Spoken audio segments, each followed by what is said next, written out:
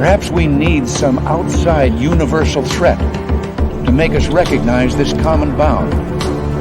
I occasionally think how quickly our differences worldwide would vanish if we were facing an alien threat from outside this world.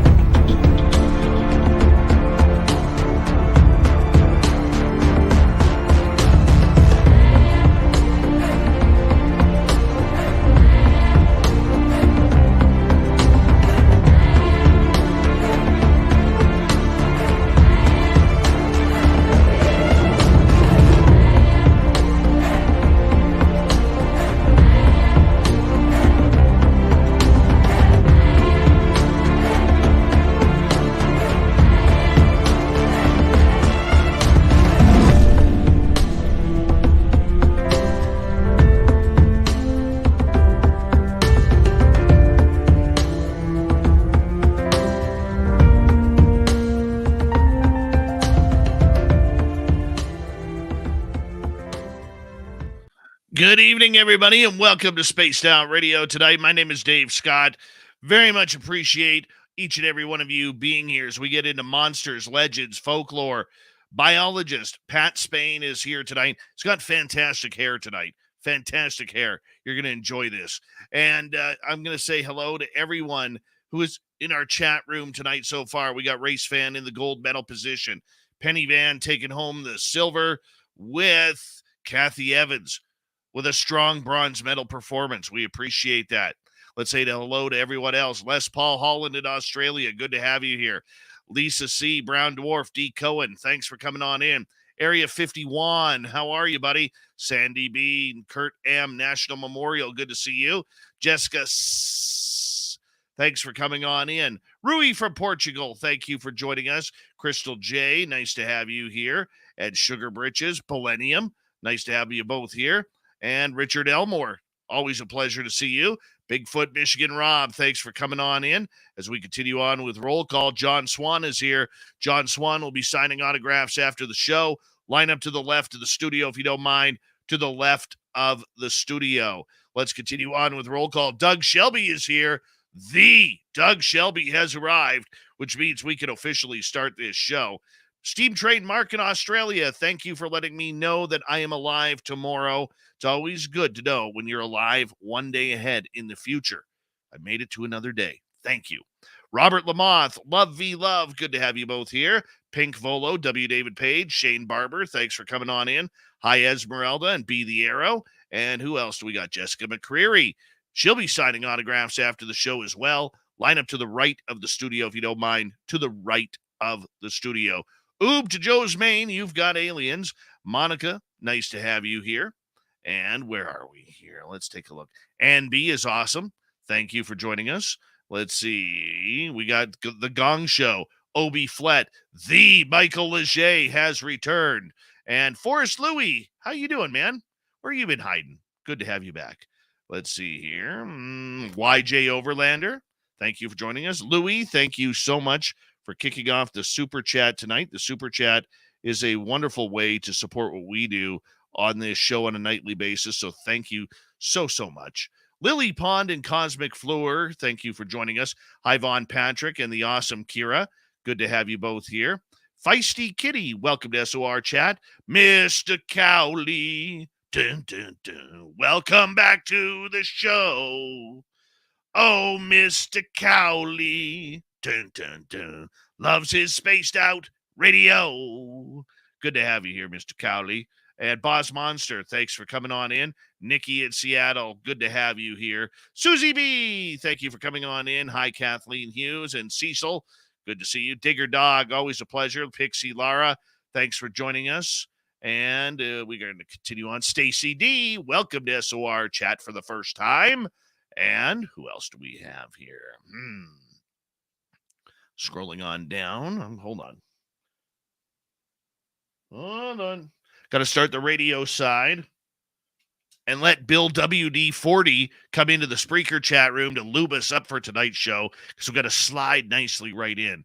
That's why we lube things up. Kim Stanley, good to have you here. High Atlantis is found. And who else is here? Grandizer in Arizona. Thanks for coming in. Heather McIntyre, looking gorgeous tonight. See you in Vegas. And Linda Bennett, thank you for joining us. And we are caught up. We are finally caught up. Yeah. Talking monsters, legends, folklore. Patrick Spain, biologist, is here. We're going to get into it. Monsters. God, I love the monsters. It's so much fun. After a heavy day yesterday in the UFO world, getting into the monsters tonight, that's going to be fun. We got 20 seconds. Reminder, the super chat is open. Our store is open on our website. And if you're coming to Vegas in May for our second annual fan party, read the ticker here. Get your email to info@spacedoutradio.com so we can get you on the list officially. Horns up. Let's rock.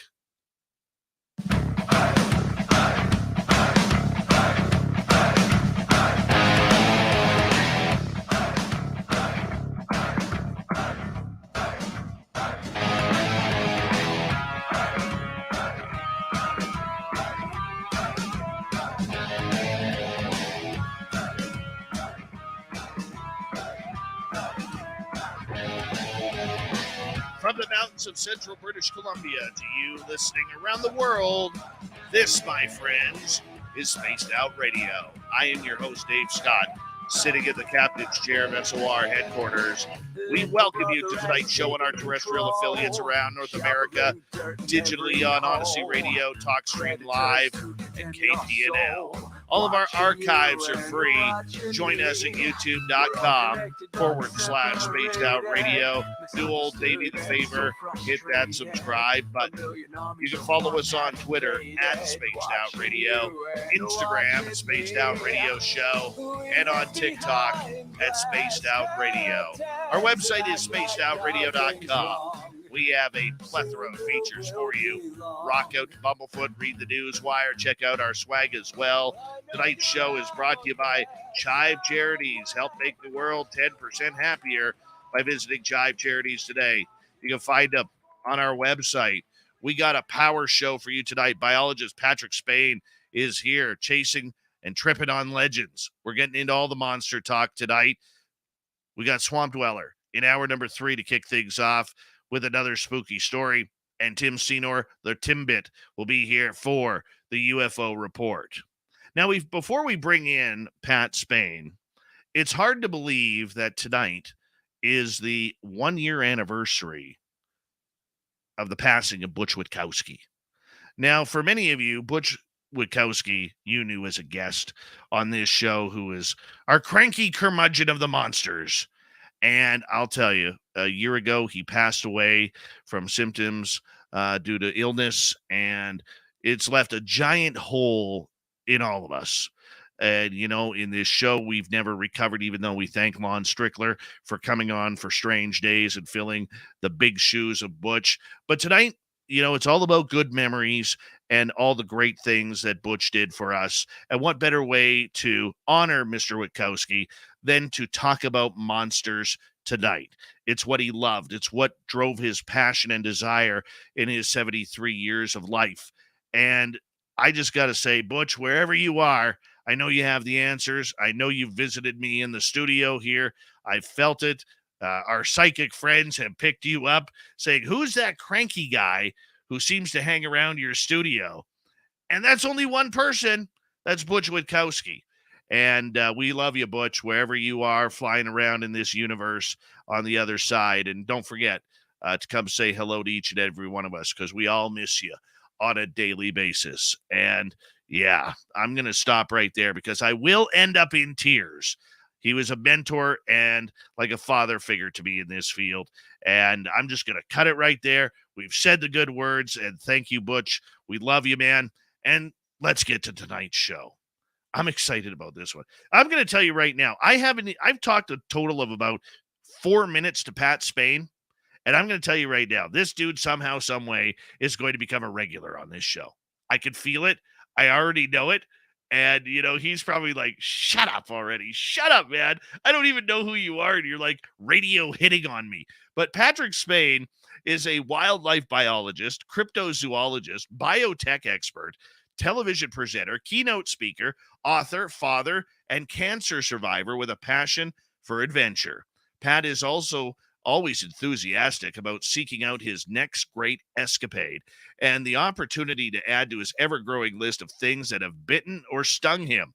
As the great nephew of the prophet of the unexplained, Charles Fort, Pat thinks of himself as carrying on a family tradition by questioning mainstream science, considering unusual explanations for bizarre phenomena, and generally investigating those things most people write off as impossible. You read that bio, you listen to that bio, and you think, hot damn, this guy's a good dude.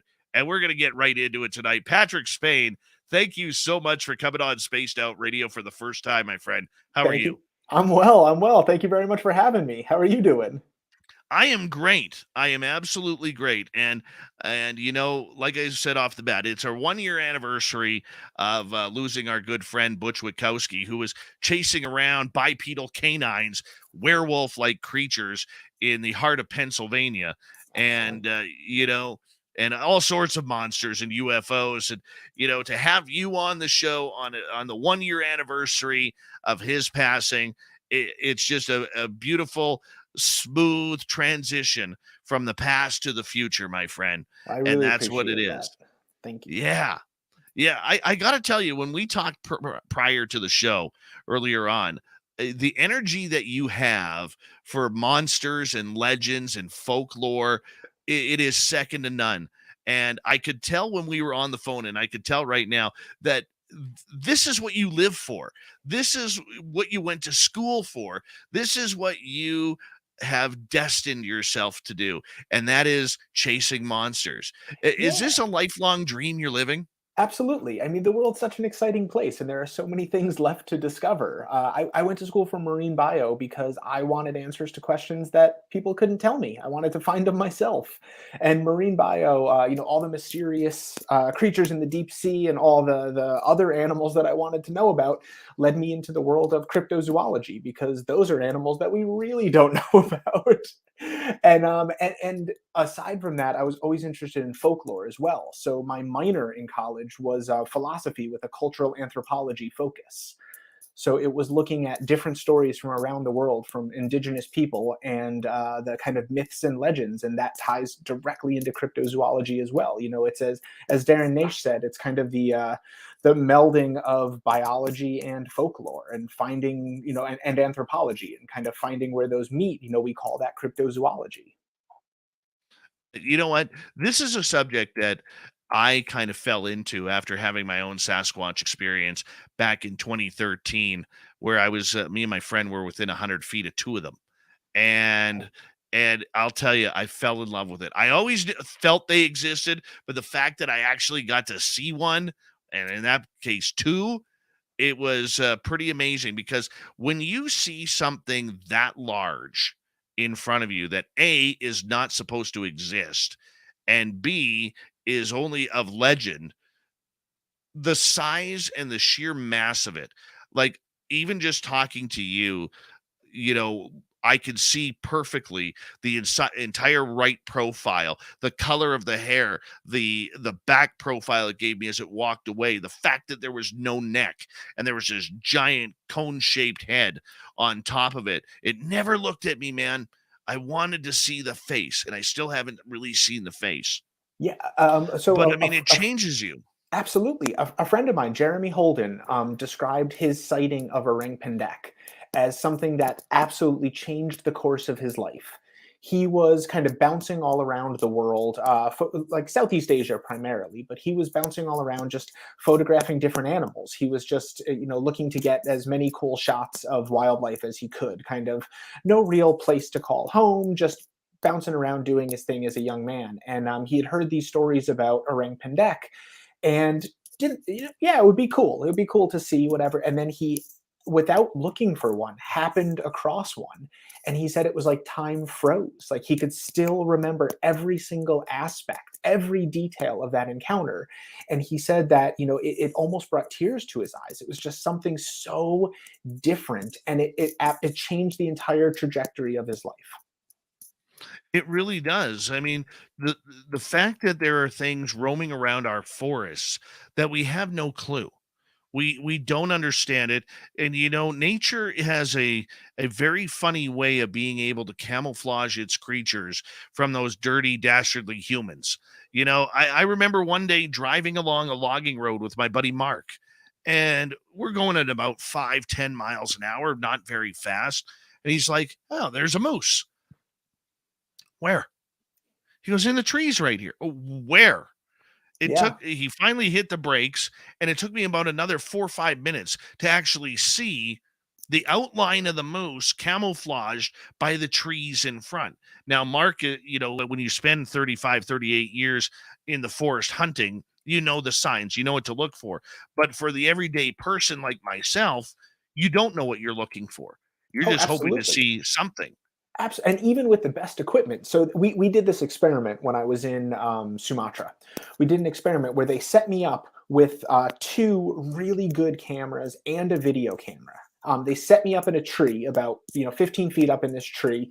I'm sitting there completely alone. The crew leaves, everybody leaves, and I'm just up there for hours and hours and hours. And my only assignment was take a picture of any animal you see, anything. You are ready. I'm sitting with the best cameras that you can imagine, ready, focused, all set and turned on. I got a couple blurry birds. That's all that I got. I could hear a troop of gibbons. I heard them going all around me. I heard a million things in the undergrowth. I heard things climbing up the tree that I was in. Couldn't see them. Amazing. Absolutely amazing.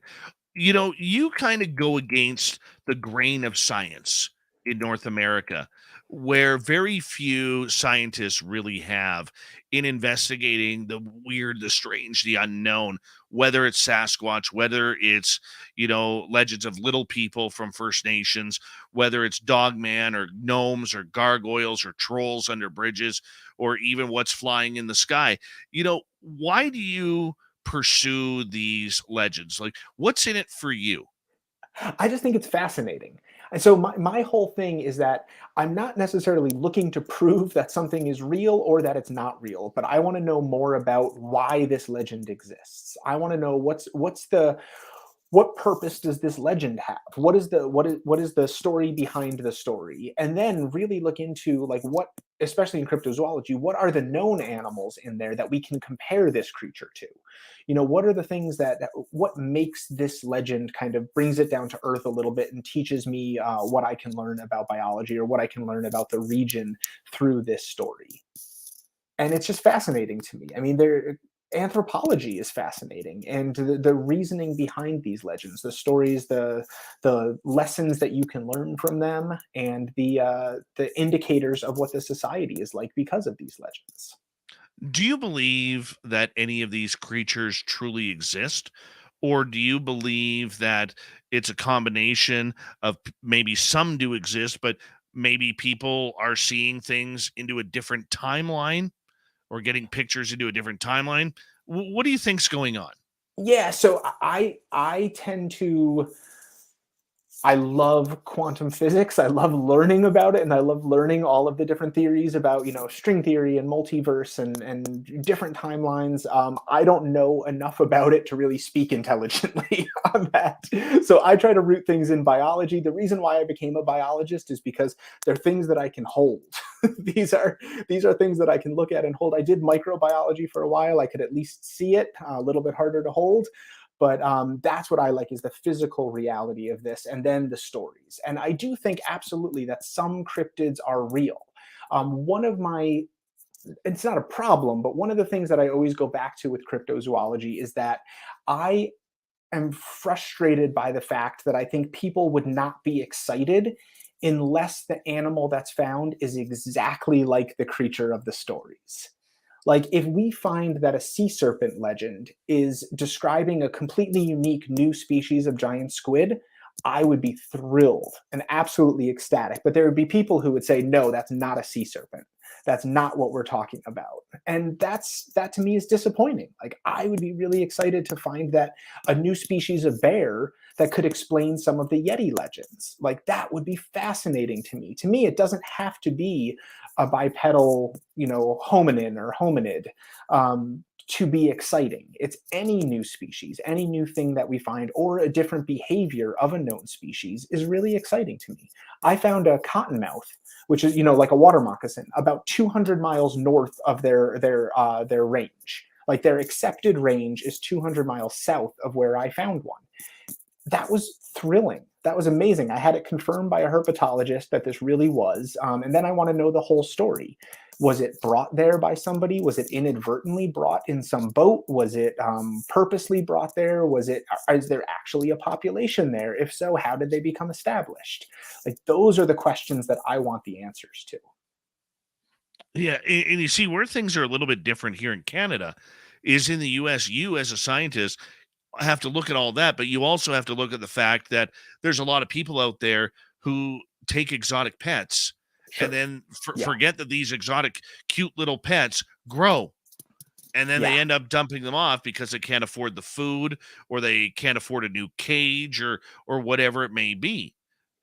So they just dump a snake in the forest or even a tiger. I mean, there's reports of tigers and lions being spotted in American forests in the warmer climates. Sure. I mean, Absolutely.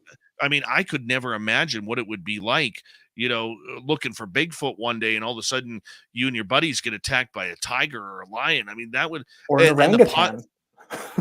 and those possibilities are out there in North America. People think they aren't, but the truth is, with the amount of animals that get let loose every year by people who own them, think it's cool to have that exotic pet. That one day it's going to happen. Somebody dies at the hands of a of a tiger, orangutan, or whatever in some suburban forest in the U.S. Oh, I live in Massachusetts, and every summer there are alligator sightings, and real, not just sightings. They are proven that they have found alligators in Massachusetts for exactly that reason. People have dumped them, or people have them as a pet and decide to let them out for the summer, and then the alligator gets further out than they wanted it to be. But yeah, I've spent quite a few days in Rhode Island and parts of Massachusetts looking for alligators for exactly that reason. I'm going to ask you, in regards to the creatures that we are talking about, and our audience loves to learn about Sasquatch, Dogman, Sure. everything that's kind of mystic about this. In your mind, Pat, from a scientific point of view, which creatures have the best chance of being out there that we haven't learned? Like, I'll tell you an example here. I'm a firm believer that megalodon still exists, or a form of megalodon exists. A good friend of this show, Max Hawthorne, who's a author researcher of ocean monsters, he believes that there is some sort of super shark out there, bigger than a great white, but smaller than the megalodon, probably in that 35 to 45 feet range, that is out there and leaving its mark, but we haven't had enough evidence yet to actually claim that this is a super shark. What's your thoughts on some of these monsters if I throw them out? Let's start with megalodon. Sure. Well, I mean, you look at the whale shark. The whale shark was just discovered in the 70s, in the 1970s. This is the largest shark on Earth, and it was just discovered in the 19 or just named really in the 1970s. And we've only seen, I don't know, a couple dozen of them since the discovery. So these are, well, I guess now there's some tourism around them, so we've seen quite a few more. But for the first 20 years, there were not many of them that were being seen, and that's very, very recent. Even the most conservative marine biologists would be. It would be very difficult for them to say that there are not still large creatures left to be discovered, particularly in the deep ocean. A large predator like megalodon, in the 30-foot range. I mean, I think there are absolutely deep water sharks that are yet to be seen. Whether it's a relative of megalodon or not, I'm not 100%, on.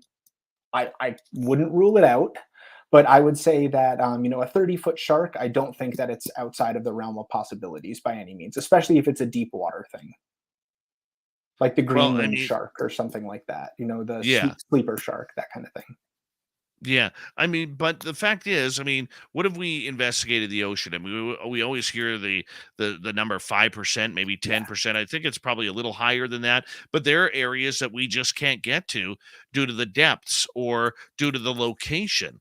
It Well, would especially take the too. open ocean, just the open ocean in general. The only manned, the only people who are ever in the open ocean are passing by on, shipping vessels. And they're not looking for animals. So the open ocean is one of the least explored places on Earth, even more so than the depths. And we know next to nothing about the deep oceans.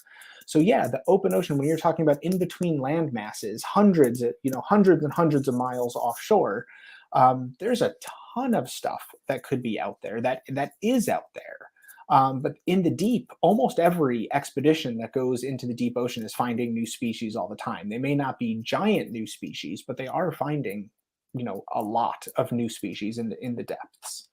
And yeah, All it's right. pretty tough. I took a 3-man sub 1,000 feet underwater just out by you off the coast of Yeah, Vancouver, no.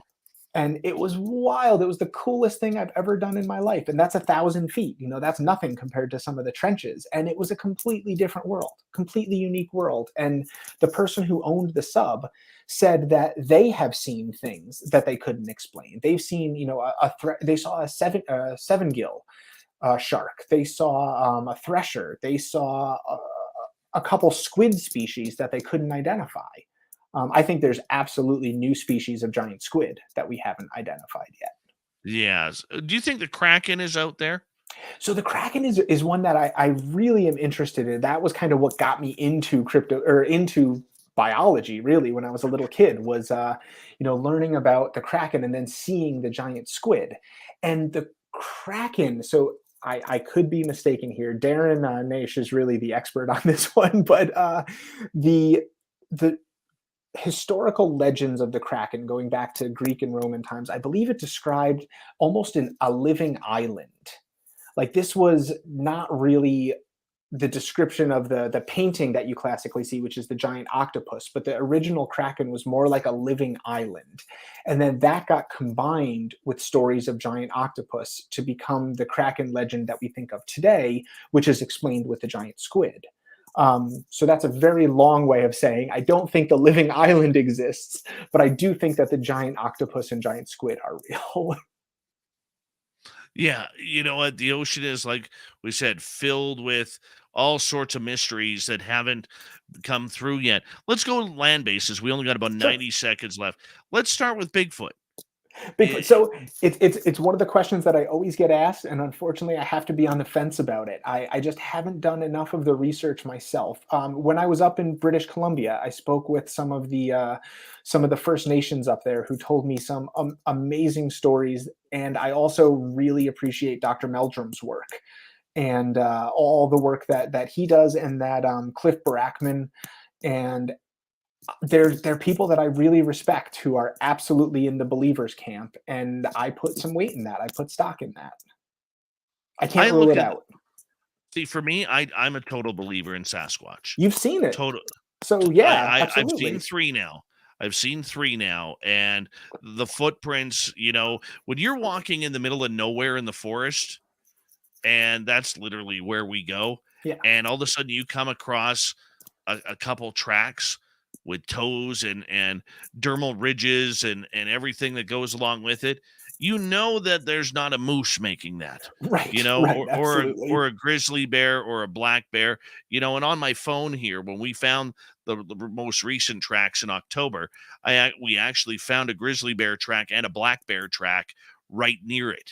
Yeah, And it's very obvious to see the difference between something that looks like a human foot, except multiple layers larger, and the big claws of a grizzly bear, dug into the mud.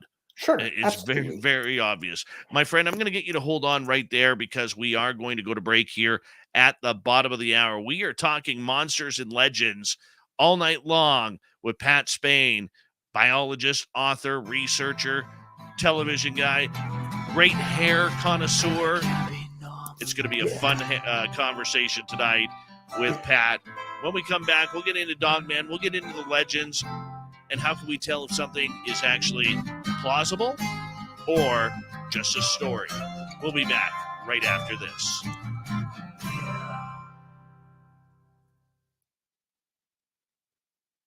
All right, we are clear, my friend. We are Cool. clear. Good start. Yeah, no, this is Good awesome. start. Thank you. The hair, I really woulda, coulda, shoulda gotten a haircut.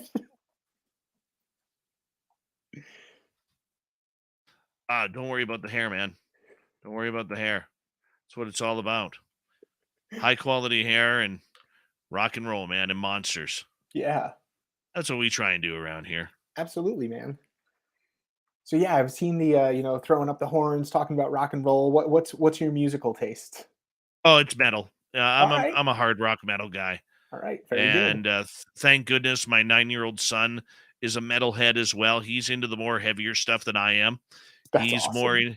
yeah, he's more into like Slipknot and Pantera, and not that I wasn't into Pantera, but he likes his Slipknot, and he just experiments with music.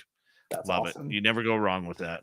I'm a punk guy for years and years. Was in a punk band Perfect. in high school, and my daughter, when she was about 6, I was so excited. She was screaming, "Spray paint the walls!" and singing some Black Flag. I was like, "All right." Nice. Nice. Nice. Yeah. I took my son this year to his first rock concert. We went and saw Avatar. They're from Sweden. Okay, I and just they're brilliant. They awesome. were absolutely brilliant, and it was really kind of cool because this big hulking dude, you know, fully tattooed. He we get a like it was in a real small venue, and so my boy and I and my partner were on the floor, and this big hulking dude way up in front. He's like, "Hey, you!" And he points at me, and I'm like, "Yeah." He's like, "Is this your boy's first concert?" I'm like, "Yeah." Trade spots with me, That's awesome. So we go right to the fence, right? That's awesome. And what was really cool was the Avatar singer was literally coming right up to my boy, but he came up about 4 or 5 times to the show, and he bent right down, when the band's playing. He'd take the microphone down and be like, "Hey, little buddy, you having a good time?" And all Aw, this, are you okay? Like totally checking on my son, that's right? really cool. My son would be like, "Woo," Yeah. and then the guitarist after the show, his name's Tim, one of the guitarists, and after the show, it was weird because like during the show, he really didn't pay attention to my boy. But after the show, he came right down on stage and he got right on his knees. "Hey, little man, saw you. Did you really like the show? Did you have fun?" And he's like throwing guitar picks at my boy, Aw, and that's so cool. my son was so tired by that time. Like Oh yeah, he has no recollection of it even happening, right? So man. That's a great but first experience, though. What a good I'll show you. introduction. I got to give the dad brag here. I'll Oh show you yeah. this here. Hold on a second. Let me find it. All right. And where is it here? All right, here it is. This is my son. Oh man, that's awesome. Yeah. That's very cool. Yeah, it was yeah, he's gonna throw the horns up here in a second. There he There you goes. go. Nice. He was just pumped. He was just pumped. He wants to see Metallica too. All He right. loves Yeah. Metallica. So, you know, trying to make it, you know, he doesn't like country music, which is good. If his mother puts on country music, he gives her hell, which is in my mind okay. And you know, it's the way it is. That's very cool. Yeah, man. How many kids do you have? 2, 4, Oh, and very 8. nice. Yeah. Oh, nice. Yeah. No, it's a Very lot of nice. fun. Those are the fun ages. Oh yeah. Yeah, it's awesome. I say that before COVID, I was a generalist. I knew a little bit about most species around the world, and since COVID, I've become a specialist on everything in my backyard. Yes. Yes, Because absolutely. I bet. I, I've been You I've can been out break there down the every worm. day with the kids. You can break down the worm population like Yes. nothing now. Yep. Every Mhm. species of salamander. I know the life cycles of all of the moths in our area. It's Nice. it's pretty Very awesome. My nice. daughter wants to be an entomologist. So Excellent. she and I have raised a whole bunch of different moths. We've actually ordered some really crazy exotic species, and we raised Atlas moths, which are the biggest ones in the world. They're wild. A whole bunch of different types of Luna moth and some pretty cool stuff. We've got ones now that we're really excited about for the spring. We found some polyphemus moth cocoons outside, and we've got some comet moths that'll happen Very this cool. spring. I'm going to get you to hold on right there. Yeah, We're yeah, going to yeah, come back in definitely. 8 seconds. Thank you to Scowling Greg O'Brien, Darren, W. David Page, and Louie for the super chats. Here we go.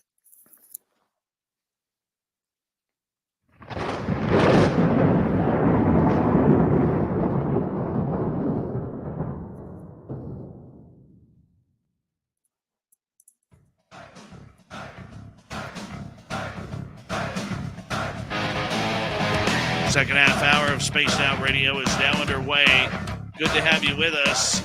My name is Dave Scott. Very much appreciate earning your listening ears. I want to remind you that if you've missed portions of this show or others, check out our free archives by going to youtube.com/Spaced Out Radio. Do old Davey the favor, hit that subscribe button. Our website is spacedoutradio.com. We have a plethora of features for you.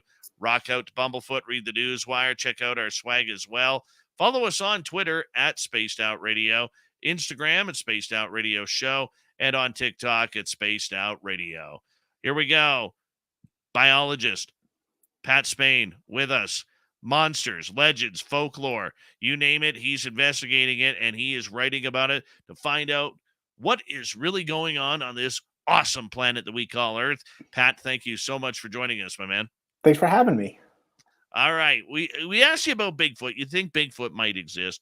What about you hear these legends and stories of werewolves like Dogman or trolls hiding under bridges or thunderbirds still flying in the sky? What do you think's going on? So Dogman and werewolves. Linda Godfrey, I have to say, was one of my favorite people in the God bless entire her. community, and that was such awful news a few weeks ago to hear about her passing. She was just a wonderful woman and a wealth of information, and so generous with her time Oh, as yeah. well. And so I mean, I love all the journalism that she did and all the writing that she did about dogmen. I do tend to find that most of the I can't say 100%, but I do tend to find that most of them are mistaken identity.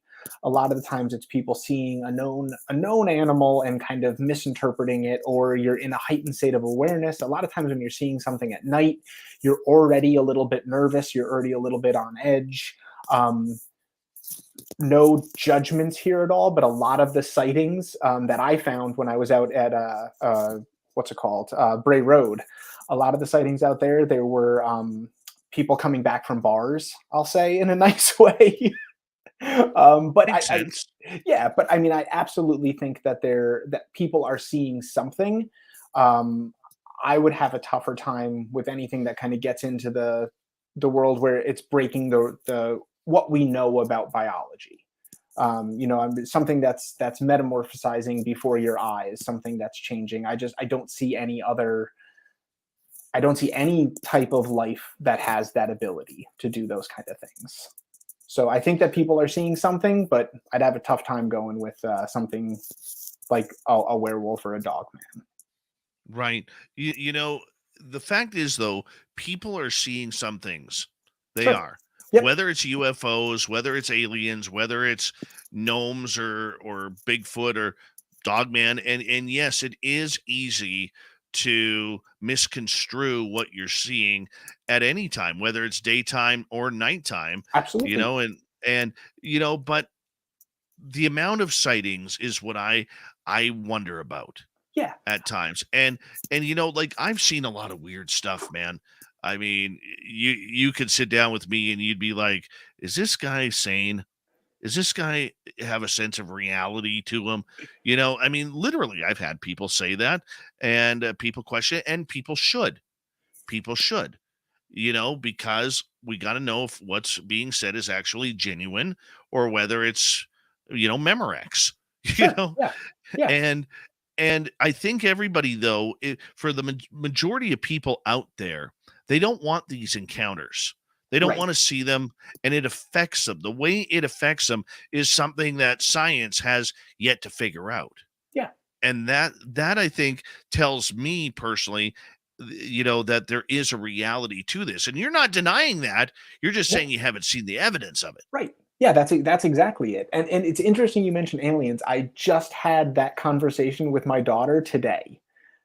She was, and I think I gave her an answer that she was not expecting at all, which is always so much fun with kids. So there was a huge storm coming in, and I made the joke, and I said, "Do you guys see that out there? So what do you think that is?" And she's like, "I don't know." I was like, "Do you think it's aliens?" And she goes, "There's no aliens." I went, "What do you mean there's no aliens?" And she said, "Well, that's just a story." And I said, "I think that it would be much more unlikely that there isn't other life in the universe than if there is." And she went, "What?" And we talked about that for the next 45 minutes. I said, "So you really think there are aliens out there?" I said, "Yeah.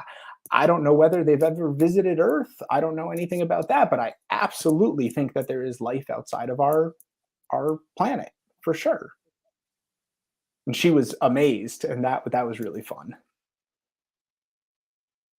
Yeah, I mean that is great. And like I talk pretty openly about my son about this. Like every time I go out, I bring my son with me Yeah, because I want him to see things. Like when he saw that Sasquatch with us last year in October, he was pumped up about it. that's He, amazing. he Absolutely. Yeah. I mean, 9 years old, he gets to see one. And the fact is, got to see one with the old man too. Yeah. I mean that's just the way it is. But I mean, getting back to the creatures that exist, I've always wondered, and I know you brought up the quantum physics side here a little bit, but one of the things that I have always said is this: there's a reality, there's the story. And I tend to believe, and maybe it's just me, maybe I'm being superficial because I'm not a scientist. I know nothing about science. But it to me, a lot of these creatures that people are seeing, I don't buy it. I don't buy that there's a 40-foot Thunderbird. That would Yeah. be picked up on radar. Yeah. Okay. And never mind that. And I'll use this, it's a gross example, but I'll use this.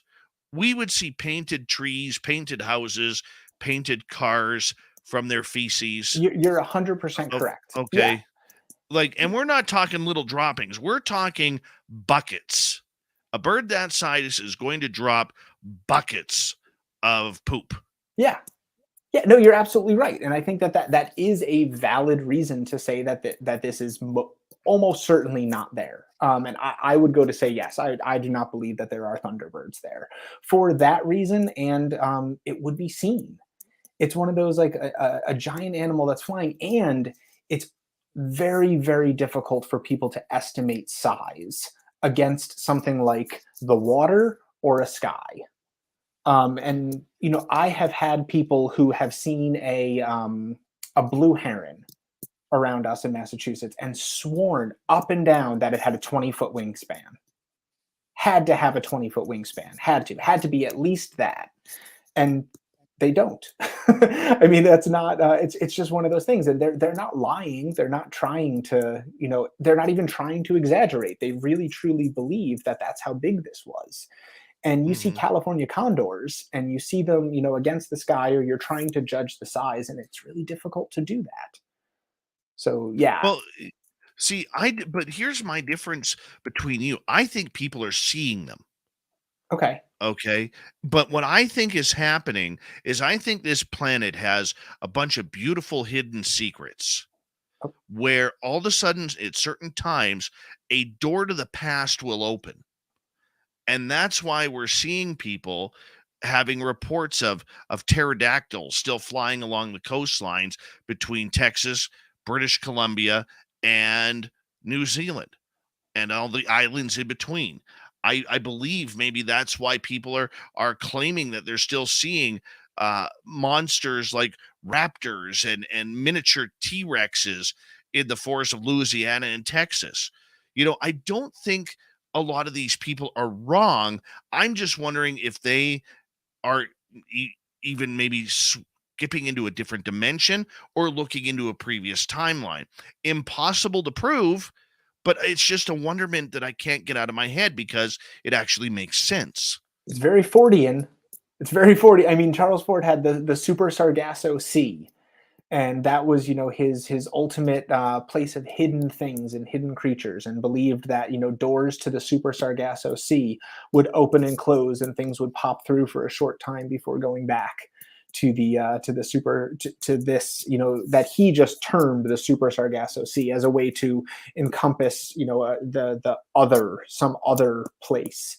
And that was really before, string theory, and before all the different quantum physics that started to show, potential multiverses and things. So he was a bit ahead of his time. Didn't have it exactly the way that physics have shown, but yeah, I mean, like I said, it's tough for me to speak on it without knowing enough about it. But I tend to focus more on biology.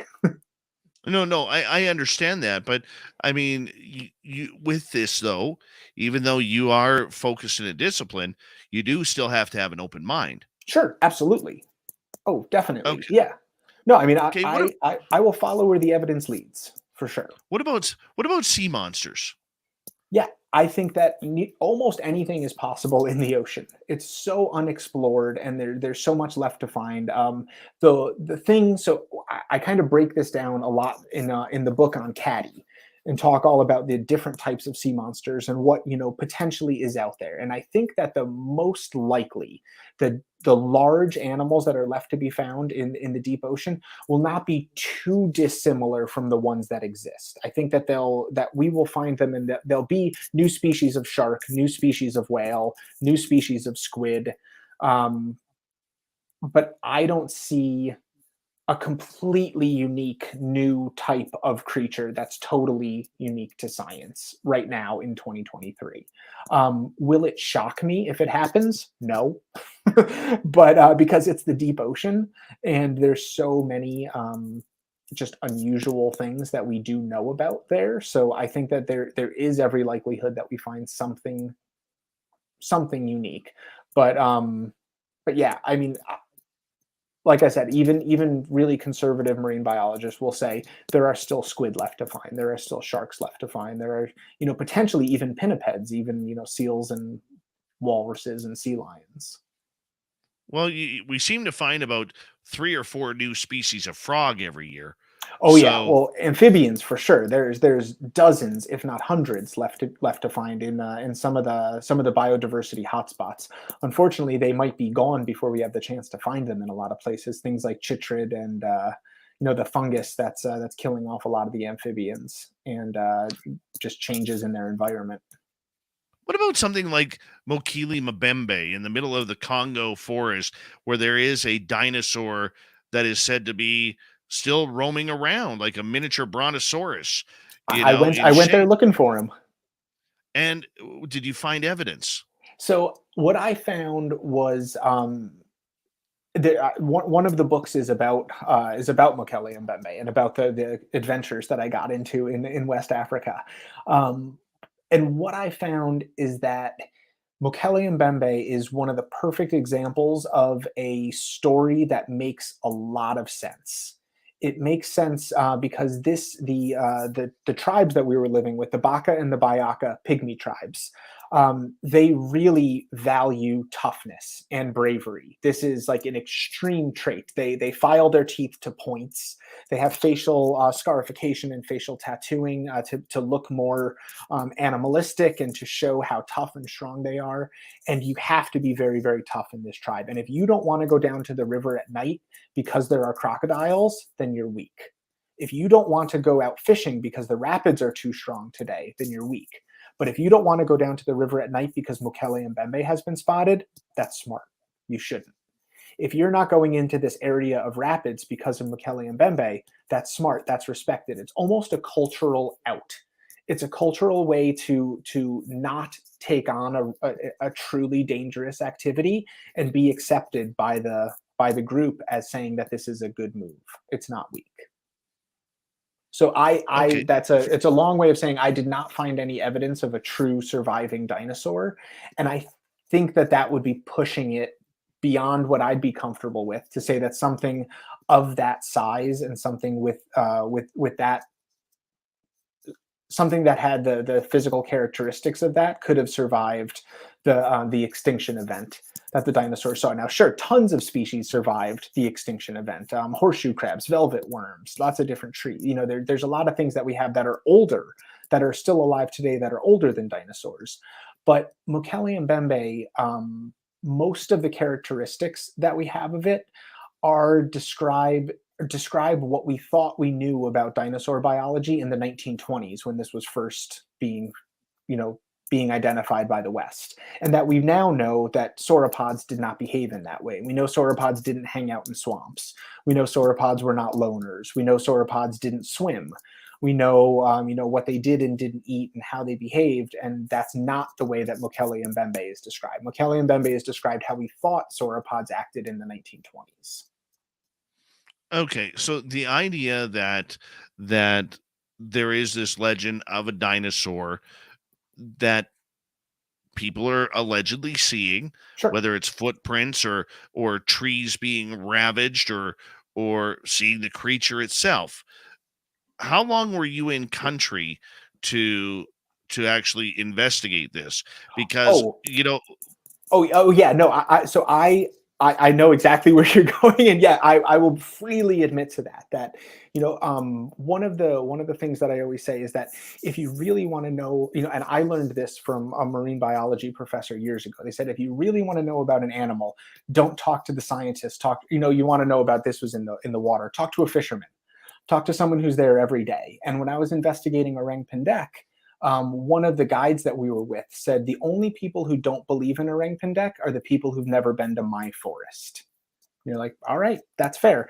I was in West Africa for 14 days, 14 or 15 days. It was not enough to make an assessment and to say that there's nothing behind these stories. But my experience there showed me that I didn't make it to Lake Telly. That's where a lot of the sightings are. But I have a friend who did make it to Lake Telly and experienced the same things as me. And what I found is that a lot of the stories that we heard about Mokèlé-mbèmbé have been sort of changed since their original accounts, and are a lot of it to get people to meet with them and give gifts and participate in this kind of um, yeah, I mean, it's a pretty tough life there, and this is a way to have tourists come in a way that they wouldn't have otherwise. let's go from Africa to the northern reaches of Russia, Sure. because I think if one creature is still around that is allegedly extinct and not that long ago, I think there is a good chance that there could be small pockets of woolly mammoths still Yeah, around. I would agree. So I saw that footage a few years ago that turned out to be computer generated, but I bought in. I was like, yeah, it wouldn't surprise me. Yeah, I would agree with that. That I don't think that it's outside of the realm of possibilities, especially when we know, island dwarfism. When a species becomes isolated, a lot of times they shrink. We know that on Flores in what's it called? Flores in Indonesia, there were pygmy elephants. There were tiny elephants that lived there. So we do know that the bloodline has the ability to shrink. Um, why couldn't that apply to mammoths? Why couldn't there be surviving mammoths? I would absolutely say that's possible. I think that there's probably, up until very recent times at least, surviving thylacines as well. I would agree with that, and I'm actually trying to track down someone who just went on a 10-day thylacine investigation and in Australia, and I'm trying to get him on the show. That's awesome. And there's another one that I would totally believe Oh is yeah. still out there. And I mean, now we're seeing trail cam footage of them starting to pop back up. We're seeing house cameras, security cameras starting to catch them. I think there is something out there. But the one thing about that northern reaches of Russia, you know, we know those areas are not habitable, Yeah. and there may be some clans of Russian First Nation people who live up in those areas, okay, that seem to believe that this creature is still there. I mean, but when you look at the forest and the tundra and everything, you know, most people in North America don't even realize, and even most Canadians don't even realize that there are muskox Oh up yeah. north. Okay, you never hear about it because all you hear is polar bears, seals, and narwhals. Right. That's it, right? Yeah. And But even they don't narwhals were understand. legends for years. Yeah, but muskox, I Yeah. mean, that's almost a 2,000 pound pissed off bull. Right. Right. Yeah, you wouldn't want to mess with them. But yeah, I would absolutely. I would go also and say that the Mapinguari, I do believe that there could be, that there likely is remnant populations of giant ground sloth. I believe that I heard one when I was in Brazil. Really? Yeah, yeah, I was in Brazil investigating the Mapinguari, and my theory behind it. So I was able to hear this creation myth from one of the indigenous groups that we were living with, and the creation myth essentially says that all creatures on Earth, including humans, are made of this one material. We're all made of clay, and that's why we can eat other animals and why we can digest other animals. The exception is the Mapinguari. The Mapinguari is made of wood, and it is other, it is different than us, it should not be tampered with by us, it should not be, you shouldn't mess with it. And the whole thing is, if you ever hear one, if you hear a Mapinguari, you have to leave that area and never go back. So these are uncontacted tribes, tribes that are protected by the Brazilian government, where you can't go into a region where they live, for fear of disease transmission and other terrible things. And I 100% support and agree with that. Taking a step a little bit closer to to the cities, there's the lightly contacted tribes that you need to get special permission for. You need to have a health exam. That's who we met with. And this group believes that as well, as do the uncontacted tribes, from what we know from the exchange talking to them. Now, if this entire region has groups of indigenous people, Westerners are not allowed in there. Nobody can go in there. And this group of people have creation myths from throughout their entire history, where if you hear this creature, you have to leave the region. They've essentially created nature preserves for this animal. Because now giant ground sloths were hunted to extinction by humans. And if in this one region of the world they weren't, because of this creation myth where they're creating these nature preserves, why couldn't they still be there right now? I really think that we heard one. And the fact that a lot of these areas are still so untapped. Like, we think we have a good grasp of what's happening on this planet, as we got about 90 seconds to go before we go to break at the top of the hour. I mean, how much of a grasp do we really have on, say, a place like the Amazon or the northern reaches of Russia, or even North America for that part? I mean, we always think, well, we haven't really seen what's in the ocean, but how about land? Oh, for sure. There's a ton of space that we haven't seen, especially in areas that are difficult to traverse. Swampy areas, really, really cold regions that are heavily forested, that you're not going to see from an aerial survey. And yeah, some of the desert places as well, like the Gobi Desert and things like that.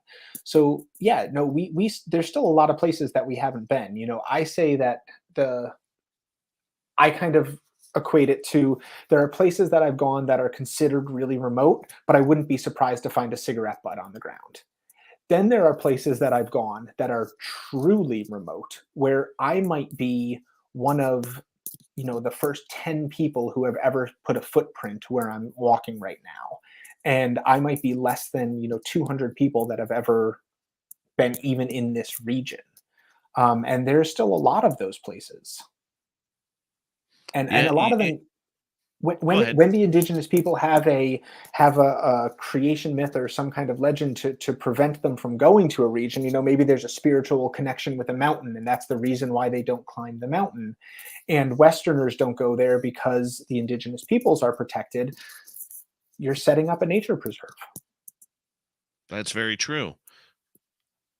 Pat, I'm going to get you to hold on right there, because we are going to go to break here at the top of the hour. In hour number 2, we're going to bring in some audience questions, as well as we, move into the second hour with you. We always like to get our audience involved in the conversation. And we're going to talk more monsters, more legends. Every small town, every big city has its own legends.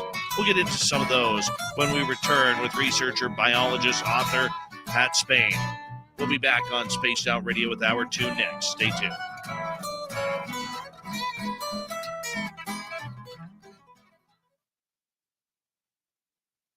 I'm so thrilled you said yes to the woolly mammoth. Yeah. Genuinely. We do know, as I said, pygmy elephants. We found their bones and everything in that island and in a couple other places as well. So we know that they are a species that could experience island dwarfism. Um, elephants are elephants are descended from woolly mammoths, so woolly mammoths for sure would have had that ability as well, I would think, and they could have gotten smaller and could still be up there. It's a very sparsely, if at all, populated region, and the indigenous people are telling us that they're seeing them. I mean, I don't discount Absolutely. that. Absolutely. My friend, I'm going to put you back in the green room. I'm going to take a quick break here. We got about 5 minutes here. Okay. So to our audience, we'll be right back with Pat Spain and myself, and we'll be just give us a couple minutes here, okay? Right. Be right back.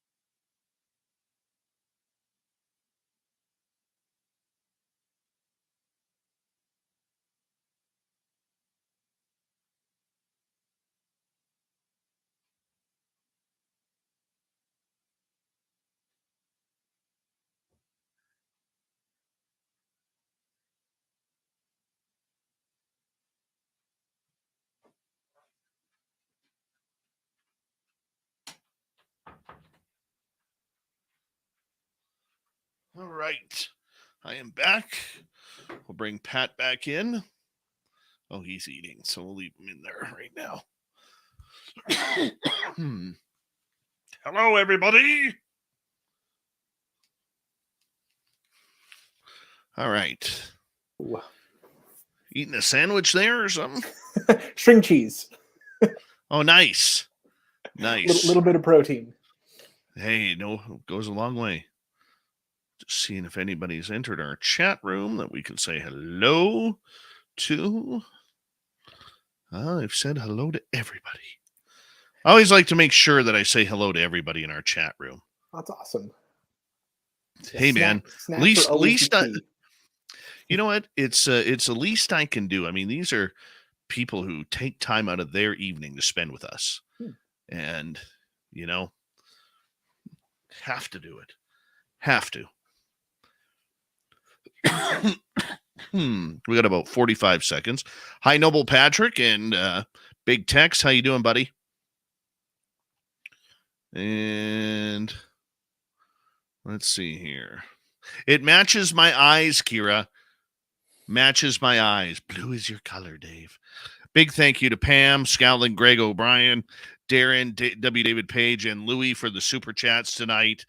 Very much appreciate the love and support. Hi, Rex Goodrum and Silent Listen. How you doing? And don't forget, guys, we want you in Vegas, May 19th to 21st. Check the ticker below. Make sure you book in soon that you are coming because we want you there. Thank you. Here we go. You're listening to Spaced Out Radio with Dave Scott.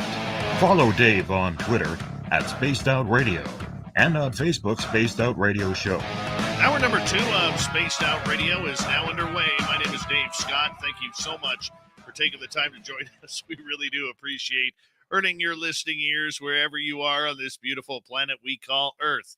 Hello to everyone listening in on our terrestrial affiliates around North America, digitally on Odyssey Radio, TalkStream Live, at KPNL. All of our archives are free. Join us at youtube.com/Spaced Out Radio.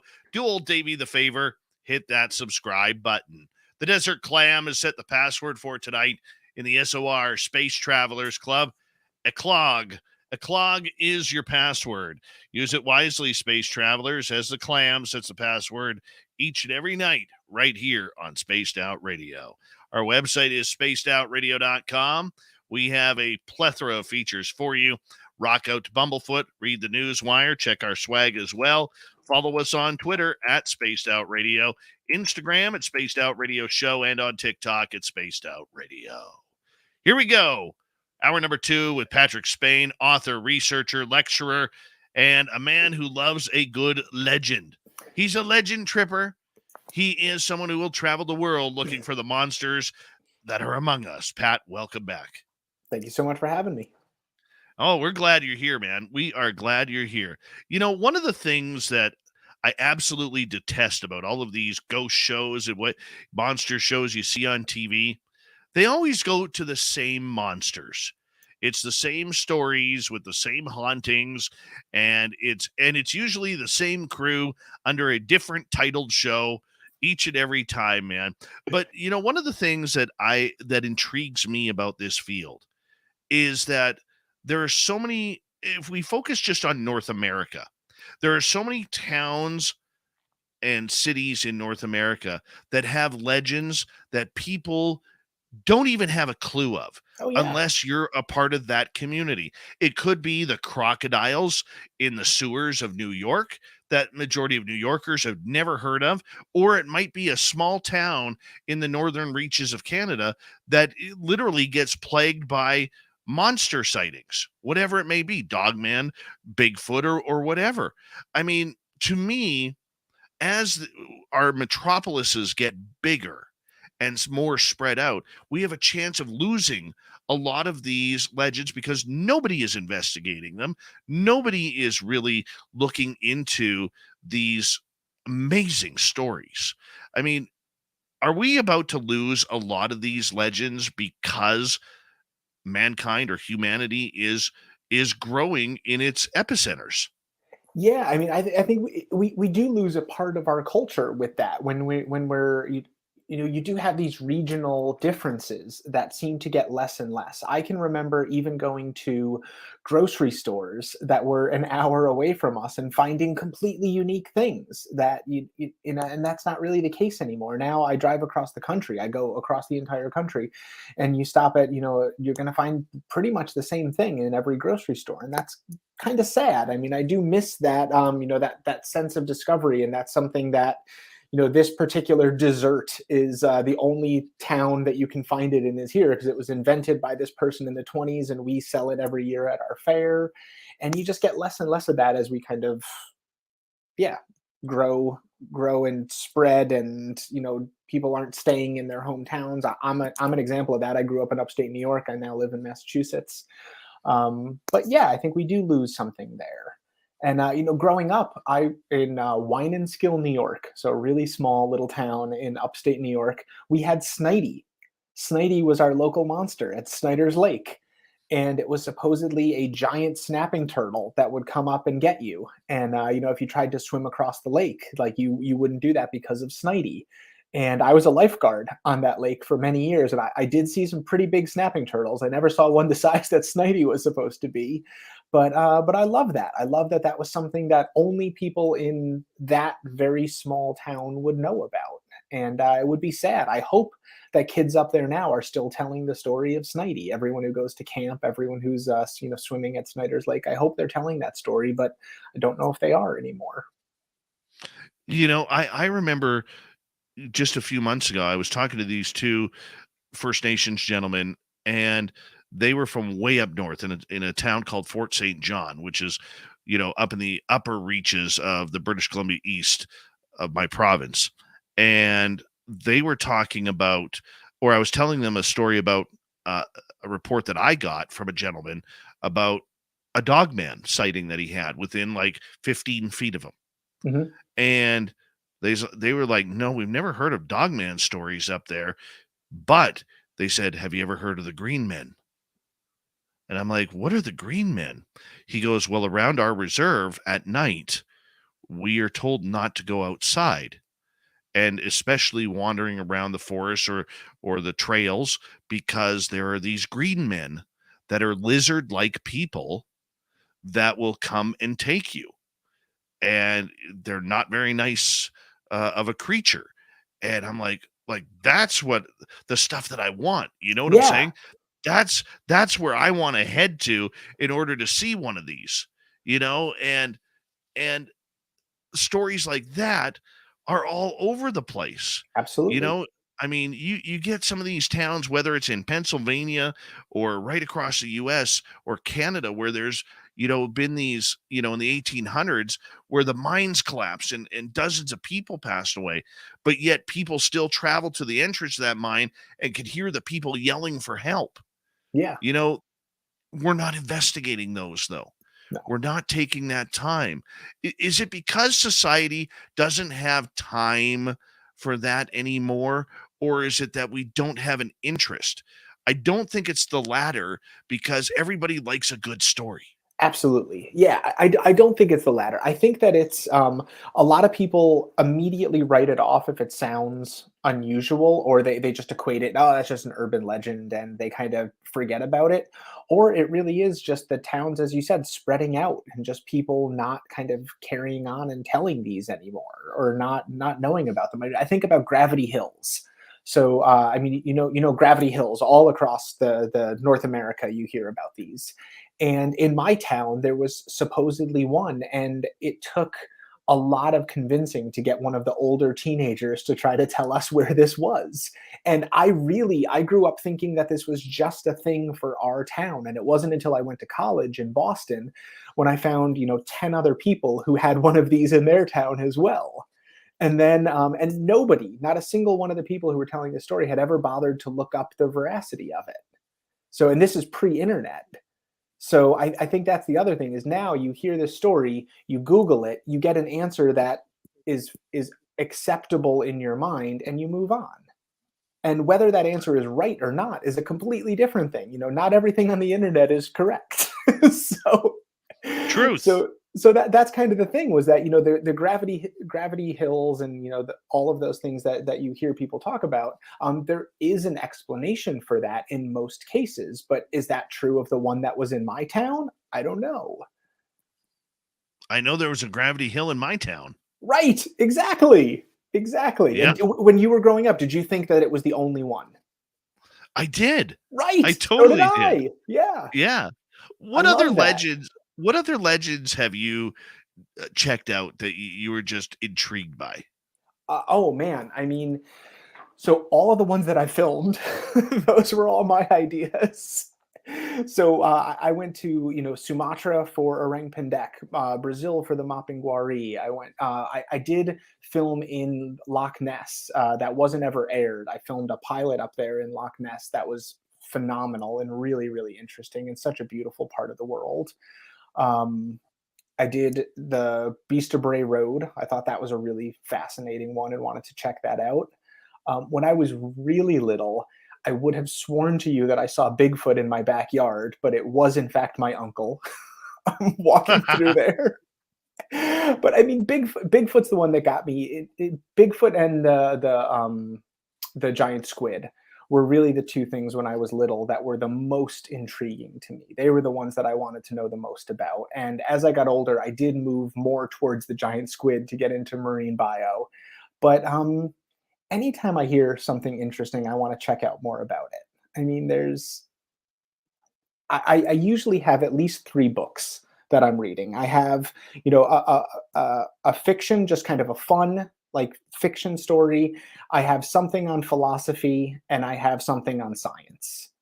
And they're usually the more unusual aspects of that. I just finished a really amazing book on human evolution that just immediately started clicking in my mind of, this could be stories of Bigfoot, this could be stories of orang pendek, this particular early hominid species could explain some of the aspects of, these descriptions from Vietnam of rock apes. And yeah, I mean, that's just kind of the way that my mind works.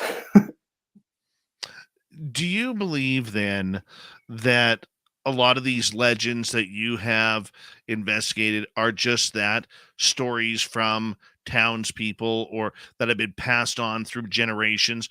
Or is there enough evidence out there to show that there is plausibility? Yeah, so both. The short answer is both. There there is definitely an aspect of um, storytelling and culture that plays into a lot of these myths and a lot of these legends and a lot of these stories. I mean, even the story of Jack the Ripper, that definitely happened, has become so sensationalized over time and has become so embedded that there are things that we think are a fact about some of these murders that really aren't. And we have no way of absolutely knowing that this was perpetuated by one person. Like, we don't know that. Even the name Jack the Ripper was, invented in the press.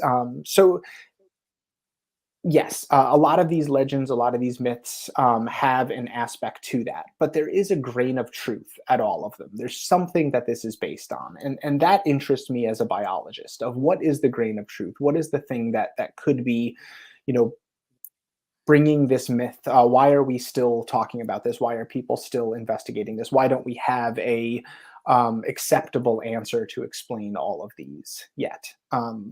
So yeah, I mean, I think that there are definitely unknown animals that we need to find, and I think there are some creatures that will do some pretty amazing things that we haven't identified yet. I always say there's what is it, like 60,000 weevils for every one platypus, but it doesn't mean that the platypus isn't real. It is I want there. I want to shift gears here for a minute with you because in British Columbia here, I've always, been fortunate enough throughout my adult years to deal with a lot of First Nations people. Mhm. And I've listened to a lot of the stories, a lot of the legends, whether it's of spirit, whether it's of stories about Sasquatch or other creatures that may roam the forests or the waterways. And I look at that and I think, okay, these are people who are so in touch with the land and so in touch with nature that we just can't use the as like I like to call it, the Caucasian Christian Science background, that we know everything Oh, and you're just a primitive history that you're going off of. I don't believe that. nope. Okay, I do believe that there is a lot more to that. Have you taken the time to investigate a lot of First Nations legends and stories to see the if there is a lot of truth that can correlate to the science? Absolutely. So that was the basis for Beast Hunter, the show that I did on Nat Geo, was that the indigenous people of a region know what they're talking about, and that it's extremely ethnocentric to write off a sighting of something just because it was not done by a Western scientist. And that really came about because the head of Icon Films, who's the production company that I work with, he had an experience early in his career where he was in Nepal and investigating sightings of the Yeti. And one of the guides just told him flat out, you Westerners will never believe in an animal until a white person's given it a funny name. And that really made him stop in his tracks and have to rethink this kind of method that we go about and what we do. And I had a very similar experience in Sumatra. I had someone say, how offensive it is that people would, why would someone believe a Western scientist over a First Nations, an indigenous person? And they are 100% correct. I'm not going to tell anyone that what they're seeing is wrong, or that they're lying. That's it, yeah, it just feels very wrong of me for people to think that way, and to think that there's any more validity in a Western scientist seeing something than an indigenous person. So yeah, I absolutely put a huge amount of stock and credibility in those stories. Where I do like to dig a little bit deeper is ask the question about the sighting and say, was this in the spirit world, or is this a physical creature? Because that can get you a little bit further. And that's where I do draw the line. Not I don't draw the line, but that is where I kind of put on my biologist hat rather than my anthropology, and say, okay, if this is a physical creature, we can talk about physical, real animals. Like in Sumatra, orang pendek is looked at as um, normal. Like, a lot of the people that I spoke with were really amazed that we even wanted to talk about orang pendek, because they put a lot of spiritual properties on tigers. So it would be like, oh yeah, no, orang pendek, yeah, it's like, he walks upright, it's kind of monkey-like, kind of human-like, he's out there, don't worry about it. What do you want to know about tigers? I'm like, no, tigers are really cool, but tell me more about orang pendek. They're like, no, you got to understand, tigers are amazing. Orang pendek is just one of the creatures that's in the forest. He might not be there anymore. They might be extinct. A lot of animals have gone extinct, but let me tell you about tigers. So like, they were fascinated that I even wanted to know about this animal, because they just consider it just like, tapirs, or, sun bears, or anything else that's out there. Not that No, tapirs are in Southeast Asia, but yeah. tapirs are weird looking things. Yeah, they're in South America, but yeah, they are very weird looking. I do, and the reason why I bring that up is because when it comes to Sasquatch, a lot of First Nations people believe, at least on the west coast here of North America, that they are either shapeshifters or interdimensional type beings. There's a very spiritual aspect Right. to these creatures. And yet you look at the BFRO, or you look at other groups out there who think we're looking for the North American great ape, some sort of monkey, or some sort of Gigantopithecus type creature. Yet I have my doubts about that, because the storylines of what many people have seen, from pixelation to watching the creature walking through the snow and vanishing. There's all sorts of stories like that. Mhm. Granted, no physical evidence, just anecdotal. You know, are we missing out on something by not paying attention to what First Nations people are saying about this? And maybe that's the reason why we haven't proven the existence, I because don't we haven't think got a it's body yet. right. I don't think it's not paying attention. I think it's realizing the, not limitations, but realizing the separation between investigating biology and investigating spirituality. And I think that that's where I don't have the tools to investigate a spiritual belief. I do have the tools to investigate biology. So I think that once we start talking about an animal in the spirit world, and I ran into this with aspects of the Mapinguari as well. So there was some groups in Brazil that would describe the Mapinguari as your eyes had to be opened to the forest in order to see it. Like it could be standing right in front of you, and if you were an outsider, you wouldn't be able to see it. And those kinds of stories, as interesting and as fascinating as I find them from an anthropological perspective and from a culture perspective, as a biologist, I can't investigate that. I want to know more about it. I want to learn about it. But once we start talking to people who are describing a flesh and blood creature, and I start piecing that together with those legends and seeing like what aspect of the real animal clouded this legend or created this legend, then it starts to make sense. You know, the story of the Mapinguari's cry killing you is what you would hear in big cities. But then when you talk to people who are the lightly contacted tribes who live near the region, it's not that the cry will kill you, but it's just if you hear the cry, you have to leave that. You have to leave your home. You have to leave your village. You have to move your entire people away from that area, which is almost a death. That is like a death. And that's what I find interesting is, you know, tying the stories, like taking into account the story, listening to it, you know, not necessarily believing the literalness of it, but taking it in and listening and then using that to apply it to biology. See, this is where I have a problem with the BFRO. Is I know researchers with the BFRO, good friends of this show, who have had them edit their reports. Mm. And not only edit, sometimes not even use the reports. So when I look at a group like the BFRO, who is supposed to be the trusted voice of the Bigfoot world, their numbers are skewed. Because somebody had a UFO encounter with a Sasquatch, or somebody saw a ghost or orbs or little people running around with that. I mean, you can't eliminate evidence just because you don't believe in it. Well, That's yeah, not scientific. right.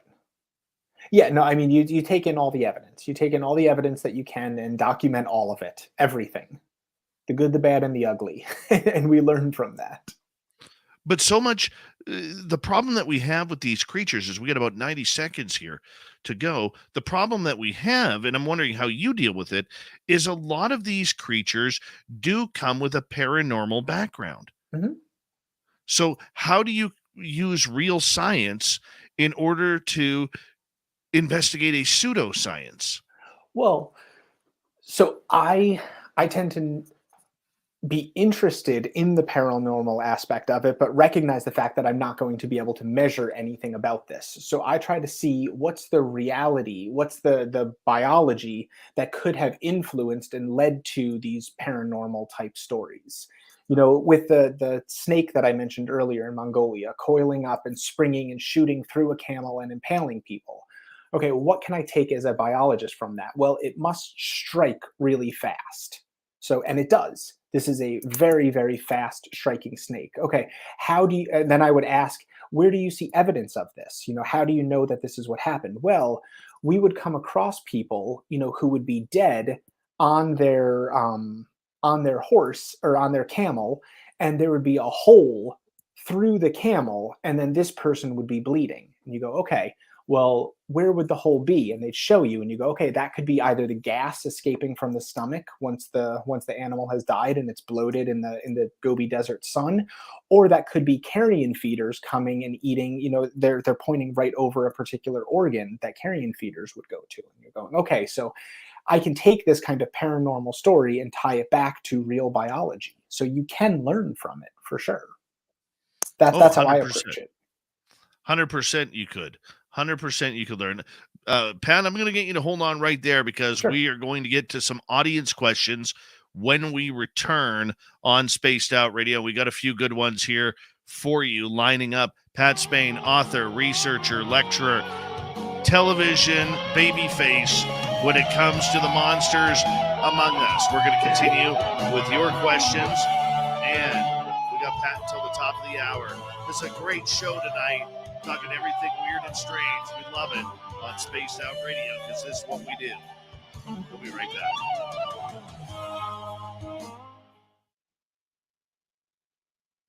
Are you having fun? Yeah, absolutely. This is great. Good.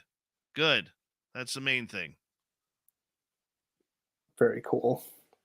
No, it is. There are so many interesting things in the world. I think it would be boring and really, conceited of us to think that we know everything. See, what screwed me up personally with Sasquatch Mhm. is there's been a couple of instances. Number one, after I had that encounter with my buddy in his forest behind his house, about 10 days later, we used to do what we call perimeter walks around their 10 acres. They had, dude, if I could have bought this property, it was like a mini ESETI ranch. Man. I would have scientific stuff set up all over it. I mean, I witnessed a UFO landing there. Aliens in the forest, like literally aliens in the forest. The property was completely haunted. You'd stand outside, and we don't have lightning bugs here. Mhm. Okay, you would stand outside and you would see orange, blue, green, red, little orbs of light popping up all through the trees, and like fairies. I mean, just everything. And this one night, 4 of us were doing this perimeter walk around the property, and the property kind of sunk down into a level, and there was blackberry bushes that were probably 12 feet high, and below that was a little incline that kind of fell into a small little pond. Mhm. And we're walking along this pond, and all of a sudden, up high, and we hear like somebody taking a 2x4 to the pond, just smash on water, like when something big hits water. Dude, there's no beavers up on a mountain, okay, at the top Yeah. of a mountain, to make that kind of splash. So we were like, okay, well, maybe the Sasquatch is around. Let's back it on up. So we walk probably another couple hundred feet, get to the side of the house, and I had this feeling like we were being followed. And I turned back, looked towards the back of the house. I got this big, giant cherry tree that's probably 60, 70 years old. And the bark is all black, just a beautiful cherry tree. And right beside the cherry tree, from the ground up, I see this pixelation standing there. And only one other of the 3 people could see the pixelation. And it was standing from ground to about 8-10 feet up. And I'm like, come on, you can't see that? They're like, no, I don't see anything. And the other 2 were getting frustrated. So they turned to go back to continue walking to the front of the house. And I walk with them. We get to the front of the house, and right from that area where the cherry tree was, we got roared at. Oh, wow. Now, this is only a couple hundred feet away. And Yeah. dude, 4 of us ran as fast as we could to get into the house. And Yeah. like, we were right there. Like, we're not talking, this thing was like a mixture of a lion's roar mixed with a rabbit getting ripped apart. Man. Okay. Yeah. And it went on for probably 5-8 seconds. I mean, it seems forever, but Oh, right. Yeah. 5 to 8 seconds is actually a long It amount of is time. to hear something like that. Yeah. Yeah. And so that pixelation matched up with what a lot of First Nations people had said about the creature being able to either be interdimensional or a shapeshifter to me. So that's why I'm not very convinced that we're dealing with something that is truly flesh and blood. And then fast forward to 2018, when I've now moved up here, and we're investigating this crash site of an airplane. And we take this trail, my buddy Mark, myself, and my buddy Merle. And Merle and I walk across this meadow, and we start getting talked to. Like right out of it, dude. It was, I didn't Sierra realize till about 8 Sounds. months. I didn't realize till about 8 months later that it was the same sounds as we were hearing at the Sierra Sounds. Yeah, Okay, and that's 2,200 miles away. that's wild. Okay, yeah, and this creature snuck up right behind my buddy Merle by about 15, 20 feet.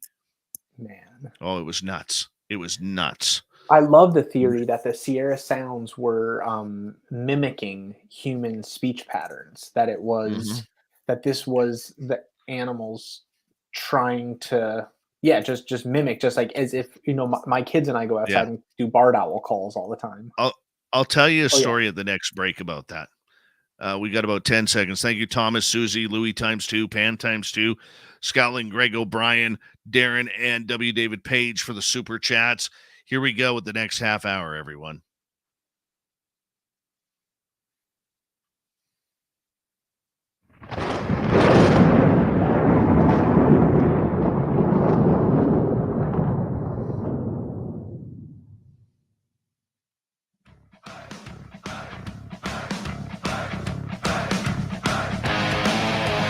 We pass the halfway point of Spaced Out Radio tonight.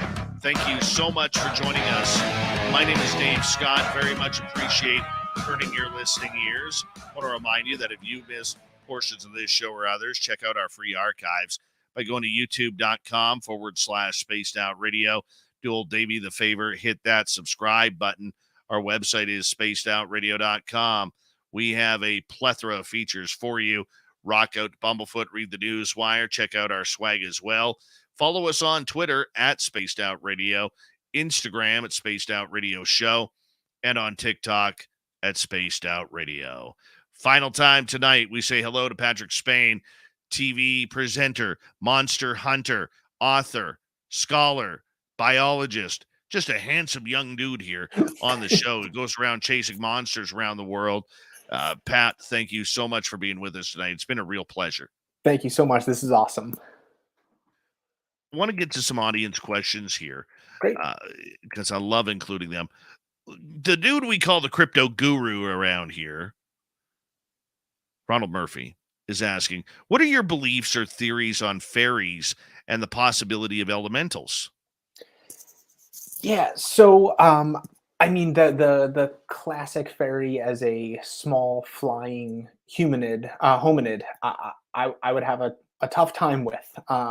But the kind of interpretations of other animals as going into this, and the legends behind them, I always find really, really interesting. When we're talking about the spiritual aspect of it, or the representations of a wild forest, or of the power that is in a English countryside, that kind of thing. And that's usually what I associate with fairies, are in Great Britain and the surrounding kind of areas of Europe.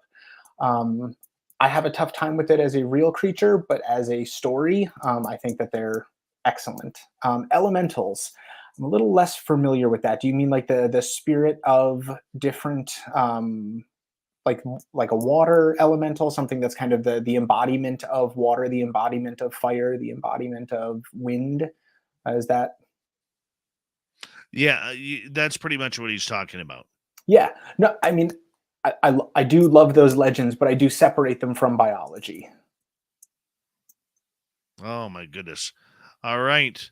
Well, let's continue on here with another question.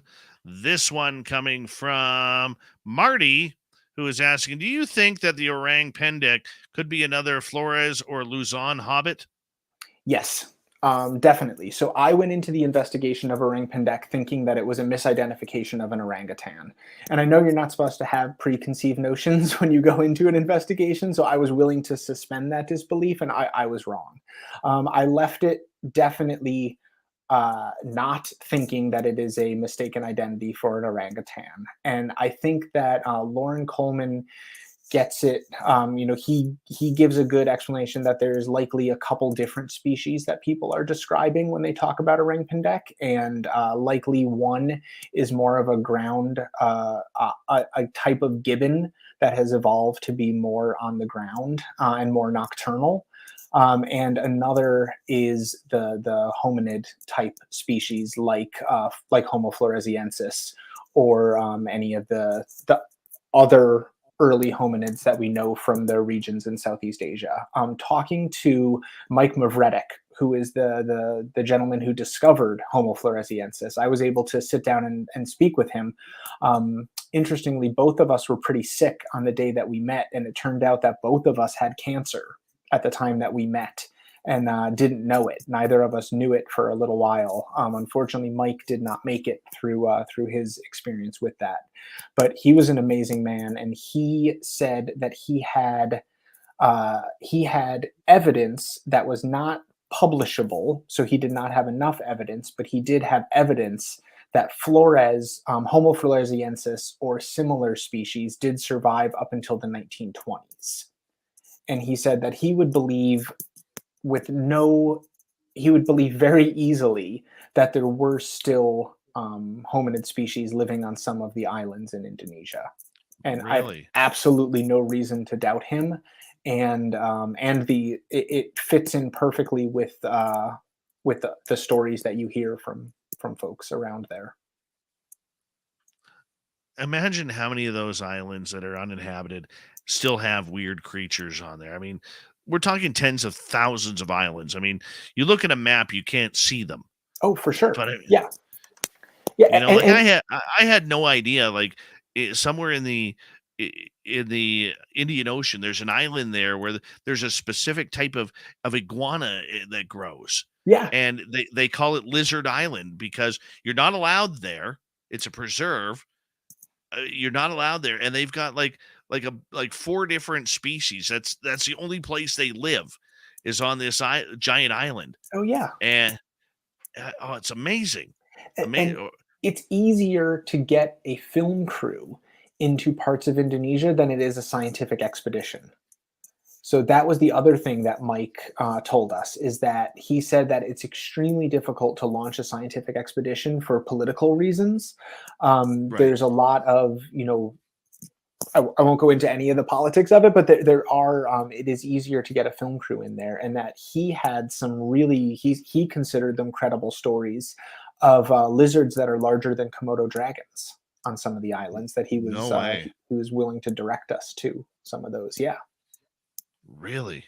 See, the only island that I wouldn't go to is somewhere around that Indonesia area. They have a snake island where like some of the world's most venomous snakes live there, and it's home to like 40 or 50,000 plus snakes. Yeah, so that's there's a few snake islands around the world, and I am amazingly, not going there. One of my best friends genuinely just sent me a link to that about 3 hours ago. It said, "Hey Pat, let's go here." No, but it's one in Brazil, and the thing is, so the snake that can kill you the fastest is a constrictor.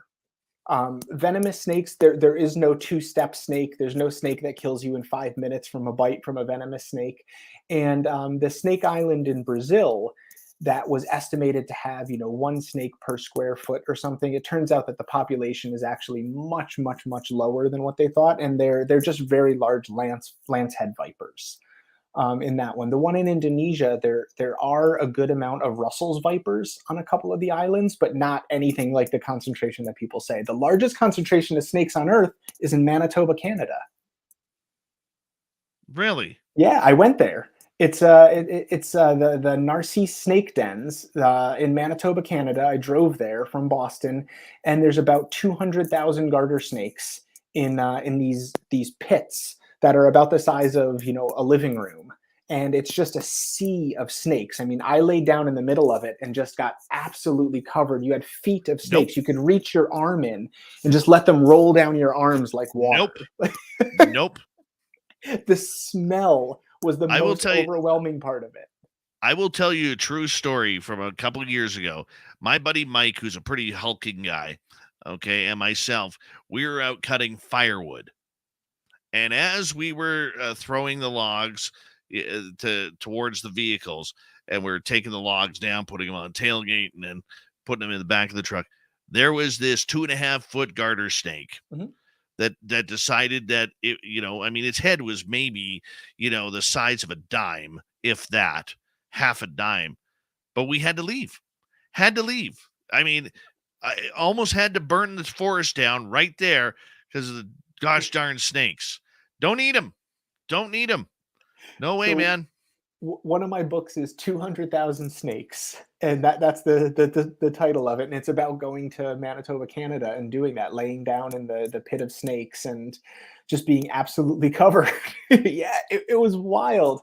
The No. smell was so bad. It was me and two of my buddies. When I got back to Boston, I had to sell my car because it was just never going to smell right again. No. See, that's just wrong. There's no need for that. It was No so need. overwhelming. Like your brain really, we as humans, we have a hard time processing swarms, right? Swarms of anything, a big group of any animal, we have a hard time processing that. When it's snakes, it just takes it to a whole nother dimension. Like the sounds, the sights, the smells, and just like you forget what they are. You're just like reaching in. And I mean, I had them, they were going in my shirt, down my pants, in my boots, like crawling through my hair, crawling over my face, like just thousands and thousands of snakes. Nope. Nope. I was playing in a Manitoba. I was playing in a baseball game in Kelowna, British Columbia, back in my radio days. And I got invited. Hey, come on, we're all going out to play some two pitch. Okay, fine. I'll head out there. Guy right before me hits a home run. Ball goes over the fence. This young lad says, "Oh, I'll go get the ball." Comes back with no ball because the rattlesnakes right behind right field were in a giant ball rolling around, all horny from the heat and Sure. everything that was going on. Yeah, not going there. Not going there. No way. I got hissed at by an albino python. Stood in its cage one day, Yeah. when I was in broadcasting school, and we're doing a story on the reptile farm. Okay, and this albino, about 15-foot albino python, gave me a hiss. That was enough. That was enough. Looked at me like I said, I know exactly what I was thinking. Hey, Dave, come on over. You're a meal. Let, let me let Nah. me let me just squeeze you a little bit, There's just a no little bit. Let me snake get on some of earth that them would be able to eat you. juices. Let me get an anaconda could take me down. They could An take you down. anaconda. They wouldn't eat you, and they wouldn't. Anacondas are they're not that bad. I've worked with a bunch of anacondas. They're Yeah. reticulated pythons. If they're raised in captivity, they're okay. In the wild, they can be pretty feisty. But Your obituary needs to read Dave told you so. I Okay? used to That's I used all to I'm saying. volunteer. I used to volunteer at a reptile place called New England Reptile Distributors, or NERD, NERD, and I loved this place. I was working with some of the most dangerous reptiles in the world for a full day, and I ended up in the hospital that day, not because of any of the animals, because I tripped over my own feet and hit my head on their cage. I had to get staples in my head from that one. Nope. Nope. No I need. had been Let's get to working. another another audience question. Let's go to Brown Sure. Dwarf here. Do you believe the footage of the orang pendek is legit? So I have never seen footage that that I felt was that was truly compelling of the orang pendek.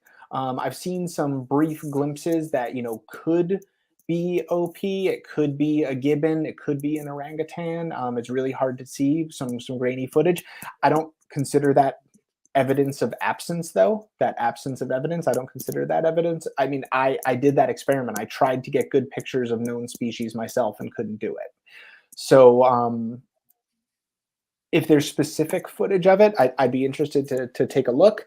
And is it Homo floresiensis? I think that there is most likely two different types of animals that we have not found in Indonesia. One that is more likely a ground dwelling gibbon, or a gibbon that spends more time on the ground, and has evolved into a different species, and something that is more like Homo floresiensis. All right, let's get to another question. This comes from Super Duke at World Bigfoot Radio. The How about the Mongolian Mongolian deathworm. death worm? The greatest name in all of cryptozoology, for Yes. sure. There needs to be a metal band that's called the Mongolian deathworm. Very But true.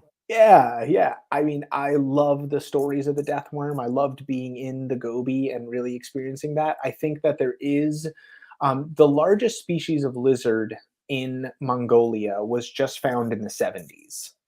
So, and the Mongolian deathworm isn't supposed to be a massive creature. It's supposed to be about 1.5 to 2 feet long.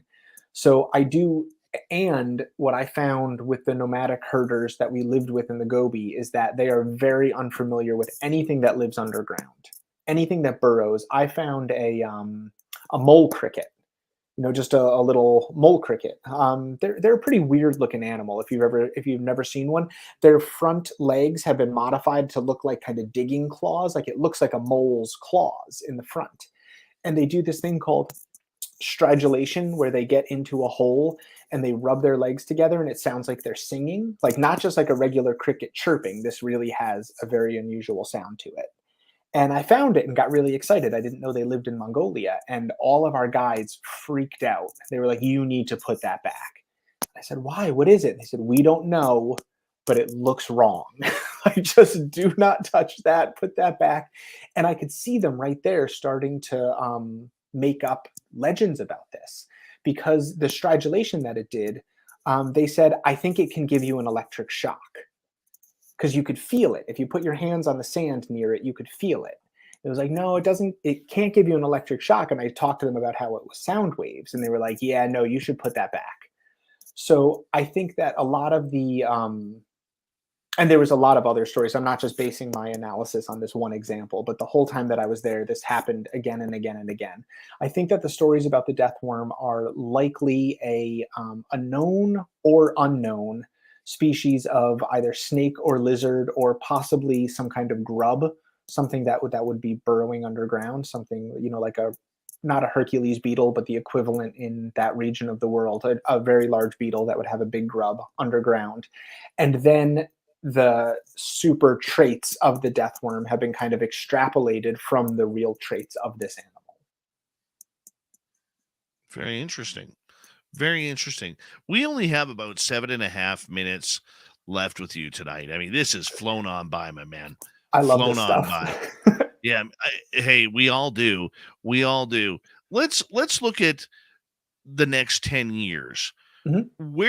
If people have an interest in wondering where are we going to find these creatures, what's your top 3 in the next 10 years that have the possibility of being discovered? The deep ocean, for sure. So many things in the deep ocean. I think that the most likely story, or the most likely animal behind a sea serpent sighting, is a new species of squid. So I do think that we'll discover a new species of squid, deep sea giant, very large squid. The thylacine. I think that there is a very good chance that we will find good evidence for a thylacine, and I think the best way to go about that one is eDNA. I am so excited about the new possibilities that eDNA presents. So environmental DNA, where you can take a water sample and find every species that's used that stream in the last, month or something crazy like that. And we're getting even better with that all the time and growing our species list based on that. So I think eDNA is the best way to go about the thylacine hunt. And then potentially orangutan deck. I mean, if we can't find, I do believe that if there are any still alive, they are aging out and dying off very quickly, because a lot of the region where they've been spotted, a lot of the places where they're found, has been so segmented for rubber plantations and palm oil plantations. And I saw that when I was there, and I know that that is continuing now. And the way that OP is described is it doesn't have a home, that it's always a wanderer, and that it needs really large swaths of forest. And people would say, my grandparents saw more of them than my parents did, and my parents saw more of them than my generation has. So, and they said what was really concerning to me was that no one that I spoke with had ever seen a young one. They had only seen older ones, and they said their parents and grandparents would describe seeing young and seeing groups of them, but they said we've only seen 1 or 2 wandering on their own. So I think if there are any there, now would be the only time we have left to find them. A lot of people in the cryptid world and I should have asked you this earlier, and not with 5 minutes to go. But a lot of people in the cryptid world here in North America believe that the Smithsonian is covering a lot of these creatures up, like Sasquatch, and that they have bodies over the years of giants, which could be Sasquatch, could be some other creature hiding in their hallowed halls and storage areas. Do you believe that maybe we do have the bodies of a Sasquatch, but we just don't want to prove its existence? No, so I don't believe that there's any cover up. I don't believe that they're purposely covering them up. But I do think that there is every possibility that there are bones or other relics that exist in a collection that have not been categorized. There was a man whose name I can't remember right now, but he named hundreds of new species just by going into places like the Smithsonian and other, really well established collections, going back through all of their collections and just finding how many of these things had either been mislabeled or had never been actually identified. So I don't believe there's any purposeful cover up, but I do think that there's a good chance to identify new species just based on doing exactly what this person did. And I really do believe that it was hundreds of them. With the cover up thing, so I was very fortunate to give a speech at NASA a few years ago, and that was phenomenal. Just such a cool experience to get to do. And part of that was to get to spend a good amount of time with the director of NASA Ames. So his name is Pete Ward. Really, really nice guy. And I got to, have a kind of half hour of just me, my wife, and him just chatting. And he answered a bunch of questions and asked me a bunch of questions, and it was really fun. And at the end, he was like, "Is there anything else that you'd like to know?" And I was like, "I can't leave NASA without asking you." And he looked at me and goes, "Aliens?" I was like, yeah, aliens." He's like, "I'll tell you what I tell other people. If I had evidence of aliens that I was holding on to, I would never have to ask for a budget again. I'd never have to go in front of Congress and justify my budget." And I went, and I will tell you, kind of and I sad. will and I will tell you right now, everybody at NASA is lying right now. Everybody at NASA is lying. It is my biggest pet peeve in the entire UFO community right now, because they are lying through their teeth. There is a plethora of evidence to show that they are lying. And I would love to go through that with you one day, I would love that. because it has blown my mind. It has I just, I blown just, my I, mind. I just loved the answer that I would never have to argue for my budget again if I was holding this over people's heads. And I was like, it's sad that makes sense, that is how the world works. Well, you know what? I think the big reason why a lot of the people don't trust, like with Bigfoot, if we end it on Bigfoot here, Sure. is if Sasquatch does exist, which I do believe it does, there's a lot of money on the line that maybe in today's dollars people can't afford. Logging companies losing millions of dollars in timber, shutting down of tourism for hiking, fishing, and camping, mining, another one, because they will shut down the area for years because they have to find out the the patterns of hibernation, food sources, water sources. They're going to investigate the entire area. That's the problem we have. It's big money loss. Yeah, I mean, I've heard that argument before. There are endangered species. There are a lot of other species where there are still ways to log, ways to do other things around them. So I'm not convinced that there is a purposeful hiding of any evidence. Whether there's an accidental hiding of evidence, I also think that it's very hard. It would be very, very difficult to keep a secret like that. To have enough people agree to, or forced into silence on something like that. But stranger things have happened. I mean, I did an episode of Legend Hunter on conspiracies, and we talked about MK Ultra. And if someone had told me about that, I wouldn't have believed it. I would have said, "No, there's no way that really happened." But it did. It absolutely very did. much did. Well, So, Pat, yeah. I will say this: the only question mark I have about you tonight is buying the NASA story. And you shouldn't have brought that up with under 3 minutes to go, I'm because sorry. I'm that is sorry. that is completely my pet peeve. But I just meant it nonetheless, as a kind of funny little aside. But I want to say thank you, Pat Spain, for coming Thank you on so much. Spaced Out Radio tonight. What an absolute pleasure. And we'll definitely bring you back very, very soon. Coming up next, we're going to head to the swamp. Then our resident Timbit is here for the UFO report. Spaced Out Radio Hour 3 is next.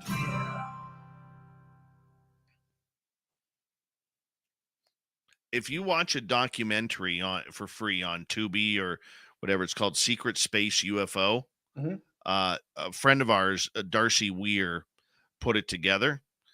And it's about the astronauts who encountered UFOs while on Gemini and Mercury. He hasn't even touched Apollo yet. It will blow your mind. Excellent. It will blow. And this is actual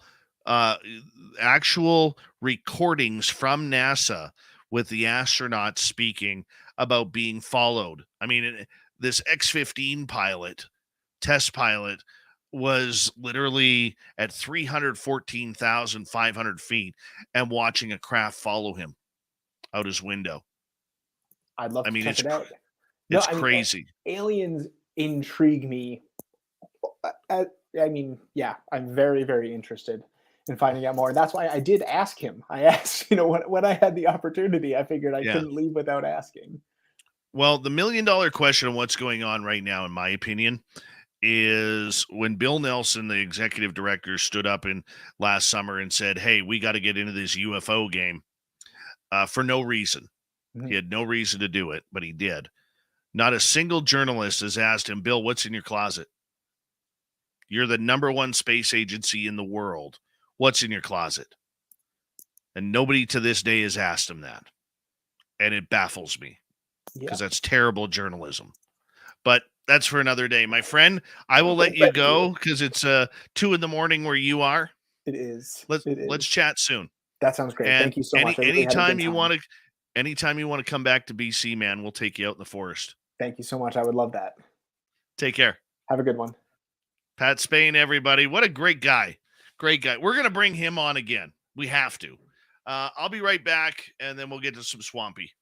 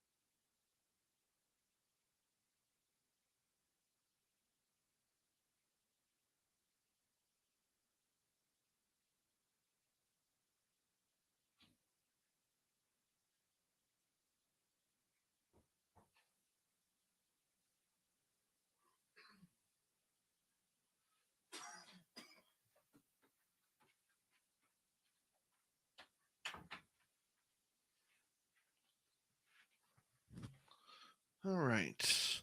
Big thank you tonight to Louis ×2, Pam ×2, W. David Page, Darren, Greg, aka Scowling Greg O'Brien, Susie B, Thomas.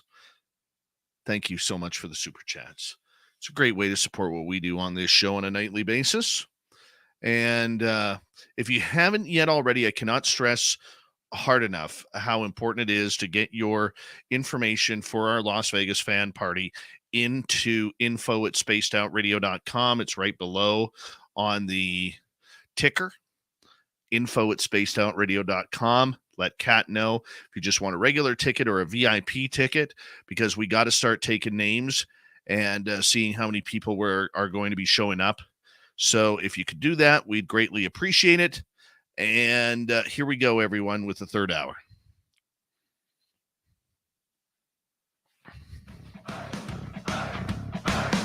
Would you like to connect with us? Head to spacedoutradio.com for all your latest show info. Now, back to Dave Scott and SOR. Here we go with the third and final hour of Spaced Out Radio tonight. My name is Dave Scott. Very much appreciate earning your listening ears wherever you are on this beautiful planet we call Earth. Hello to everyone listening in on our terrestrial affiliates around North America, digitally on Odyssey Radio, TalkStream Live, and KPNL. All of our archives are free. Join us at youtube.com/Spaced Out Radio. Do old Davey the favor, hit that subscribe button. The Desert Clam has set the password for tonight in the SOR Space Travelers Club, ECLOG. ECLOG is your password. Use it wisely, space travelers, as the Clam says the password each and every night right here on Spaced Out Radio. Our website is spacedoutradio.com. We have a plethora of features for you. Rock out to Bumblefoot, read the news wire, check out our swag as well. Follow us on Twitter at Spaced Out Radio, Instagram at Spaced Out Radio Show, and on TikTok at Spaced Out Radio. It is time once again where we head to the swamp. Our resident swamp dweller takes us on another spooky journey.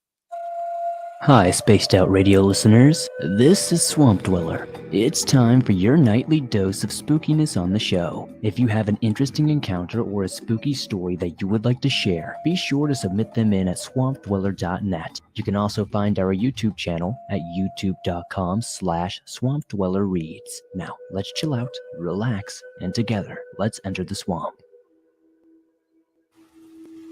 I was very hesitant to send this encounter in, but people should know what happened to me on November 1st of 2022. My backcountry camping trip was underway as I left my home in South Carolina and ventured towards the western portion of North Carolina to a place called Linville Gorge. This was a solo trip. I had planned for about a year or so to stay for a few days on the Forest Service Road leading to Wiseman's View, a series of overlooks displaying the Linville Wilderness, Table Rock Mountain, and Hawksbill Mountain. I wanted to avoid going as I had a few spooky encounters in those areas in the past. Nonetheless, my goal was to enjoy the freedom and solitude of the mountains. The drive up was uneventful but long and drawn out, putting my time into the evening hours and about an hour of light left to set up camp. As I made my way along the service road, I noticed no other campers or hikers at any of the many trailheads or pull-off campsites. This was very odd because the area saw quite a bit of traffic. My decision to camp began to dwindle as my mind wandered, and I decided to press on to the overlook area. I pulled into the overlook parking area, and again, there wasn't a single soul around. I parked my car, gathered a few things, and readied myself for the short hike. There were only 30 to 15 minutes left of light in the dimming sky. I made my way into the footpath, turning my headlamp on.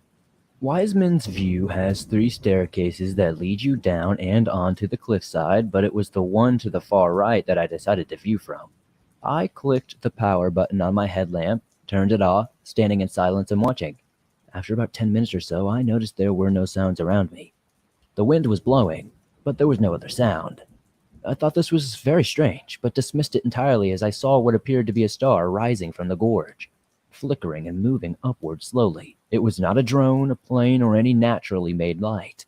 Then I am hit with this extreme feeling of being watched, confused, and the light quickly shoots over the top of me, pulsating and changing colors. I can hear a voice shout for me to run, so I fumbled a bit, grabbing at my handgun, taking the safety off of it, and wielding it in my right hand. With my left, clicking on the power button to illuminate my escape route with my headlamp. I keep hearing this voice yelling at me, over and over again, to run. As I'm running towards my car, there's this odd humming sound. It's not emanating from where I was at the overlook. Then it becomes almost like this wail-like groan.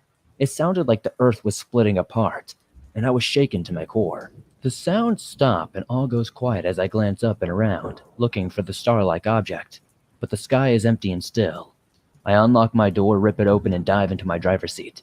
Then I am enveloped in the brightest white light from all directions. I then wake up in my car hours later the following day. The strangest thing of all this is what happened to those hours that the light occurred and I blacked out. But also what was resting in my left hand. A cold, hard quartz crystal. Not your typical formation. Still, I was absolutely mind-blown. It was beautifully formed. Entirely optical and clear quality. Flawless. Was I abducted? Was it the military? Interdimensional beings? What happened to me? And where did the lost time in this crystal come from? Thanks, Swamp Dweller. I still have the crystal and made it into a pendant I wear daily.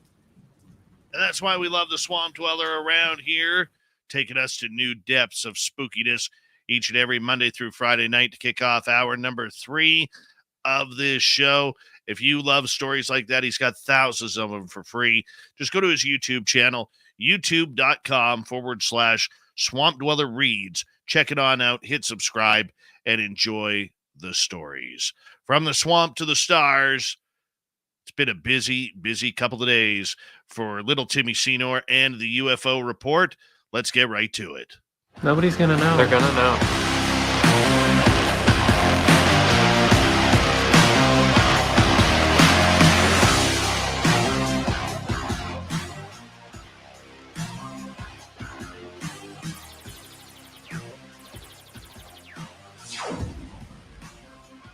And here we go with little Timmy Senor and the UFO report. Man. Fire. What are we talking about tonight? A little of this, a little of that, I guess. Your thoughts? My brain is exploding. It's been over fun. the last. Yeah. The last couple of days has been quite hectic. And, Tim, I want to say thank you again for being a big and integral part on our UFO panel that we did just to kind of break everything down with the report. I mean, it is pretty amazing. The emotion people all over social media are having. Some people are jumping for joy. The majority of people are saying, what, again? And then there's a small group are saying, are you people stupid? Like, you really expected something to come out of this? I mean, having some time now in order to look everything over, how are you feeling about it? Well, I've gone over it a couple more times, and I'm prying out some nuggets. So, I was happy with it, for what it was. I agree with a lot of what the chatter is, that it's a lot of rehashing of information that we got from the first report. But I did find some positive things in there and also some surprises. But a lot of what has come into fruition has been kind of things that have surrounded the report and maybe not directly from the report itself. And so I find that almost as interesting. One of the big things for me has been the amount of people, especially in the political land, how they are cheering on this report, saying, bragging about how many new sightings there were reported, how the whistleblowers are starting to spill their guts on their encounters. And, I'm just not feeling it. I actually responded today, and I want to go over this because I think it's kind of important. And let me go to my tweets and replies here for a second. All right.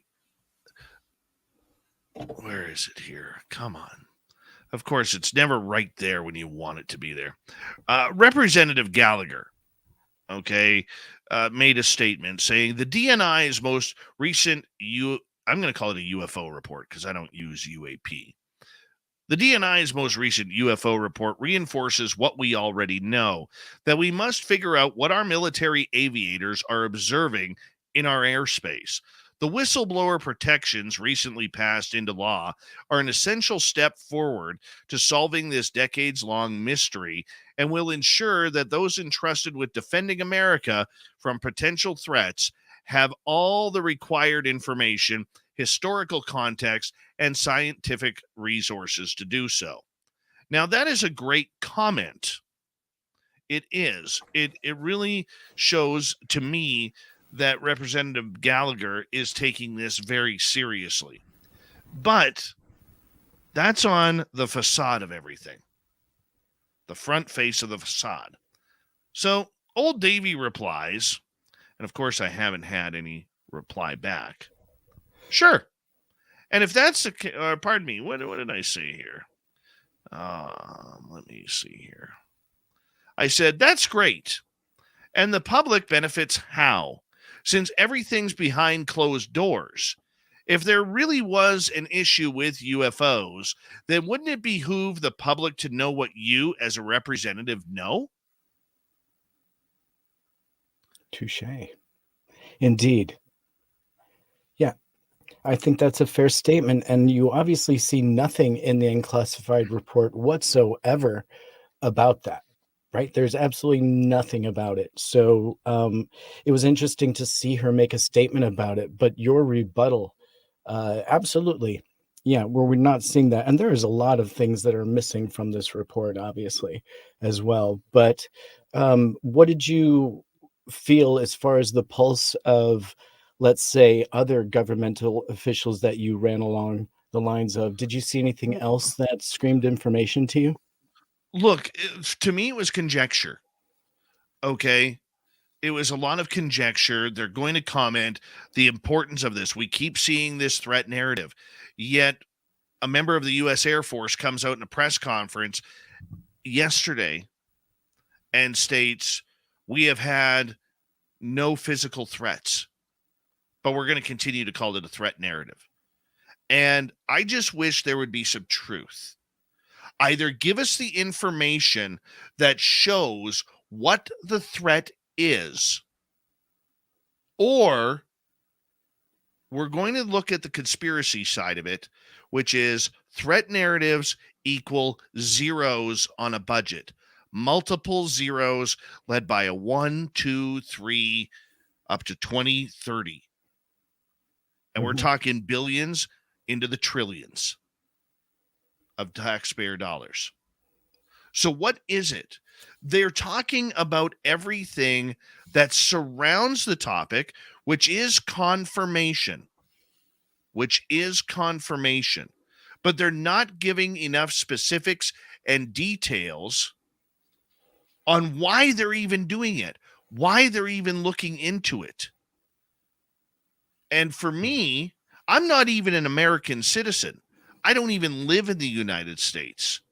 I'm up here in boring Canada, where nothing ever happens. And yet it is very easy to see how the people of the United States, when it comes to UFOs, are getting ripped off.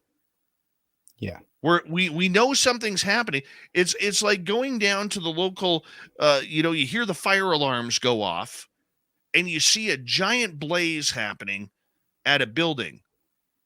And then Chief Wiggum on the side is saying, nothing to see here, nothing to see, nothing's going on. Yeah. Right? I'll tell you a matching story to that. When I was in broadcasting school back in 1997, way back when, all right, I was covering a fire at my doctor's office. My doctor's office building went up in flames. And as I'm walking to the area where the media goes, I come across a police officer. And I've got my microphone tucked in.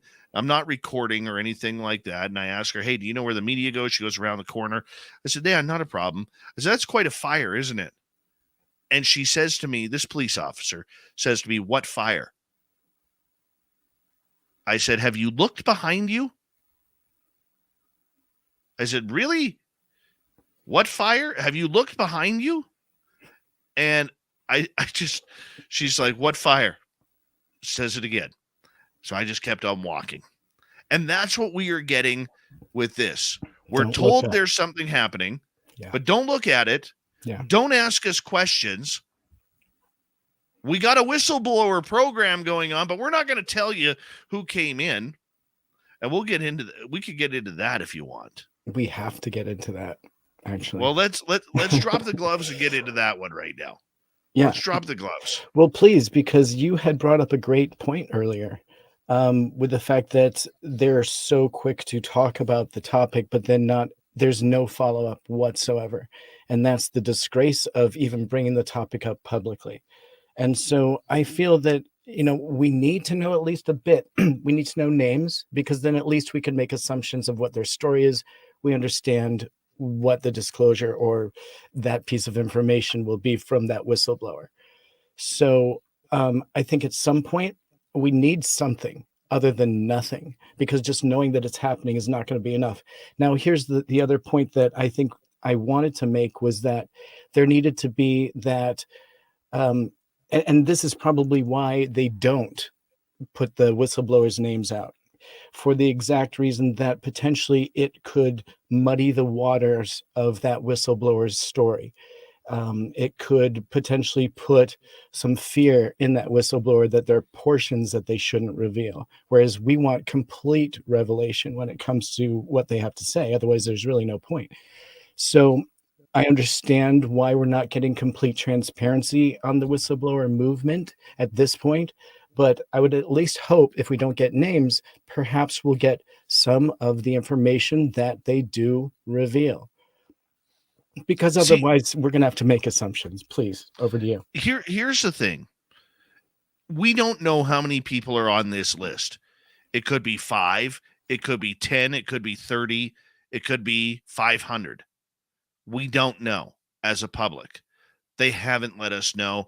And unfortunately, due to the lack of journalism that has been covering this subject, the chances are we're not going to find out how many of these whistleblowers are out there. But here's the thing. There are already people talking that they have come out or been asked to testify as whistleblowers.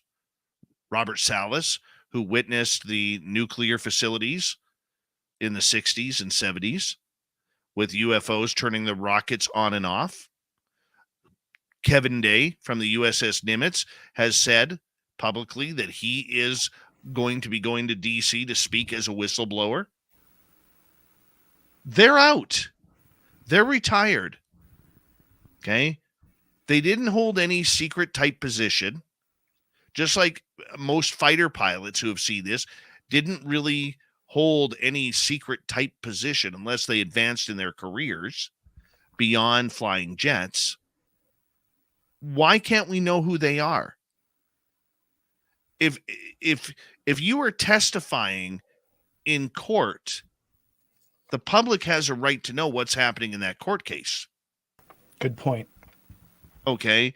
And if these people are testifying in front of Congress, unless they have a position where maybe they are a spy, a secret agent of some sort, or their position is so sensitive that it would harm national security, these pilots, these experiencers or eyewitnesses should be named. Okay, but how do you feel about the repercussions that some of the pilots suffered from their higher-ups when they just attempted to come in contact to give information to the UAP task force? Well, I understand that. Those are current pilots. They have a lot to lose. But let's say you've been retired for 14 years. Okay?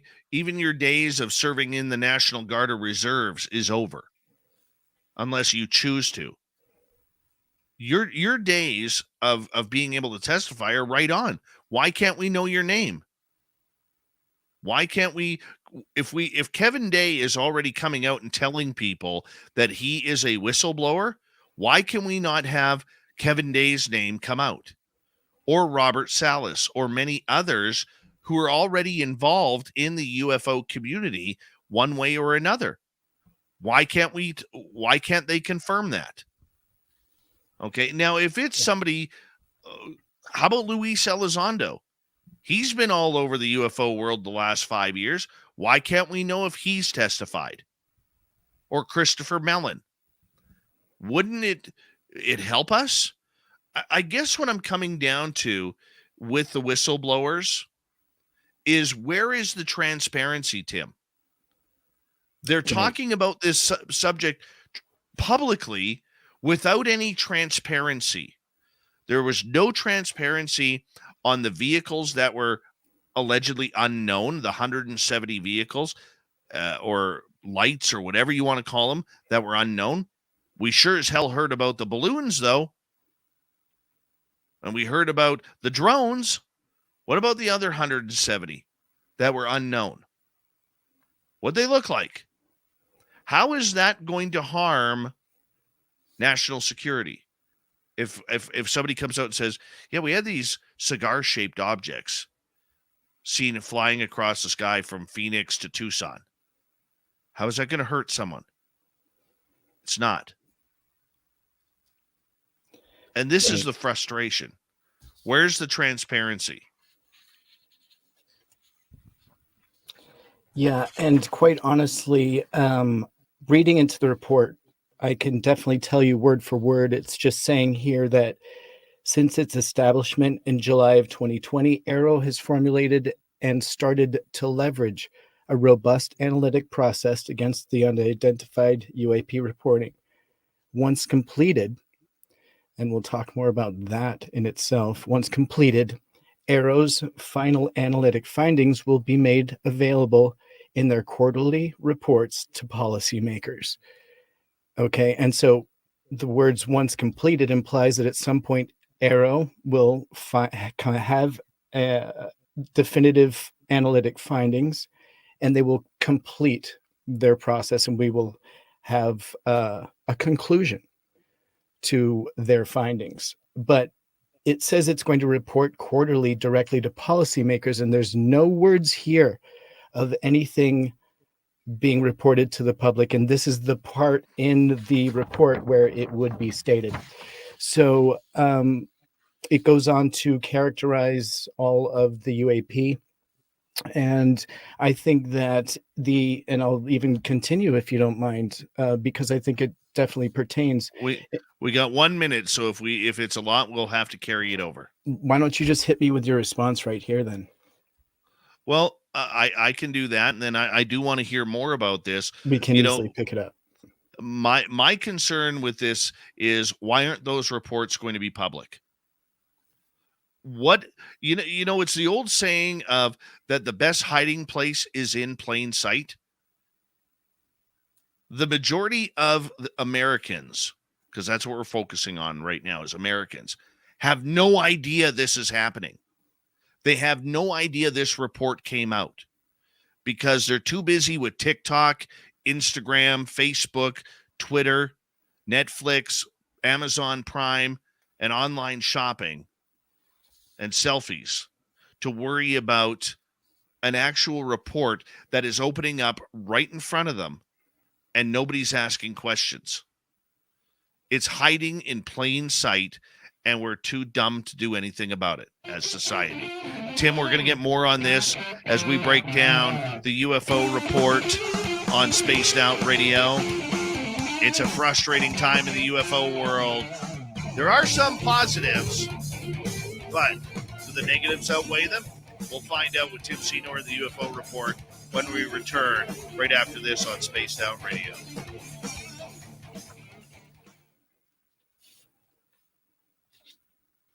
All right, we're clear. Hey, Tim, just as a reminder, you haven't done it yet, but this show will air on our radio stations on Monday. So that's why I've been kind of dodging saying yesterday for the report yesterday. So that's why I've said, the last couple of days has been a little busy. So if you try and date it, just say a couple days ago. Gotcha. Okay. All right. Let's say hello to Stephanie Jackson. All right. She says, while people are talking about Harry's book, the UAP is happening now. I wouldn't say dumb, Dave. I would say distracted and naive. Everything takes time. Very good point, Stephanie. Very good point. And Peter Person, how are you? The lovely Amy WC. Thanks for coming back. And I think we are caught up here. Oh, there's D. Swigert. D. Swigert, how are you? Gong Show. When did you sneak in?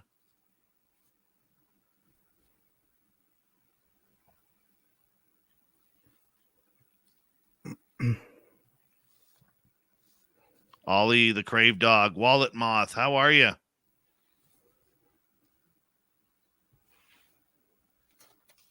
Mm-hmm.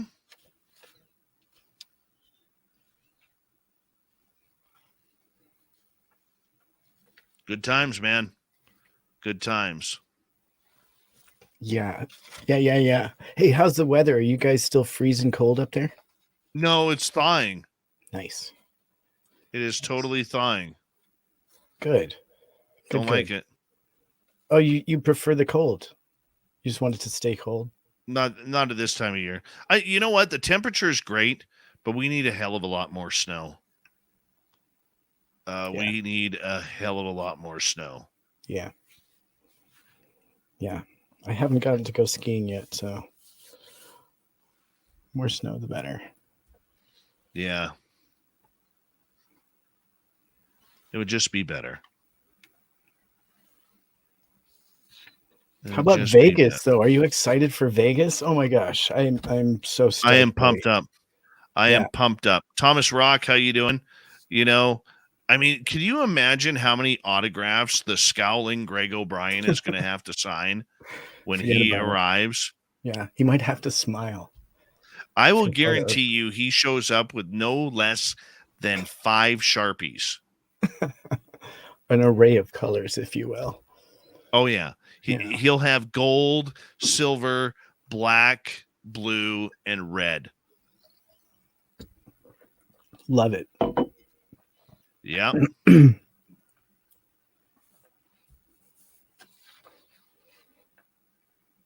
YJ is north of me, and he's like, fog and rain outside right now. It's going to be a nasty, dry summer coming up in low rivers. Yes, indeed, my friend. Yes, indeed. Yep, I can see it right now. Forest fire season is not going to be good. Not going to be good. I honestly, I am buying a trailer this year.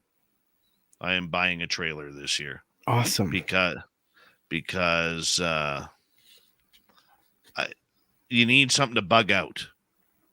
And when that call comes, man, you got to be able to bug out. And it's funny because when the forest fires hit, Tim, I don't know where in Oregon you live, but when the forest fires hit around here, we had to bug out. There's one. You got to realize there's only 3 ways out. You head north to where YJ is. You head south, but that could be blocked by fire, or you head southeast, which could be blocked by fire. No joke. Yeah. So gotta have a plan B. Yeah. Always. So I'm definitely buying a trailer this year. Good. That's great. Yeah. Yeah, I'd never owned one before I bought this rig, and it's definitely part of my plan B. You know, I'll just get to McMinnville, and then I'm home free. Yep. Oregon. LOL. Oh, YJ, you're all too right there, buddy. You're all too right. And that's why, since 2017 when it happened, I go through our bug out room every year and make sure we got water, make sure we got, all our supplies. Where's our passports, even the expired ones? Where's our IDs? Where is everything? You have to. You have to. Hold on, buddy. We're on in 5 seconds here.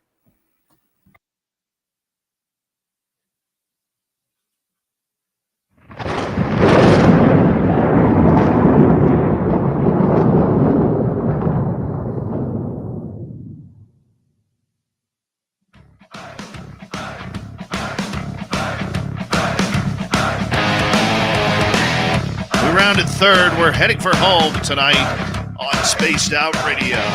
My name is Dave Scott. Thank you so much for taking the time to join us. We really do appreciate it. I want to remind you that if you missed portions of this show or others, check out our free archives by going to youtube.com/Spaced Out Radio. Do old Davey the favor, hit that subscribe button. Our website is spacedoutradio.com. We have a plethora of features for you. Rock out to Bumblefoot, read the news wire, check out our swag as well. Follow us on Twitter at Spaced Out Radio, Instagram, Spaced Out Radio Show, and on TikTok at Spaced Out Radio. We continue on with the UFO report with Tim Senor breaking down the UFO report. Yeah. And Tim, right before the break, we were talking a little bit about transparency, that there isn't a lot of transparency going on with this report. They give us a little bit of juice, but they pull a lot away. You were going to add to that when we came back.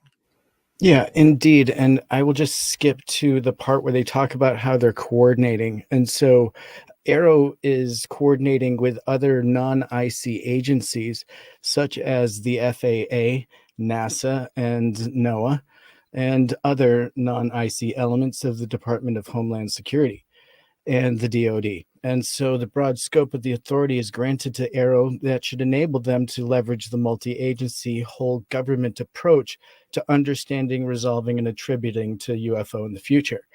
And so I would like to kind of point out the fact that NIM Aviation is remaining the IC's focal point for the UFO issue, while Arrow is the DoD's kind of focal point for these issues and related activities. So that draws a couple of question marks really for me. And I was kind of hoping to get your response to that.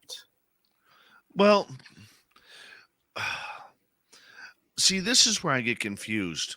When it gets into the government agency side with everything, I just get confused. I don't know how to answer that, Tim. Okay. I Well, mean, let me I clarify. apologize. Yeah, no, that's cool. So NIM Aviation serves as Director of National Intelligence's principal advisor on air domain issues.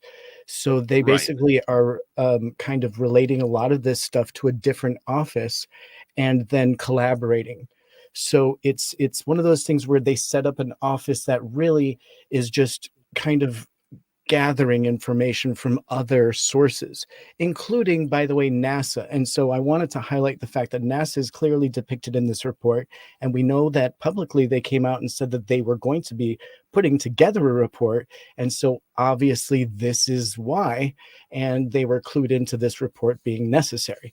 And so now we're looking into why the IC would possibly need to collaborate with another company like NIM. Well, we know that NIM potentially is a company that spies on Americans through our social media and through all sorts of other resources. And so it's, again, collection of data through all resources. And so we may not like some of the answers here, but once we dig in a little deeper, we're starting to see that, hey, they may be looking at us for the answers. And so, Dave, we've been saying this kind of all along. And so if we have moles in our community that are listening to what we're talking about or trying to sway topics potentially or get inside information, or even people that come out and do podcasts and things like that, or come on as guests as podcasts, we just don't know, right, what the true motivation is, especially if they have information that's interesting. Well, we need to vet them, right? And I know we've talked about this a few times, but what is your kind of general take on the potential of collaboration with an agency like NIM?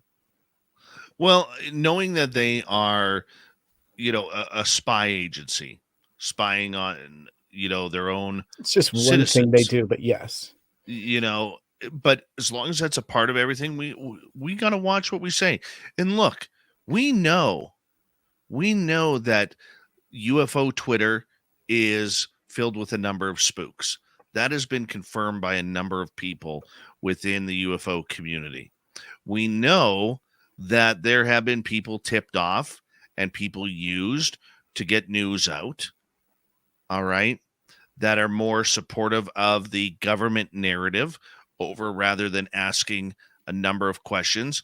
I mean, it was easy to see during the To the Stars Academy where a show like our size couldn't get an interview, but a podcast that showed a rah spirit, cheerleading spirit for the TTSA, but maybe had only a couple hundred followers, was getting Chris Mellon or Hal Puthoff or Tom DeLonge or Lou Elizondo.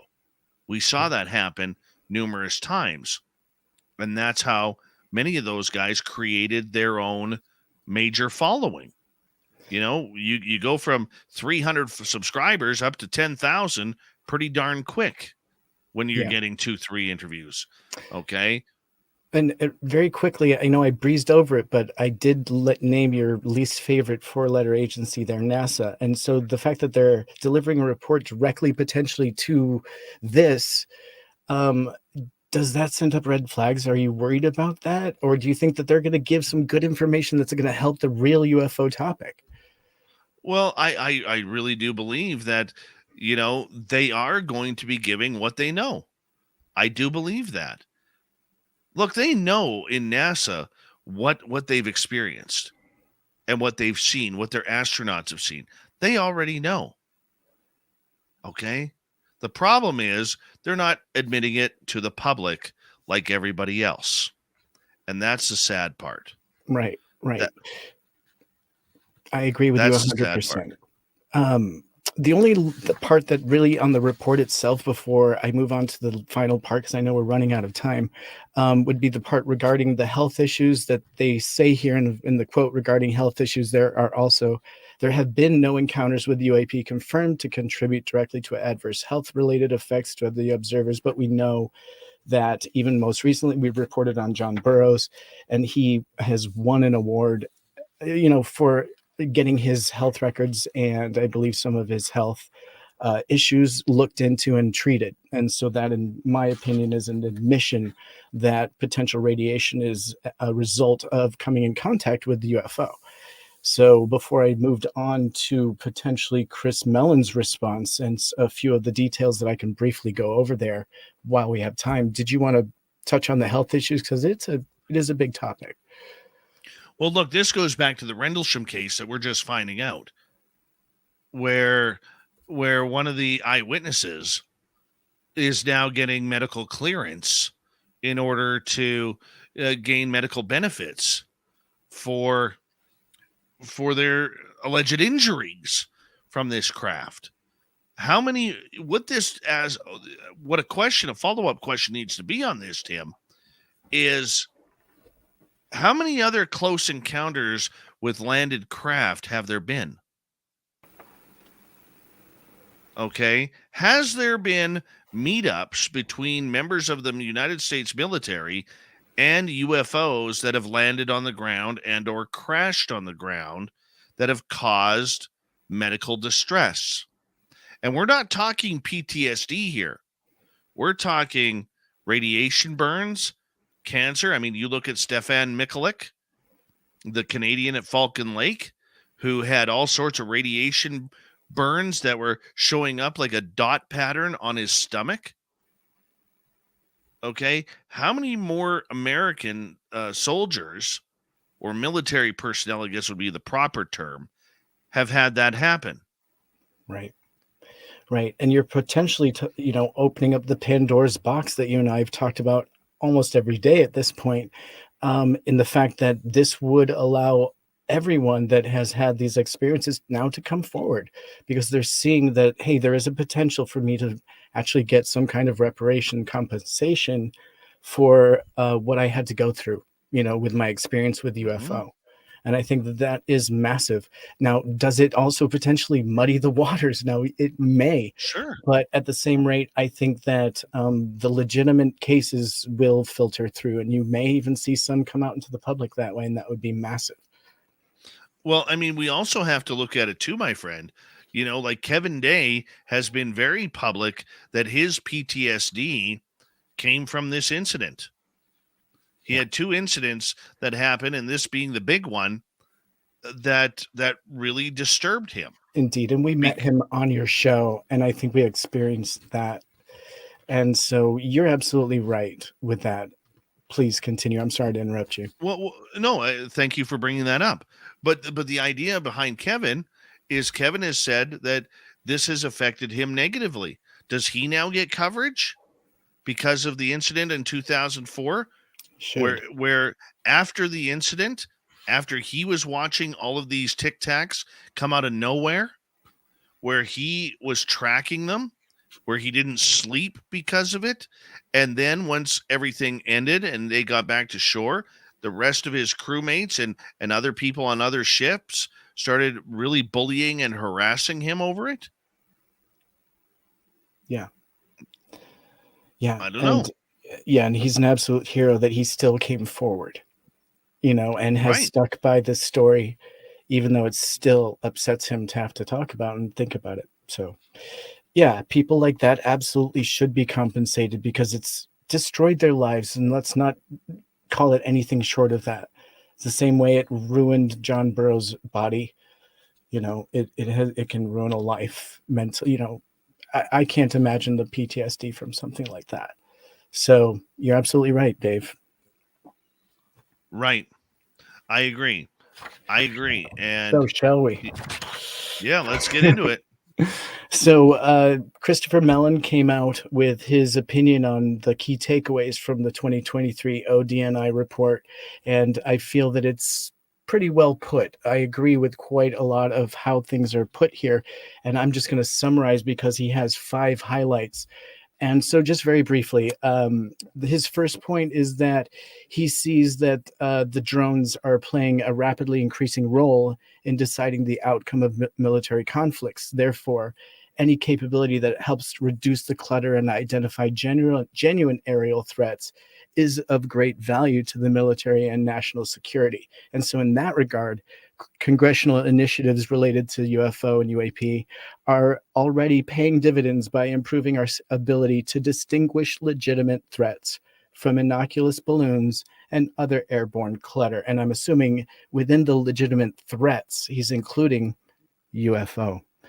And so to move on to his point number 2, the total number of remaining military UAP incidents reported to the office has more than doubled from 143 in June of 2021 to 314 in August of past year, 2022.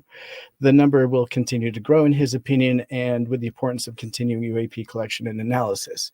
Dave, feel free to interrupt me at any point because I'm just going to go through this so we can kind of just get it out there. And I am summarizing. His point number 3 was thus far, Aero seems to be doing well overall in obtaining cooperation from the military services and intelligence agencies. So the largest outstanding question in that regard is to pertain to the USAF and CIA collaboration, something Congress needs to closely monitor because we're not going to hear about it. Okay, right? So his point number 4 is the report presents the bare minimum of information needed to comply with Congress's request for the unclassified report. And so in some regards, the report is even less informative than the initial preliminary report released in 2021. I agree. And so there is also no indication in the report of the 314 events were in space or underwater or were attributable to foreign governments. And so there were unanswered questions lingering about the cases they did discuss. And so number 5, and his final point summarizing here, the good news is that the UAP issue is gaining traction and acceptance within the government. And some incidents have already been resolved, and our nation may already be safer as a result. And so, for example, if it is true, as reported by the New York Times, that some of the incidents off the coast of California were identified as Chinese drones, then that is a huge breakthrough for the U.S. intelligence that would not have occurred absent the new focus on collecting and investigating UAP reports. I also agree with that. Here's the thing with Chris Mellon, and we have to remember this man is even though he comes from a very wealthy family, he is a career Washington bureaucrat. Okay. Yes, he doesn't have a party. He's worked for the Republicans. He's worked for the Democrats in the Department of National Defense. And Everything that he says, though, is always going to paint a rosy picture when it comes to moving the ball forward. But Chris Mellon is also smart enough to know how to write it. He knows how to use a lot of words without giving up any sort of information. So he can sit there and he could play the rah-rah cheerleader that this report is positive and that it moves forward. But my question, if I were to sit in front of Mr. Mellon, would be, why should I be excited about this? Give me the juice. I'm thirsty. Give me the juice. Yeah. Just don't tell me that, hey, DOD, and look, when I was a sports reporter, okay, totally different, but same concept. I remember I had a player one time, we got to stick to our systems, and if we stick to our systems that the coaches put in, we're gonna end up winning some hockey games. I said, what's the system? Because all the players are trained with cliches. Politicians and political advisors are trained in cliches. So I asked the player, I said, what's the system? He says, what do you mean? And I know hockey. So I said, are you playing a 2-1-2 on the left side? Are you playing a 1-2-2 on the right side? Are you going to play a 1-1-3 trap? A 1-4 trap? What system are you playing? Next question, please. I like that. But the point that I'm getting at is this, Tim. Chris Mellon is a propaganda machine that is building up how awesome things are going in Washington.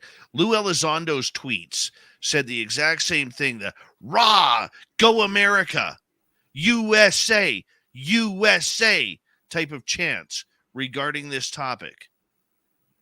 Give me a reason to cheer. Yeah.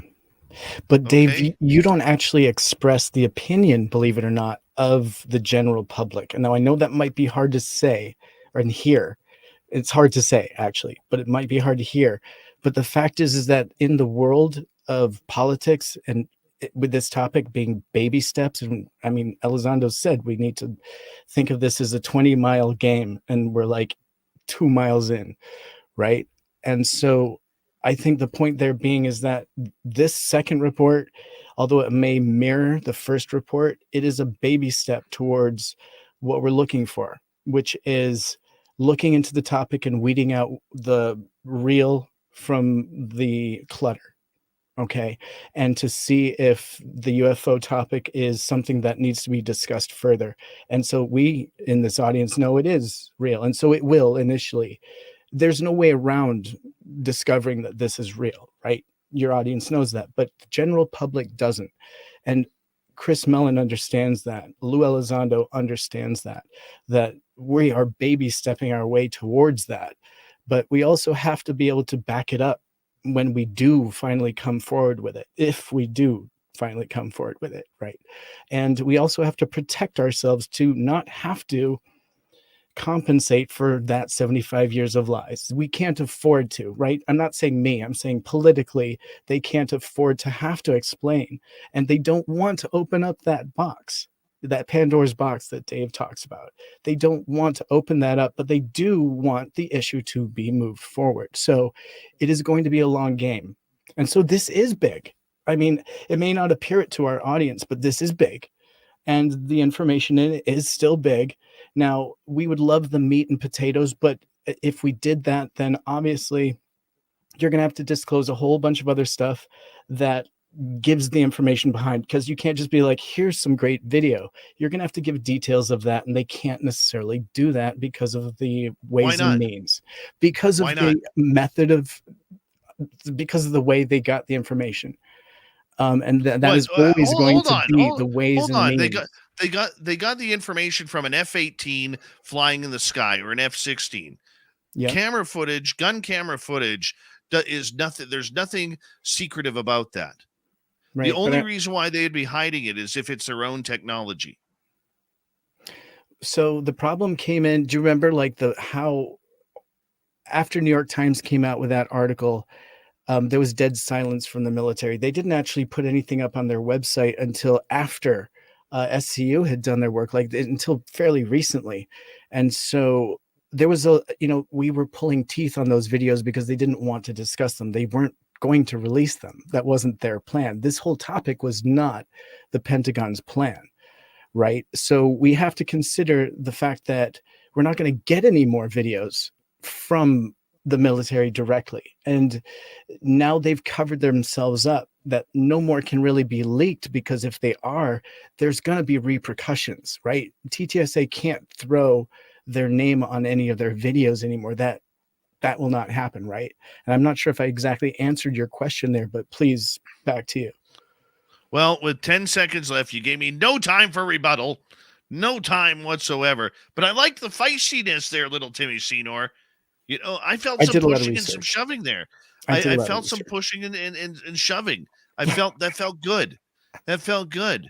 It really did. I dug deep on this one. Well, you know what? Stick around here, because if you're on our YouTube side, we will continue for a few minutes. But Tim, thank you for filling in on the UFO report.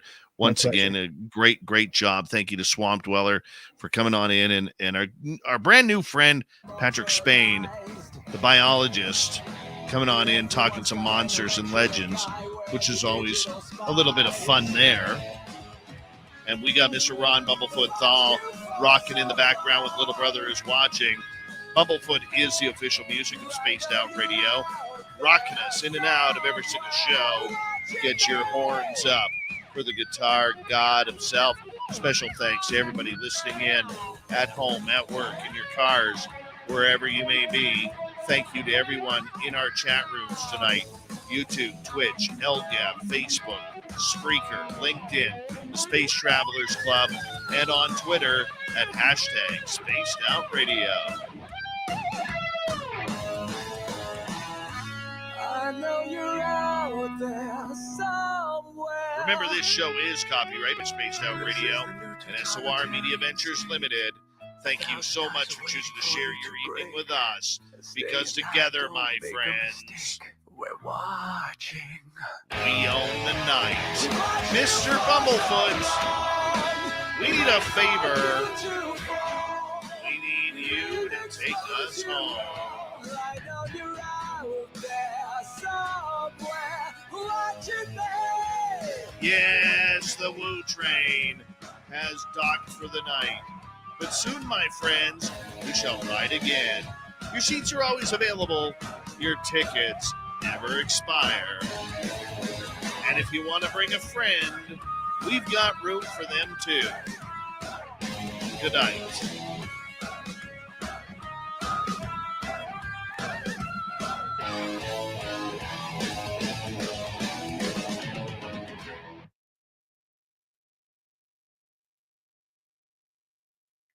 Rock and roll.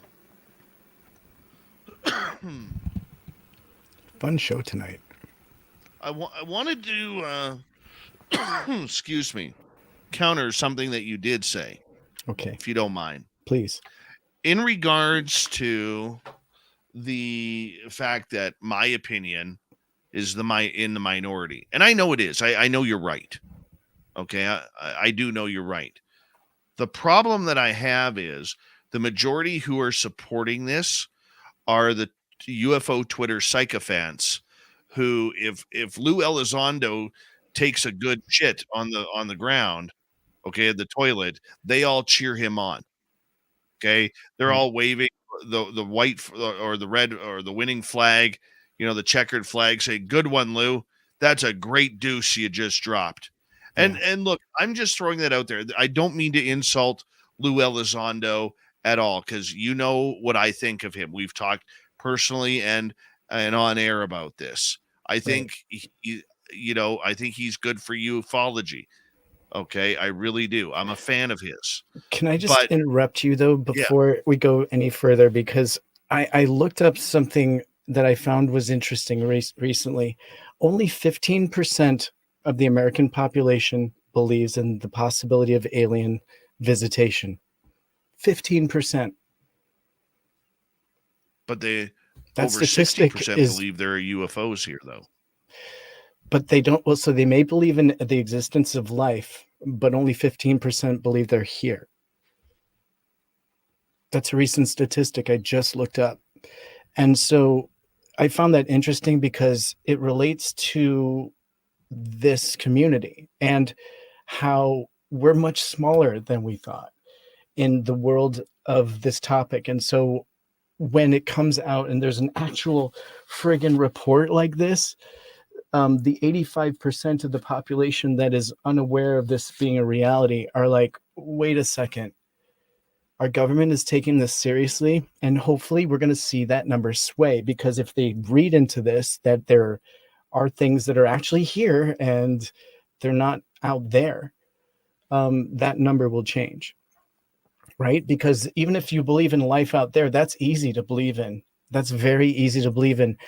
Even all of our skeptical scientists believe in that. But the number starts to dwindle as you start to bring it home. And so that's the part that I'm interested in, because it reflects directly on how seriously this topic is taken in our government. And if you don't think that they don't look at statistics, you're absolutely 100% wrong, because I agree these that are they the guys do. that do look at statistics. And so when they're looking at budgets and they're like, how much are we going to spend on this topic? You better believe that they're looking at the statistics of the number of people that are going to be in support of them spending that 100%. money. 100%, buddy. 100%, you know? John. And I'm not denying what you're saying Yeah. whatsoever. It's just big Not picture doing- stuff, you know? Not doing that whatsoever. But please, you were talking about Elizondo, and I totally swayed you off there. And please, The point that I'm getting is yeah, this, okay? The majority of supporters in our field that we have are people who have not, very few people who have thought logically about both sides of the ledger. I'm not saying that to be insultive, okay? But the majority of them, no matter what happens to Lou Elizondo or Tom DeLonge, I mean, these are people who believe that Tom DeLonge actually set up the To the Stars Academy. All right. right. And let's see here. To the Stars is back in the news, by the way, somehow. Again. I sent it to you. What was that about? I'm looking for it, my friend.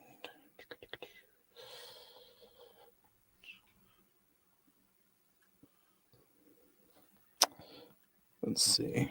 I'll have to look on my phone. But please, I want you to be able to rebut, buddy, because I did kind of come on. Oh, I loved it. About time you showed some scrappiness. Scrappy. I like that. Hey, Scrappy. I'm going to call you Scrappy Doo from now on. Never mind the Timbit. Scrappy You're dude. Scrappy Doo. Scrappy dude. There it is. Yeah, it's the second link that I texted you. And so Tom DeLonge claims secret DoD document from UFO program proves telekinesis is real, which is great. Look at Stephanie firing back at you. Of that 15% believers, 8% of them are Spaced Out Radio fans. We out here. Yes, Stephanie. I love that. Thank you, Stephanie, too. for that. That's super cool. Hey, do you have you know who on Twitter? As in they follow me? Or you follow him? Yeah, he follows me. Yeah, you might want to see his latest tweet. Oh, okay. Hey, if you're listening and you want to come on, I can send you a link right now, buddy. Oh, you should do it.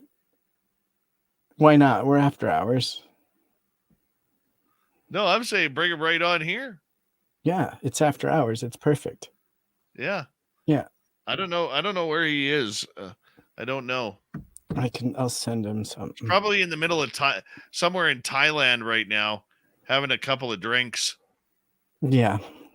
I'll send him a hey. I better not. What if he comes on and he's had a couple? Because that'd be funny. That just makes it for great YouTubing. For great YouTube. Do not drink and drive, YouTube. I think we have seen that too many times. I was watching a live show where somebody fell asleep during their live show because they'd had too many. So do you want to go over some of the quotes from people that I collected? I do, but you got to give me like 3 minutes because I You really to have go. to run to the bathroom. Cool. Do you mind And I if I know do you, too? yeah, because I know you Okay. hate sitting here all alone, I'm Garth. I know you. I know you hate sitting all alone in front of the camera, Garth. Hi, I'm Garth. Oh. You know what I'm talking about. You know what I'm talking about. And he mutes himself too. We'll be right back, guys. We're going to try and bring in a special guest for you. Hold on.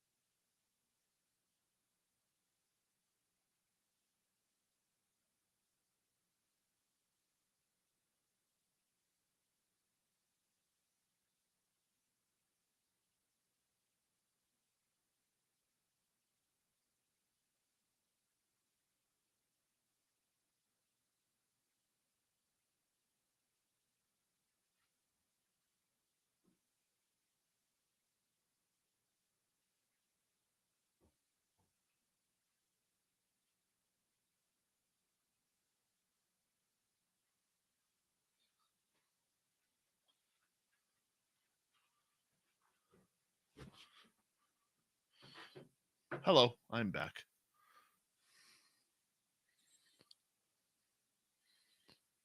Did my chair move? Anybody?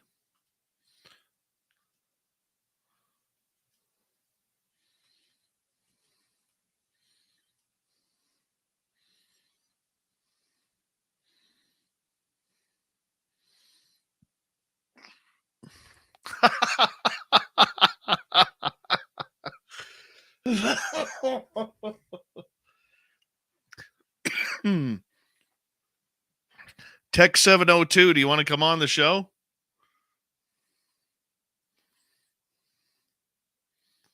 I can send you a link.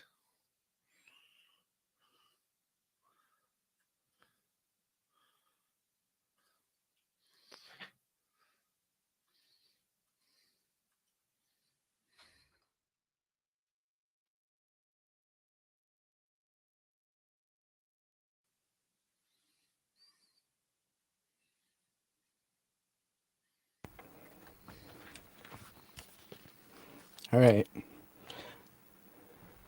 Can you hear me? All right. Are you ready for this? Well, let me read a Twitter post by a guy named Mike. Okay. Okay. I should Quote, correct. end quote, I know a guy. UFO rules part 1. I'm going to retweet this. If it has strobes, it's ours. If it has red lights, it's ours. If it is a TAV, I don't know what a TAV is, it's ours. If it is a triangle, it's ours. If it is in a UFO report, it is ours. Transmedium aerial vehicle. Tech 702 says, you guys aren't ready. I'm literally drunk with my NSA buddy. I knew it. Oh man, I called that one. I knew it. I Dude, knew it. I have to so my quote was wrong. So 65% of Americans, right, that believe in UFOs, half of those, exactly 51%, say that they're coming here, right? And the military sightings are representing visitations. So that's about what, 35, let's say 35%, not 15. So still Hey, only there's 35%. Mennonite Abe finally decided to join us. Cool. Mennonite Abe's a pretty cool guy. You wait till you meet him in Vegas for our fan party. Pixie Lara has said she wants to take you and I out on the dance floor. That'll be fun. I tried to drag him out on the dance floor before, and he prefers to linger more towards the bar area, let's just say. Who? You. Where did you try and get me out? Oh, yeah, you did. There it is. It was a live band. What's wrong with a live band? That's perfect reason to dance. I was totally up there, front row. Forget about it. It was great. You forgot about me. I ended up catching an Uber and left. Well, you're supposed to be up there dancing. I tried a few times. Anyways, we won't get into me trying to pull Jerry Garcia out onto the dance floor. It didn't happen. So shall I hit you with these couple of quotes before I escape off into the darkness? Sure. Cool. So UAPX came forward with their opinion of this, and they are giving it a 10 out of 10 based on expectations, and an understanding of their mandates and requirements were nicely highlighted. So they were pretty happy with it generally. And you can actually go to their website and read some more of their opinion there. I'm just going to give you the highlights. Now, do they charge $600 per reading? I'm not sure if they're charging for access to their website or not at this point. But Mick West came out also with a few highlights, and he did bullet points. And so his first bullet point was, and I'm assuming this is just his general takeaway from it, any clusters around military may be illusory. Illusory is an interesting word to use there. And the next one is 45% identified as balloons and clutter. So coming up with some stats. And then 7% were identified as drones. Also a good statistic there. Many cases lack enough detailed data to tell anything, which is a fair assumption. Some seem to exhibit unusual motion. His next bullet point is 0 health effects found. We did cover that tonight. And then his final point is more study needed. So all interesting points to be made there by Mick West. And did you want to chime in on any I of think that? Mick West is the closest who has it right. By the way, ESR Epic Straight Razors, welcome to SOR chat. How you doing? And yeah, we go from there. Cool. Look, the nuts and bolts crowds are going to be loving this. Okay. And by the way, Tech 702 is giving us hell right now, saying, why didn't we tell them we were live? Right. He should just know when. I mean, yeah, we should have. He's right. Let's not argue. Tim's here. Tim is here every Monday, Wednesday, and Friday. If he wants to come and bust our chops, yeah, he's welcome. I'm here every Monday through Friday. Yeah. Did you want? So you agree with everything that Mick has to say there? That's cool. And you're gonna actually like this. So Lou Angeles has a good quote here, and he says, "Where's the commitment to communicate with the public?" That's exactly what we're saying. Yeah, and he keeps it short and sweet. Everything else is fantasy that will never be taken seriously. Lou, I couldn't agree with you more on that. That is fantastic. I agree a lot with what Lou Jimenez is saying in that I don't like his stance that just because he and this is nothing that I haven't told him. Okay. I don't like his relatively new stance that everything is BS. Experiencers are BS. Everything is BS. Okay. I don't like that. I didn't know he thought that way. Yeah. I mean, Lou, but I understand he's a very hurt individual after he felt he was played. And I totally understand his anger and his new mentality regarding this. A lot of his critics are not going to agree with me. I try and sit back and look at the big picture overall. I mean, Tim, you and I have had a number of talks. You probably know me better than anybody here on Where We Talk, where I like to take a stand and watch position where I just stand back, let everybody else do the fighting, and I try and figure out both sides of the ledger. It's the only way to be. Absolutely. But Tim has a lot of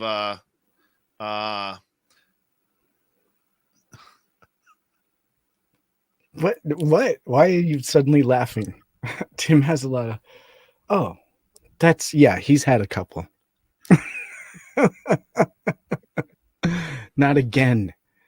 I do have a nice little spot here for you, though. Guaranteed Tech 702 has some bright red lipstick in his pocket that he wants to put a big pair of lips on your forehead.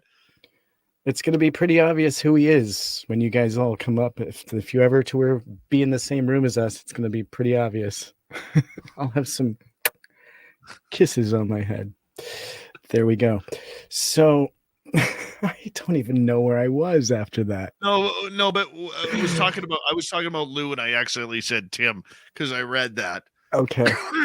But no, the whole point is this. Lou is 100% right on this. What's in it for the public? The politicians are voted in by the public to be the, technically speaking, even though the game has changed. I mean, I'm not trying to play ignorant here. Okay. They're supposed to be the voice of the public. Okay. That's what we put them in that position for. And the fact that they are not giving any of this UFO information to the public, but they keep skirting around the issue. That's exactly what Lou is saying, okay, in regards to this. And it's a dangerous precedent that they are setting, right? Whether the tech, and guys, one thing we need to understand here is there may be very few politicians who actually know a UFO from a spatula, okay? Right. And there may be even a smaller group than that, as we've heard about the Invisible College that really runs the UFO sightings and all that information. Okay, it's not Arrow or anybody like that. That's just the public face. It's like NASA has two faces. You have the public side and then you have the military side. Okay, but I think we need to understand here is this. There are a lot of people in the know as to what is actually flying in our sky. Okay? There are a lot of people in the know. From the people who are working on those craft, to the people who are flying those craft, to the people who are designing those craft, all in top secret. There are people who know. And there are people out there who have answers to what is going on. Probably the biggest reason why the military will not break things down. Because they don't want to give up the toys that they have. And I also remember being offline with Lou briefly. He said that the biggest frustration for him was that we didn't know the questions to ask, right? I think that is like, that's the biggest fumble, I think, that we as the public don't really even know where to start with asking the right questions, right? And I talked to Lou about that and Sean Cahill about that one day, because Cahill said the same thing about me. I said, but you guys need to understand. You guys are all, I said, if we use a baseball term here, we have just hit a single and we're running to first. You guys are already rounding second, going to third, prepping to go home. You're way ahead of us on the base path.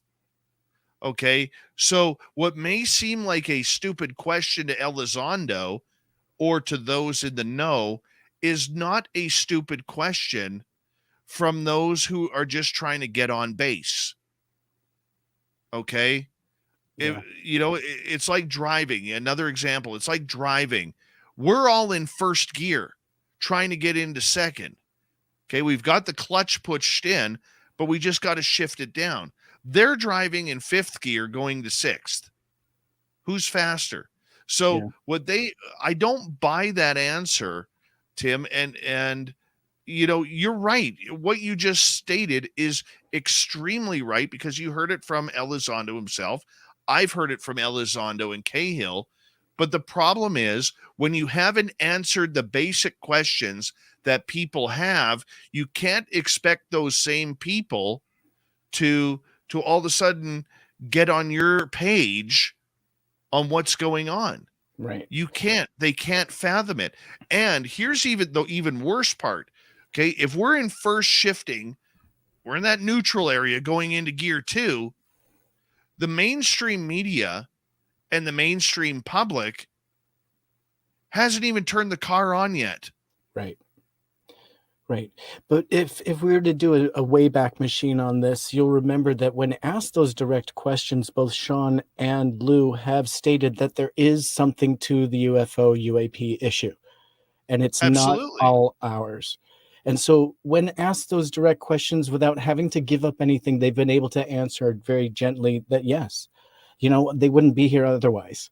Right. And so I think that those are the things that we need to keep going with, because obviously 99% of what we're going to see is not important. And that's frustrating to the people in the know.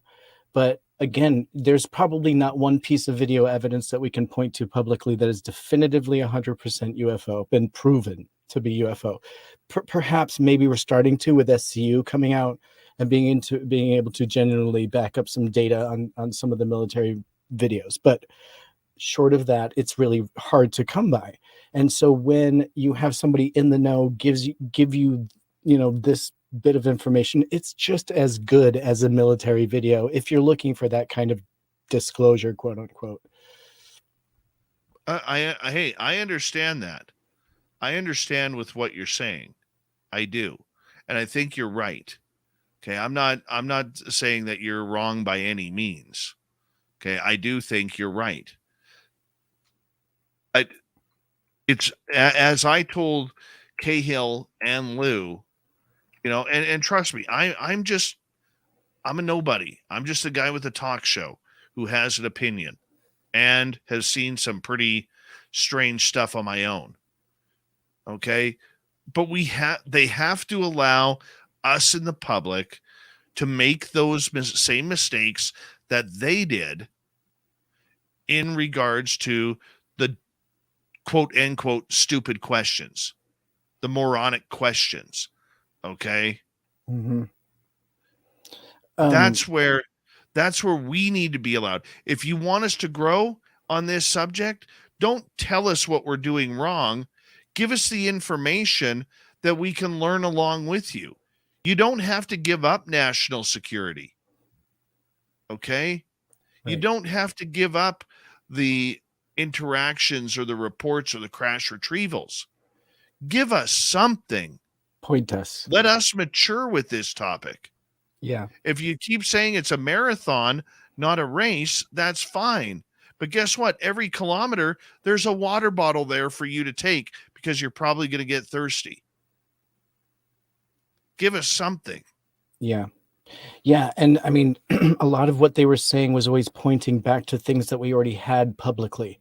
That if you guys are looking for pointers out in the public, you can look here. And we don't have a lot of those anymore without coming from a source like the military. And so, I mean, if you like, I did send you a text with what I'm going to probably cover in our next show.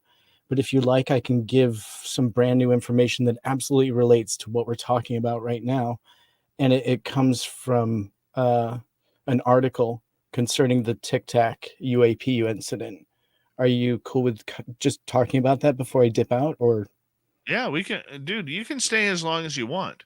All right. Well, so for example, The Drive has a brand new article just dropped, like literally within hours of now. And so the Tic Tac UAP incident included in 72 newly released range incursion reports. And I have a buttermouth right now, but the recently released Navy Rangefowler reports are heavily redacted, but still contain new details and insights. And so we're going to be getting new information in this report, and it's heavily, like they said, redacted, but there is tons of detail included here to kind of back up the case for the Nimitz encounter with the Tic Tac. And so obviously SCU is going to get involved at this point and go over a lot of this data, but this was something that was directly released by our military, by the U.S. Navy. And so the Navy released 72 heavily redacted reports regarding unidentified aircraft and other objects that its pilots encountered during various training sorties and other flight activities between 2004 and 2021. And so we're going to be seeing a lot of this in the news as we move forward, but this includes a report on what is now a very well-known, compelling, and so far unexplained incident off the coast of Mexico in 2004 involving unidentified objects, and the one in particular commonly referred to as the Tic Tac due to its general shape, color, and so we can read more here in the article. If you guys go to The Drive, you'll get some insight there. But I would like to point to this as one of those nuggets that we need to pay attention to, because it's coming from a source that really doesn't have any skin in the UFO game at this point. It's like they don't want to be releasing this information, but they're forced to. And so although it is heavily redacted, there are some good nuggets in here, including some of the long and lats and some of the details on personnel. and some of the numbers of people that had spotted it and some of the descriptions. So, we're getting some accuracy here on some of the length. They're considering it to be absolutely like 46 feet in length now, and some of the more interesting details are going to come forward.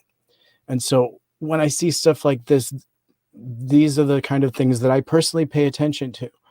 And I'm sure you do too, Dave. And so what are your thoughts with a little nugget coming forward here from the US Navy, of all places? My first question is, why would they give it up? Why would they do that? I want to know more. How do I trust that information?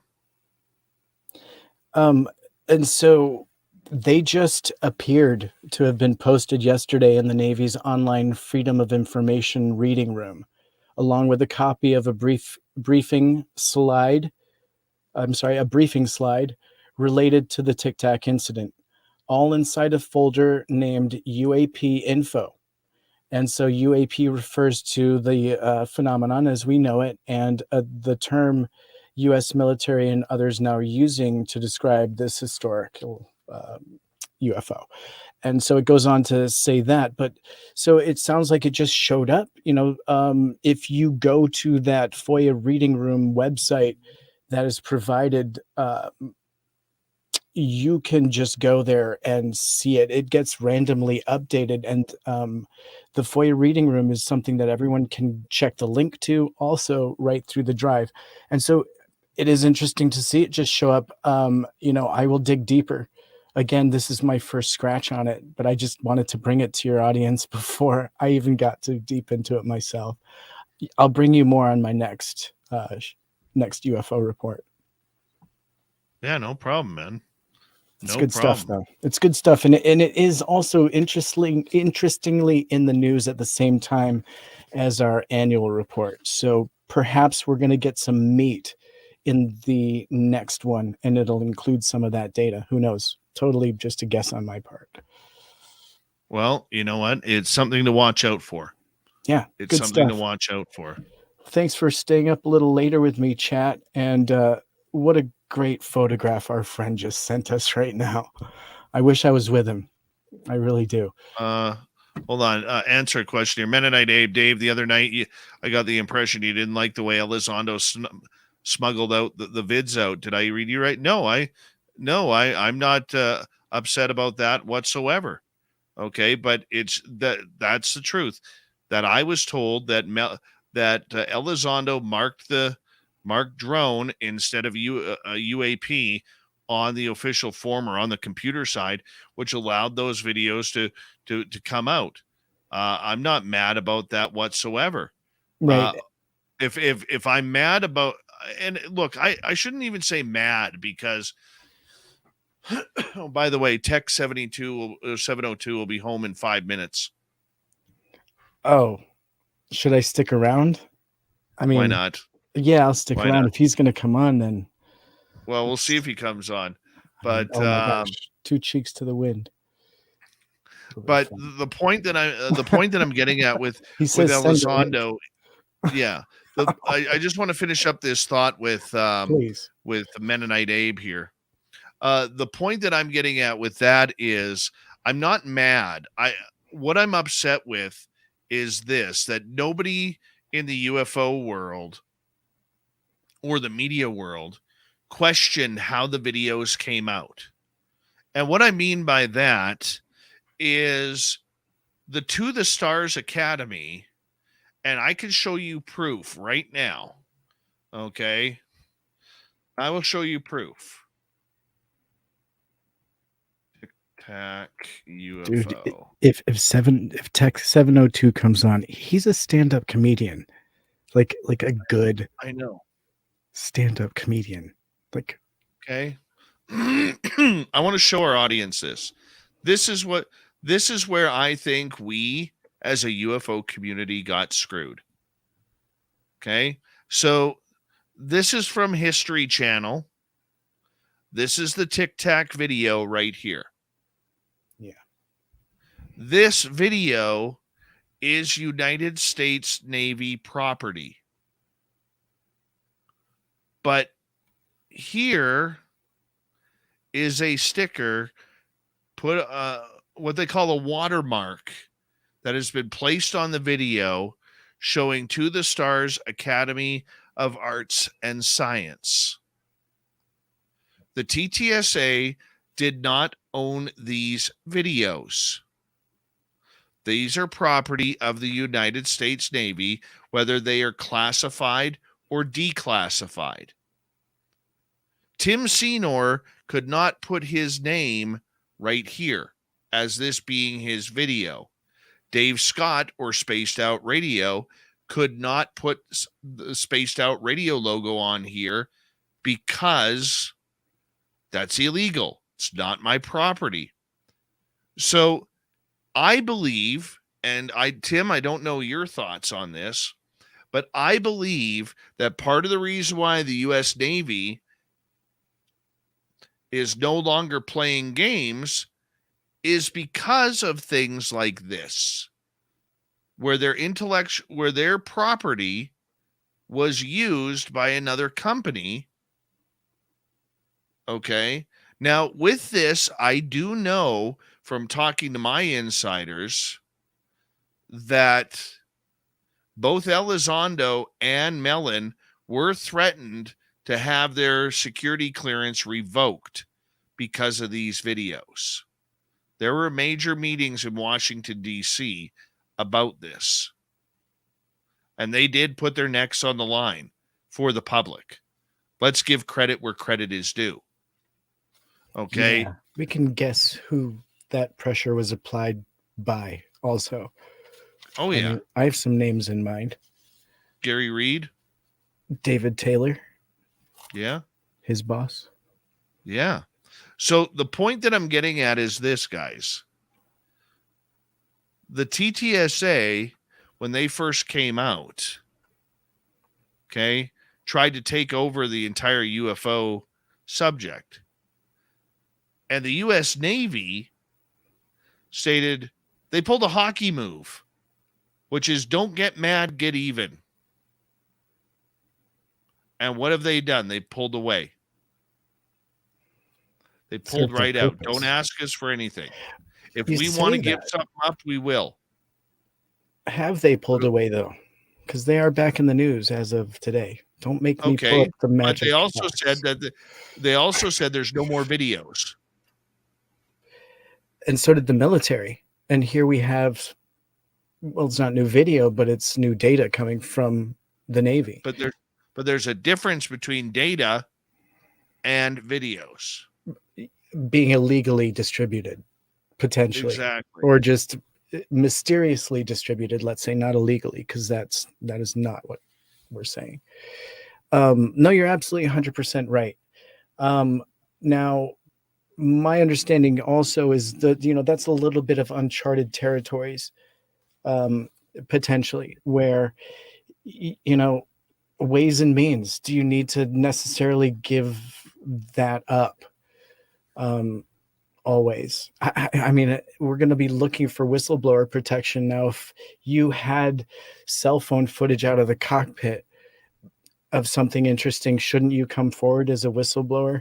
It's so murky what the right and wrong is. And so if someone had this information, you have to find a way to do it in a way. I mean, it's kind of the way Bob Lazar came out as publicly as possible so he wouldn't just quietly get taken out in his mind, right? It's the same sort of thing. These guys came out very publicly. They put their watermark on it. They're like, if they're going to, in an alternate universe, did they get a lawsuit against them and get taken down? Maybe.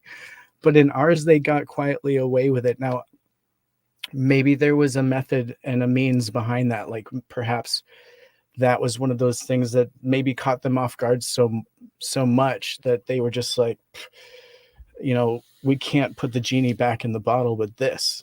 And if we did attack it publicly, it would just prove it to be valid and more mysterious. Because at this point, potentially we're looking at drone video. We don't know. And I mean, Mick West went to town on trying to prove that it was not mysterious. So, I guess I kind of thought that thought all the way out, but yeah. Did you send that link to our friend? He hasn't made See it where- yet. Let's see where he is. I- He says it He twice. said he's on his way home. So Okay. Good. No, that's great.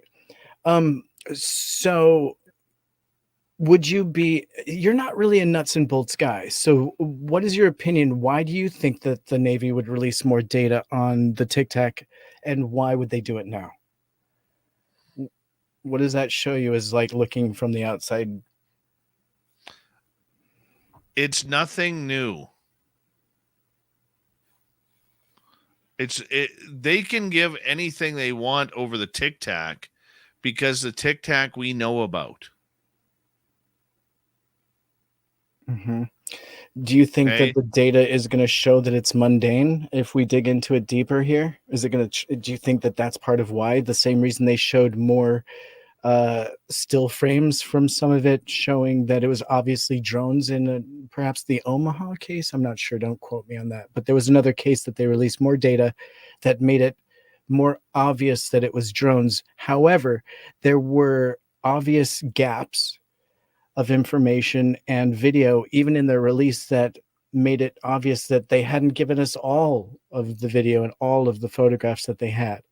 So even if, and this was my point to you, I think that I brought up, I thought it was great that they've given us more information on what they know is mundane, but what I want to know is what they were out there with their drones looking at, because some of it seems to capture in the frames that they didn't want released something very interesting.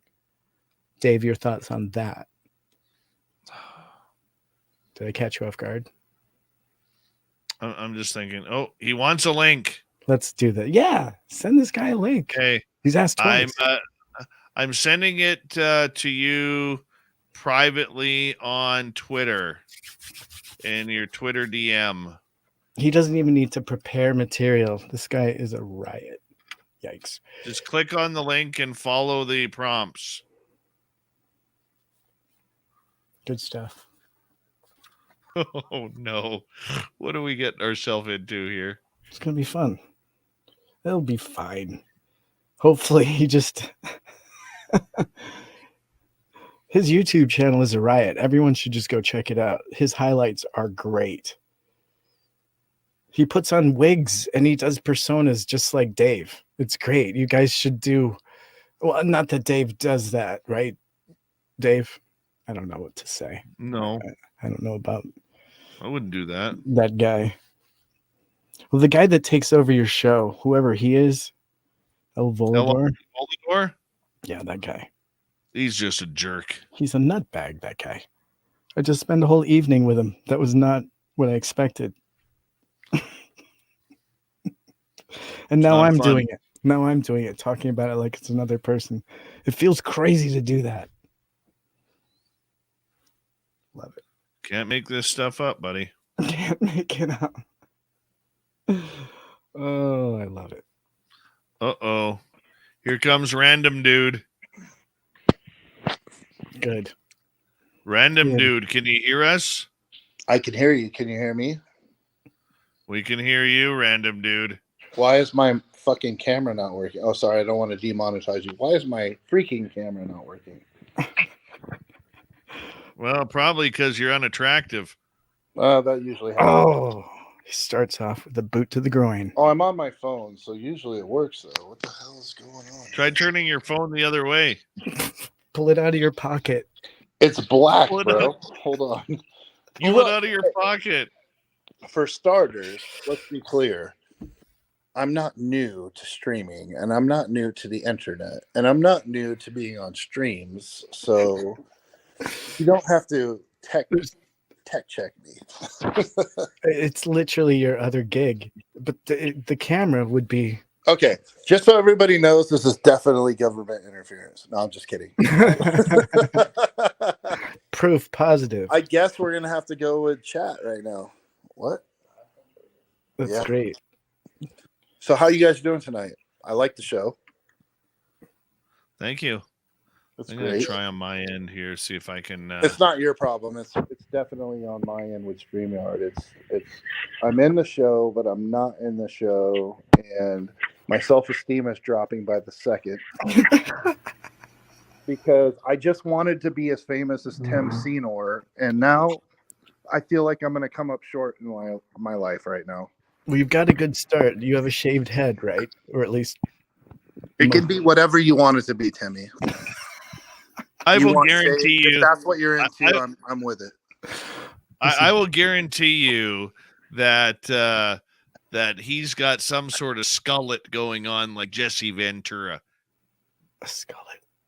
Jesus. Yeah. Dark Protocol, John Sabe Melland, welcome to SOR Chat. TK's Garage, welcome. I should bring up chat. I haven't done that yet. M's Let's see what the chat's saying. I want to make out with it, and I'm not even gay. It's just a great head. Hold on. I don't know what's going on. Yeah.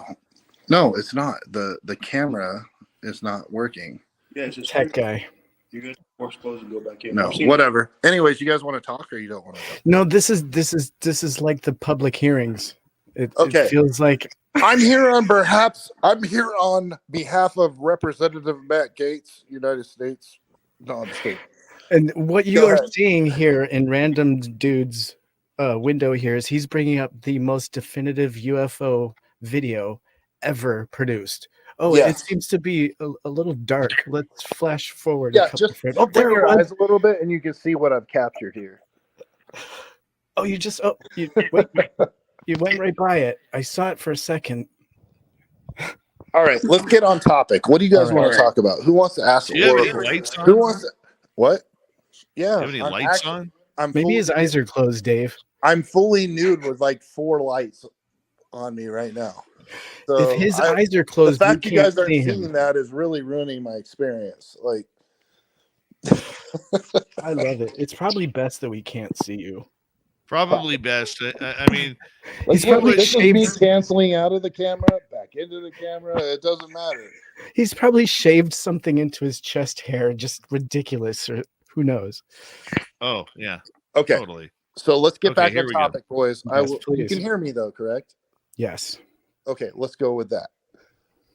Let's talk about. So, do we want to talk about the UFO report? You want to talk about what do you guys want to talk about?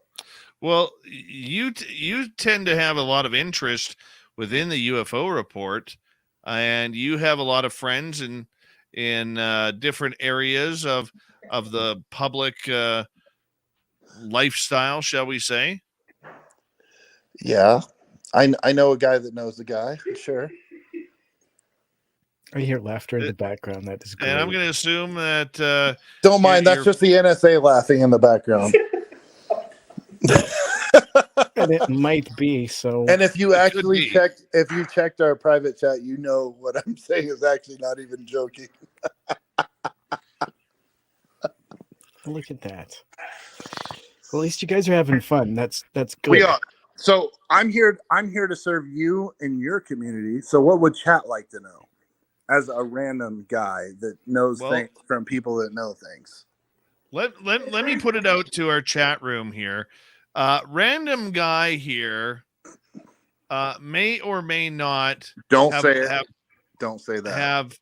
I'm not going to say that. Okay, say the other thing. Not that. I know what Don't I can say say.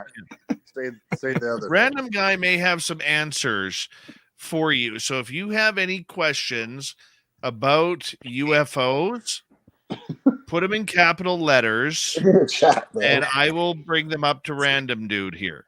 Because I can't see the chat at the moment. I have a question.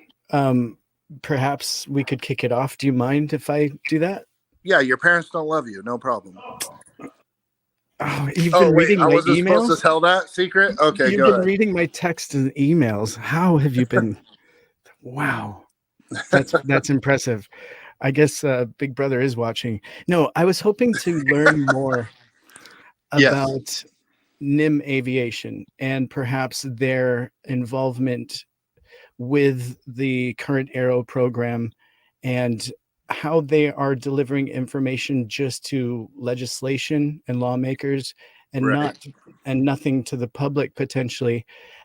What is their involvement exactly, and what can we expect to see as the public? Okay, so I got to be careful. So what I will say is this: anything that you see that's being released is a small community of organized. Basically, think any media company. The government itself has its own media wing, so to speak. So everything that you see that's a group, I've heard the church, I've heard all this stuff, and I'm just sitting here giggling to myself because you guys have to understand that that's all theatrical. None of this is actually relevant. And when I say that, I'm just some random dude that hears things. Like, I don't know what I'm talking about, but I kind of know what I'm talking about. So specifically, I can't comment on it. I'm not involved with it. I don't work for the government. I have nothing to do with it. But I can tell you for 100% sure that when you guys are looking to these institutions to release information or data, it's literally contrived theater. And I think most of the people here, I read your chat. I'm a big fan of you guys. I follow you. I love you. I've followed a lot of this topic. And I can just tell you guys from what I know, as far as maybe it's hearsay, maybe it's not. Most of that stuff is bullshit. And does that include NASA and the report that they're putting together? No. So what with the NASA stuff, this is so difficult to put together. But basically, what the way it works is NASA is a Department of Defense program, right? We all love the space program. We like space travel. We landed on the moon. We like all this stuff, right? But first and foremost, NASA works for the Department of Defense. Department of Defense works for the president, intelligence services, stuff like that. So anything you're getting is filtered. And along those lines, we just got a release from The Drive about more information about the Tic Tac video, for example, and that was just mysteriously uploaded to the FOIA section on the Navy's website. So why are they doing that on a case that is so controversial? Well, in my opinion, I have zero data, zero facts, as you know, to support this. In my opinion, as a UFO enthusiast, I would say that the Tic Tac is probably not extraterrestrial. And in my opinion, therefore, they want to make it seem more mysterious than it is, so that the UFO community focuses on it and doesn't focus on the 12% of cases that are actually unsolved. And of that 12%, do you think that we're ever going to see anything real from them on that? Yes, and it's not going to be how you expect. I think with I'm a tech guy. I think with the propagation of 5G, of satellite internet, of worldwide internet with worldwide data access beyond just Googling, real-time reports. How many of us watch? I don't care if it's a fucking fight video at a Waffle House, right? In real time, we're starting to see what's happening all over the world, even if we don't care about it. And I think if the true disclosure will never come from the government, it'll come from the fact that the eyes are always going for everybody around the world at the same time. And if nobody sleeps and there's cameras on everything and there's internet on everything, we may catch something. Sorry, go ahead. No, I was going to say just very quickly, and along those lines, do you see there being a world race on this topic? Is there any other country that is looking into this as seriously as we are? Everybody does, but as a matter of fact, as you probably know, disinformation is just as powerful as information. So when it comes to our adversaries, speaking from the United States, if we can make Russia, China, anybody chase UFOs, that's to our strategic advantage. And they do the same to us. They launch shit all the time. But as a byproduct, our American public is also duped. Yes. And that's why it's important. And you know me, I'm a very big skeptic on a lot of things. So my whole perception of this, based on talking to people and not actually knowing anything, is that a lot of the stuff is misdirection and misinformation. And I feel like if we can, the number one thing we can do as a community, if we really want disclosure, if we really want answers, is to eliminate the noise. We have to be able, and in order to do that, if somebody tells you definitively this is not it, we need to discard that and move forward with the things where we're like, what about this one? And I feel like we spend way too much time on the things that are not explained, and we spend too much time explaining what they want us to talk about. Right. But don't you feel that it's really hard to figure out who is the right person to source what is and what isn't to be of interest? Explain more specific. So, for example, we have a video, and it may be sourced by from the military, but somebody comes out, and let's just, I don't want to really place it. Let's just say Lou Elizondo comes out and he talks on a topic. Now, we don't know as a community if we should be like, oh, well, what Lou is saying is definitely 100% valid. So if he says this video is real, we should all pay attention. So what I mean by that, as an example, only as an example, is that how do we source that one person or group that vets what we consider real? I will tell you a rule that I have. That I'm a guy from the streets. I'm a guy that came up from being loyal. I'm a family guy. I'm a real person. People are watching this broadcast right now wondering who the F is this guy and why is he on your live? I will make it very simple for you. If somebody is profiting from ufology, if somebody is profiting from what they're doing, they are suspect that what they're saying is not 100% congruent with the facts. What you need, a true whistleblower, a true believer, a true person that's coming forward with facts, they don't want notoriety. They don't want money. They just want to progress the conversation. And that's not to say that Lou, I'm not putting a title on Lou. I'm not putting a title on Corbell. I'm not putting, you know what I mean? It's like these guys are making their money. But to be fair, automatically, and I don't know any of these gentlemen personally. I'm just telling you, I know people that know real shit. And because of that, I know what my facts are because you don't know their names. They don't make money. They're actually scared to say it out loud. So because of that, I find truth in the people that are solemn and telling the truth and not profiting off of it. And so therefore, people like Lou, sure, he held his positions, but guess what? I think I told you guys this in a Twitter conversation maybe one day. When you put together all the people right now that are coming out for disclosure, that are on these panels, that are doing the interviews, what do they all have in common? They have counterintelligence backgrounds. And I'm not saying that means they're lying, okay? I'm not saying that. What I'm telling you is it makes you have to ask the question in your mind. Are these guys being genuine, or are they leading us to a path to delay this shit? That's all I'm saying. That's simply it. Yeah, that's a good blanket policy. Before I turn it back over to Dave, because I know I'm hogging the mic here. I'm hogging it. No, you go ahead. You're doing great. I just By the way, welcome, Dirty Filth. Dirty Filth, it is so good to see you, buddy. Thanks for coming along to paint.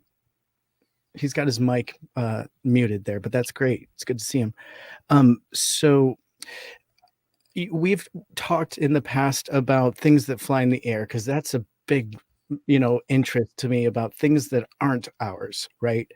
And it's always hard to narrow down what you're looking at in the sky as far as what's ours and what isn't.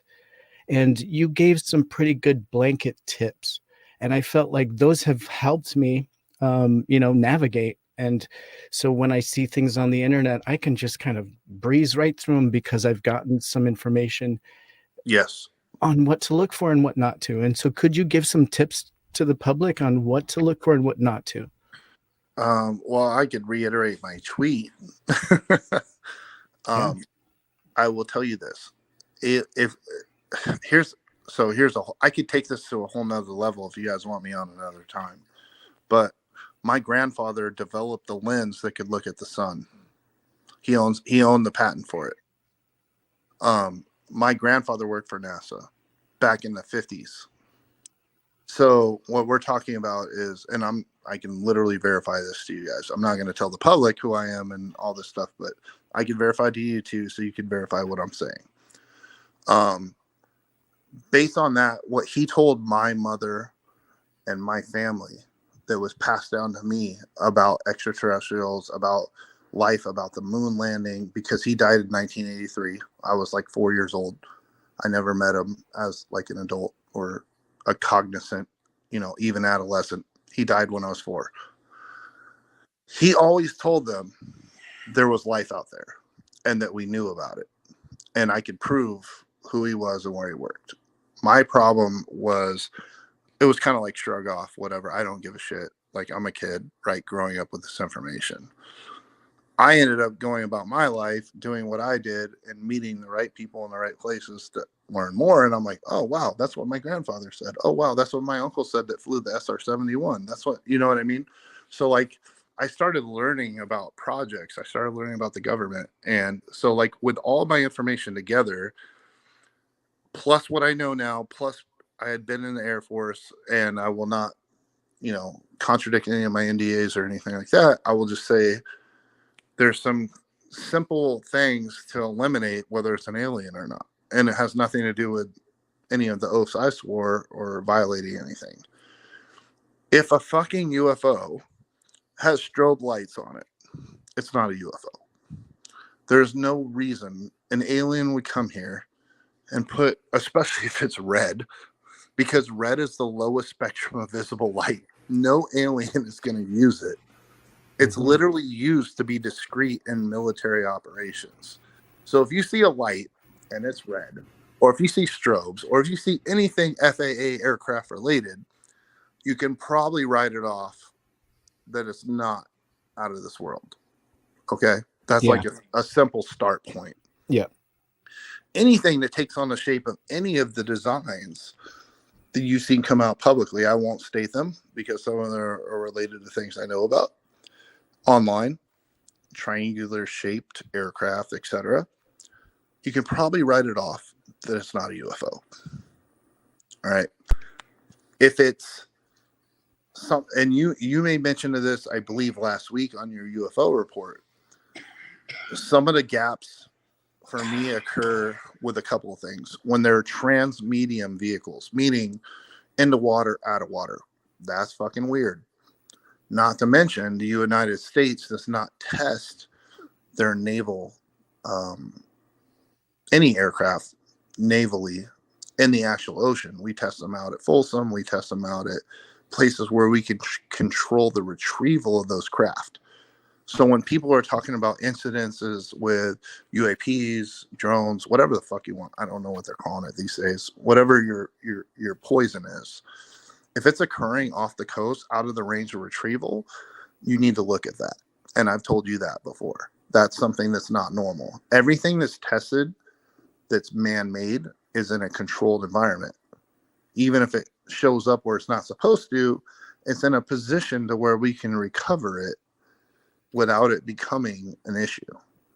When you're in the middle of the ocean, that's not a thing. When you're in the middle of the, Alaskan airspace over the ocean and 747 pilots are calling it in, that's not normal. So those things get my attention.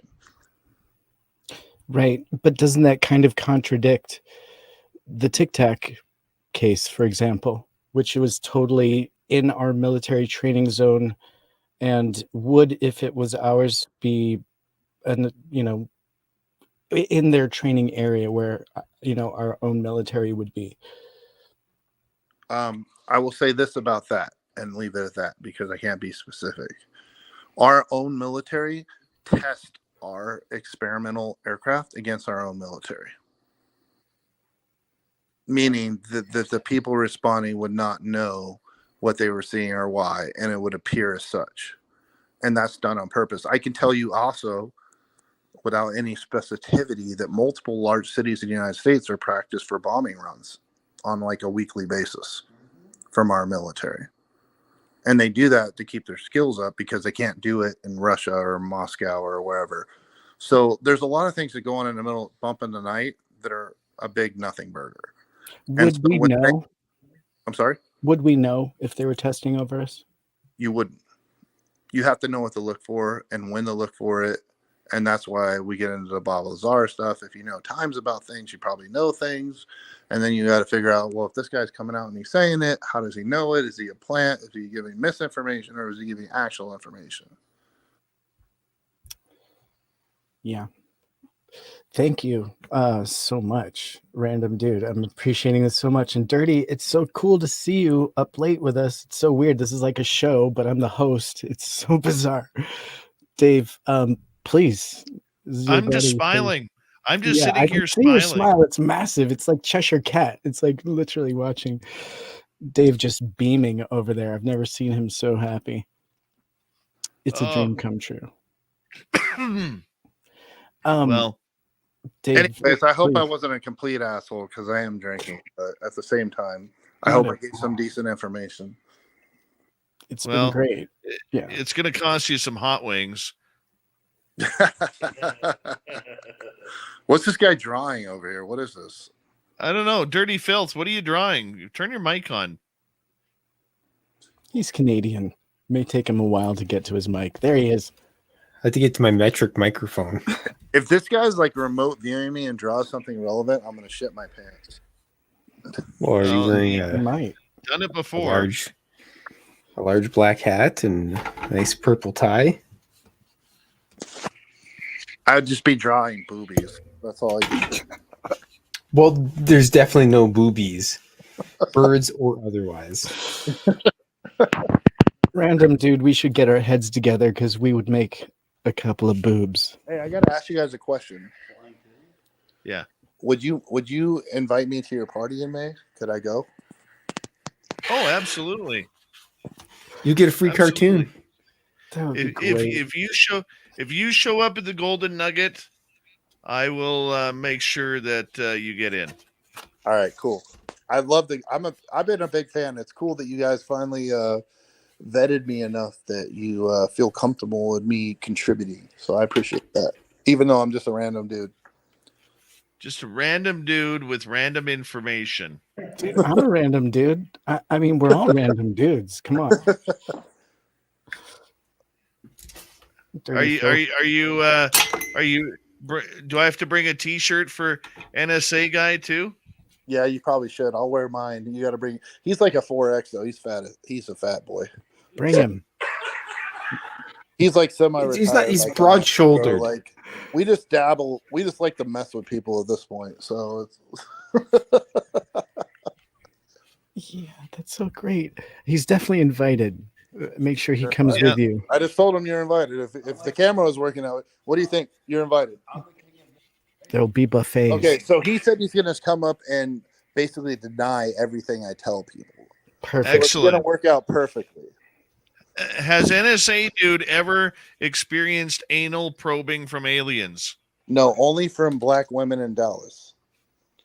Yeah, You didn't know what to do with that. That's a.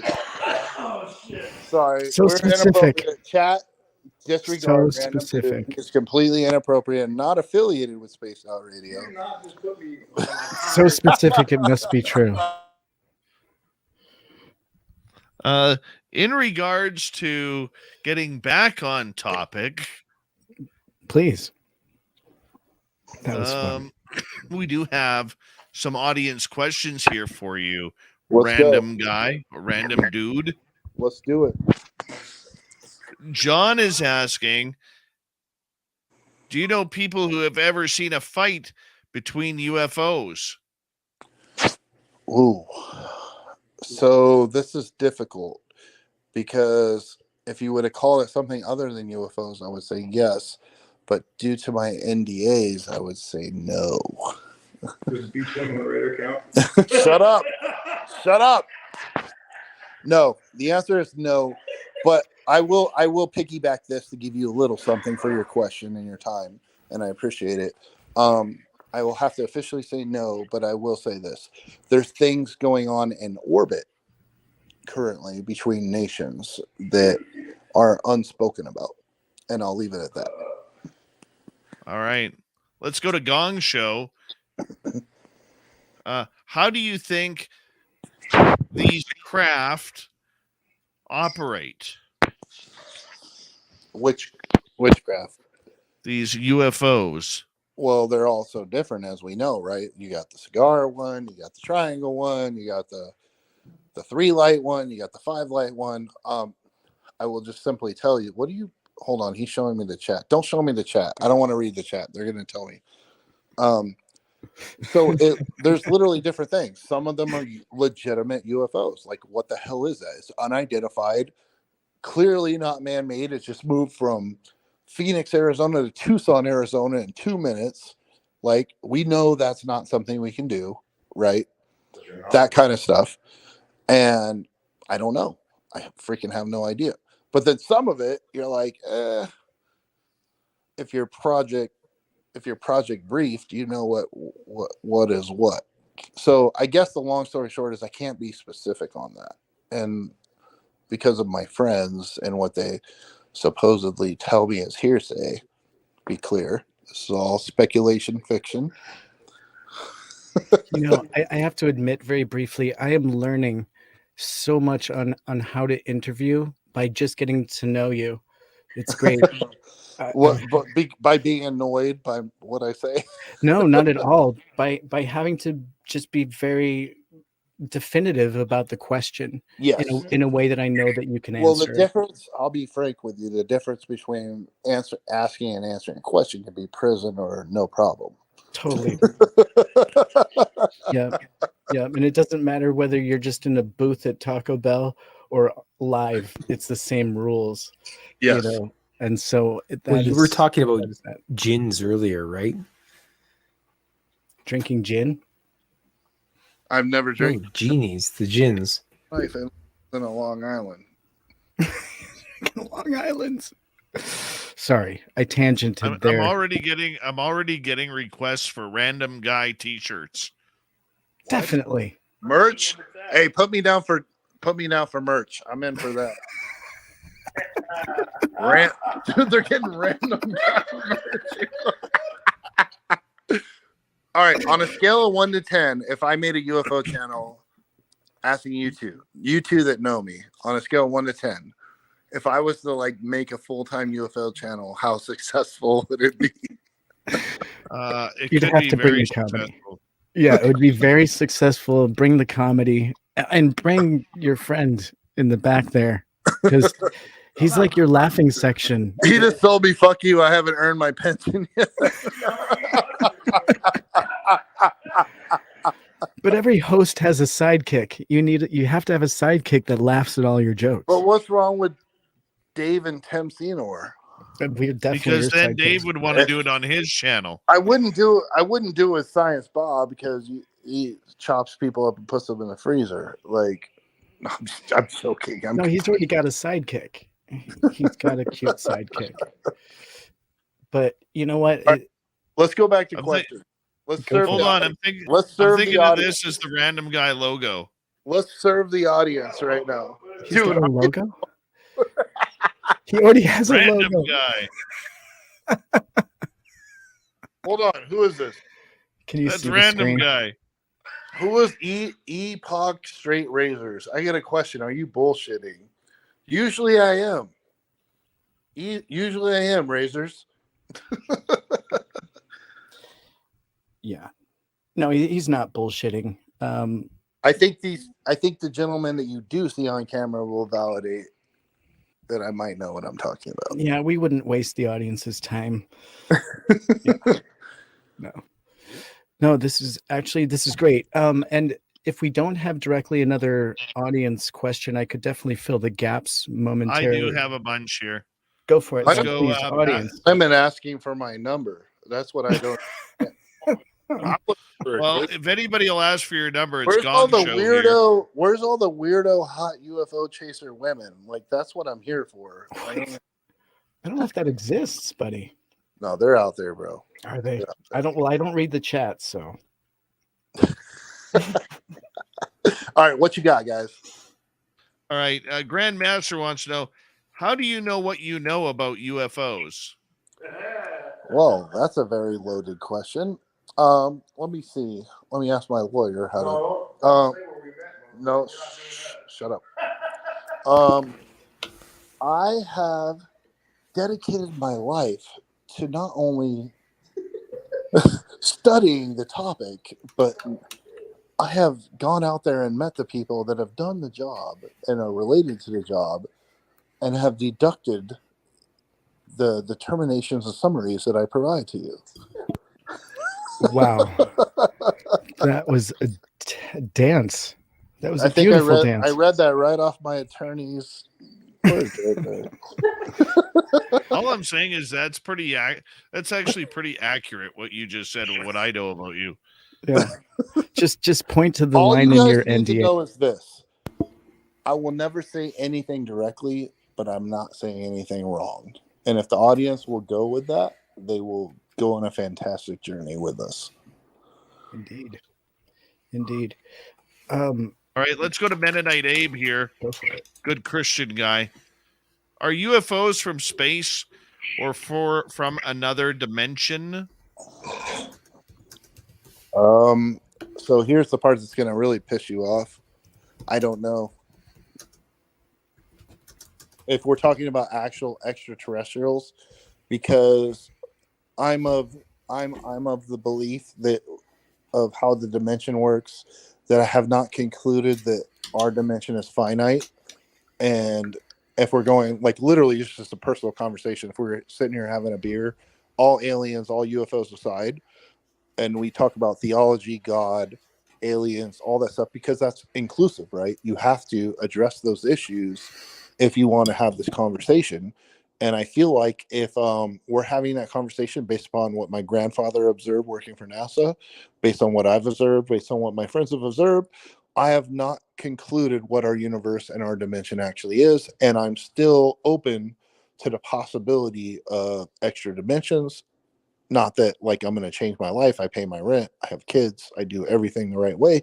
And I live the life that's in front of me. But that being said, it's like, it doesn't mean that what you don't see doesn't exist. And that being said, I feel like aliens could be interdimensional. It could be time travel.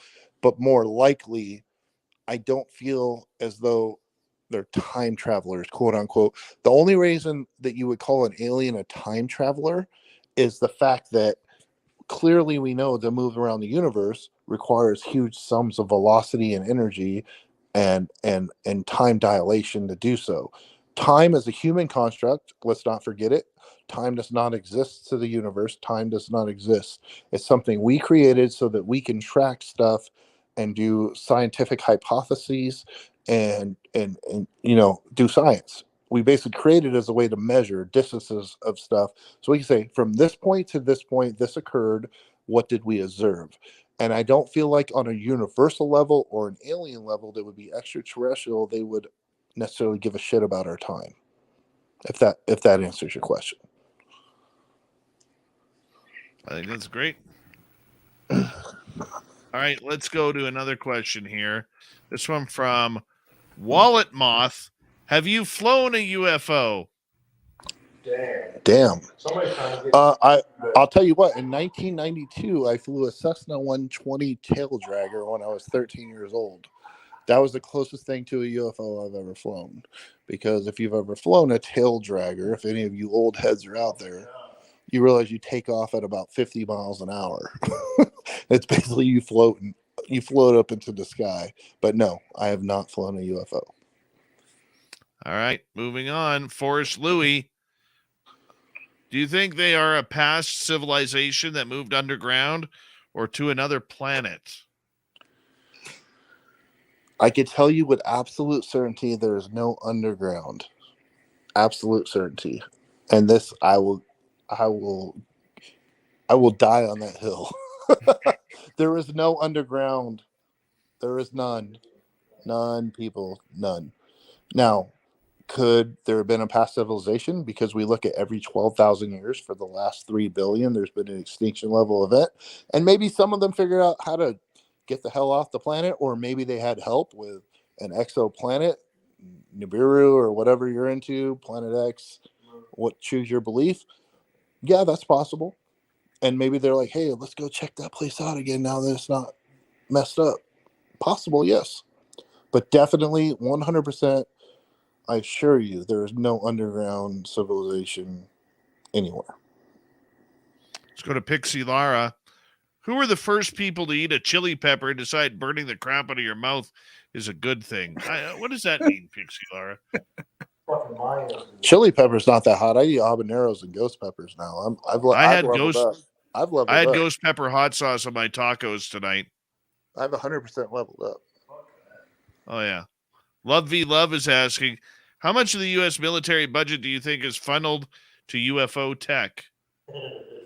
Well, it used to be about 15% back in the Black Budget days. So what they did was they decided to make something called the Space Force now, which the Space Force has been funded by the Black Budget for the last 30 years. We've had a Space Force since the mid-'80s, late 80s, 88, 89, 90, somewhere in there. I'm not sure exactly. But there's been, and again, I can say this because I've not been briefed on it, so I'm technically not violating anything. But from my studies and my conversations, we've been in space since the late 80s, early 90s.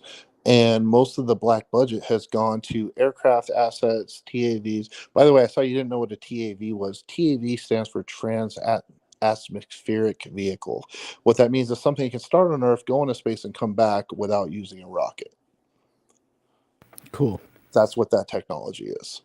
And if you saw the latest UFO report, they make mention of drones and unmanned aircraft, etc., as a good percentage of what UFO reports are. So when you see things that move at a speed that don't seem right or they don't look right, there's not a dude in there. Come on, guys. You realize we've literally been remote flying since the late 80s. We have 40 or 50 years doing this. You really think all we have is Predator drones? We designed the Predator drones in like 1982. Trust me. Right. We have stuff that does stuff. Right. Okay. More questions are coming. It's going to be a bonus show. Let's see here. Back to Love V Love again. How far off the coast of North Carolina is beyond retrieval? Still in a North Carolina resident skyline? Oh, what does that mean? A retrieval? I don't know. Are we talking about something that would crash, that was experimental? Hey, North Carolina guy. I have a friend here that's from North Carolina that works for the government. What's it? Anything out past when they sank the JFK, they don't fuck with. With JFK what? We sank the JFK carrier out off of North Carolina. So my buddy, who knows people that knows people, says if you look up where they sank the JFK aircraft carrier off of North Carolina, anything out past that they can't retrieve with the Navy. And that's about as cryptic as it gets, but I'm pretty sure it's accurate. Cool. All right, let's move on here. What I'm did you definitely getting fucking raided tomorrow, and then I'm going to be pissed. Love V Love is wondering, innocuous balloons, what are they? In the movie Nope? Oh, the movie Nope? I saw that movie. That was cool. But if that movie was really about the extraterrestrials. Did you guys see that movie? That film? Yeah. That movie was about the extraterrestrials, not anything about balloons, really. The balloons were more about interference with the ETs. Unless I missed something. No, you're right. I'm not sure if that's a question or a statement. Oh, okay. Do you have another question coming up? Yeah, let's go here. What about the UAP in the film Nope? Do you think those are real? Oh, okay. The UAP in Nope, that wasn't I that think the was question not is like a that was not living UAP. entity, sort of a Yeah. live UFO. I have zero evidence, none, and this is from somebody that has studied. Again, I know nothing. I'm not representing anybody or any entity or any background, but somebody who has studied that knows things. I would, in my opinion, state that any entity that is here with a specific purpose, and they will not fail that purpose. They did not travel here to get caught by accident. If they are seen, they want to be seen. If they don't want to be seen, they will not be seen. And whatever they want to do, whether it's a cattle mutilation, an abduction, and I'm not saying that happens, but I'm saying potentially if that were to happen, there would be absolutely no way for you to stop it and no way for you to have an opinion on whether they should do it or not. So that being said, the movie Nope, what they were doing is very congruent with ET behavior if they were aggressive, but more likely what happens if that's happening, I'm not saying it is, but if people are being abducted, the way it would happen is not in a pattern. They would do it randomly. So like, whereas the first couple of people in that movie, in that film, are abducted, that would happen once people were cognizant of what it was that was abducting them. They would have moved on to another area and continued their mission, because that's what we do. And we're just stupid humans, right? We're just stupid ass humans with our technology here in the 20th century. And as a military person, you would conduct your mission. If you're found out, you move that mission if you can do so and still conduct your intel without being detected. They would not want to be on the front page and have a fight or anything. In fact, most of special ops will tell you, if you ever meet a Navy SEAL, an Army Ranger, a Sabre, whoever that's in the American Delta Force Intelligence Agency, their number one skill is being undetected. It's not actually killing people. Their number one skill is being undetected and executing their mission, gaining intelligence, taking the people they need to take undetected from their beds in the middle of the night, and no one knows. You don't think aliens will be better than that? Better than us at that? You know what I mean? Like, let's just think about it logically. Right. Do you mind me piggybacking off of one of the questions from the audience? Do you have an opinion on what the tech could be like if we're being visited? Do you have an opinion on what kind of physics or what kind of propulsion, if they are using it? I'm talking about the real ET, not our stuff. And this is obviously your opinion. It's anti-gravity. I feel like, in my opinion, this is not known and it's not confirmed, and I'm not speaking from knowledge. I'm pure speculation. Of course. That within the next 30 to 40 years, it will be known that we have, they'll probably advertise it as minor gravitational affliction, but really what it is we know how to manipulate gravity. And I feel like if humans are on the cusp of that, and I have a lot of reason to believe that, which I won't state here, that aliens are far advanced in it. And if you can control gravity, then energy is not necessarily as relevant. You don't need thrust to get your goal when you have gravity manipulation. You don't need,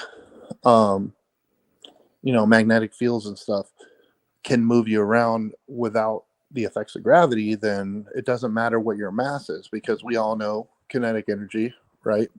Yeah. It's like equal force creates an equal force. Energy can't be destroyed. It can only be, changed, all this stuff.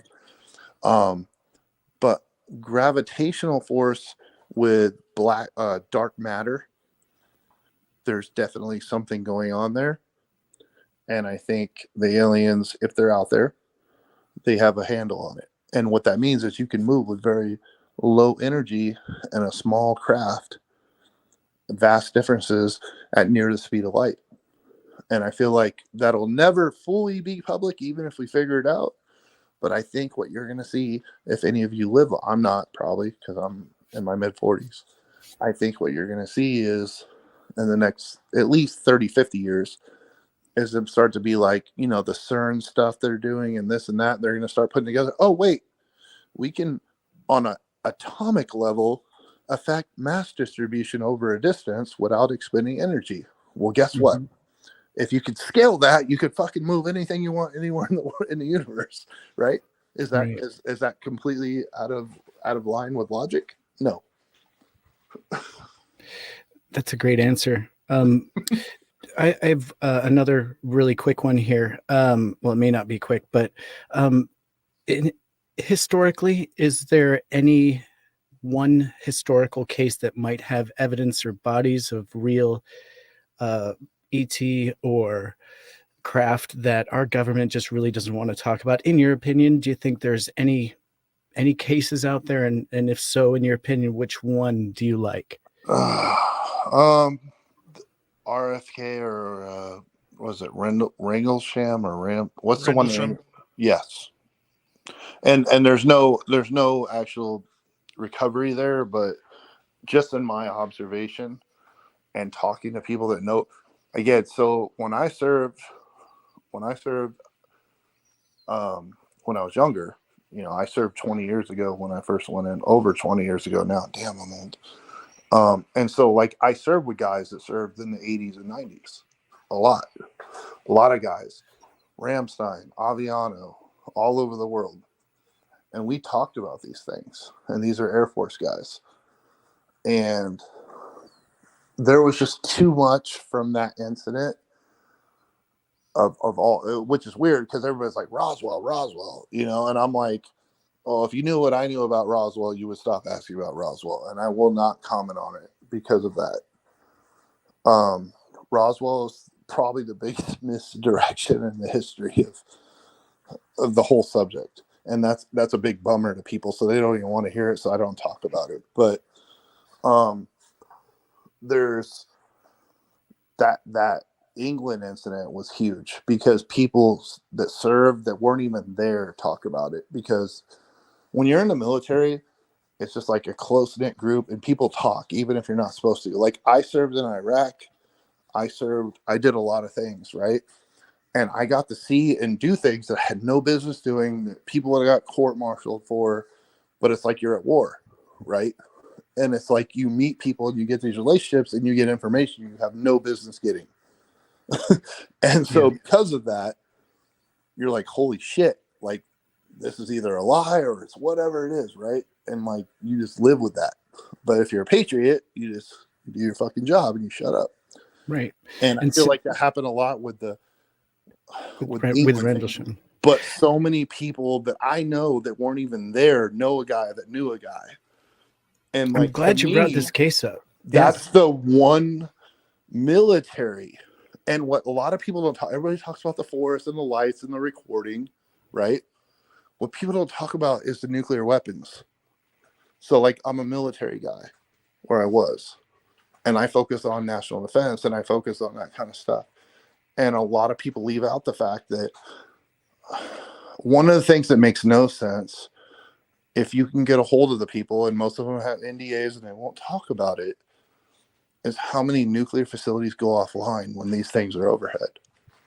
And it's like well known. Mm-hmm. Yeah, and Robert and Salas that's what tells me, too, I'm like, okay, this is not our shit, because we would never fucking do that, right? Like, right. That's literally the truth.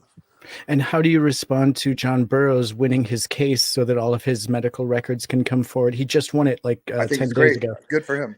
And do you think that that's going to benefit this Rendlesham case? And do you think more witnesses will come forward?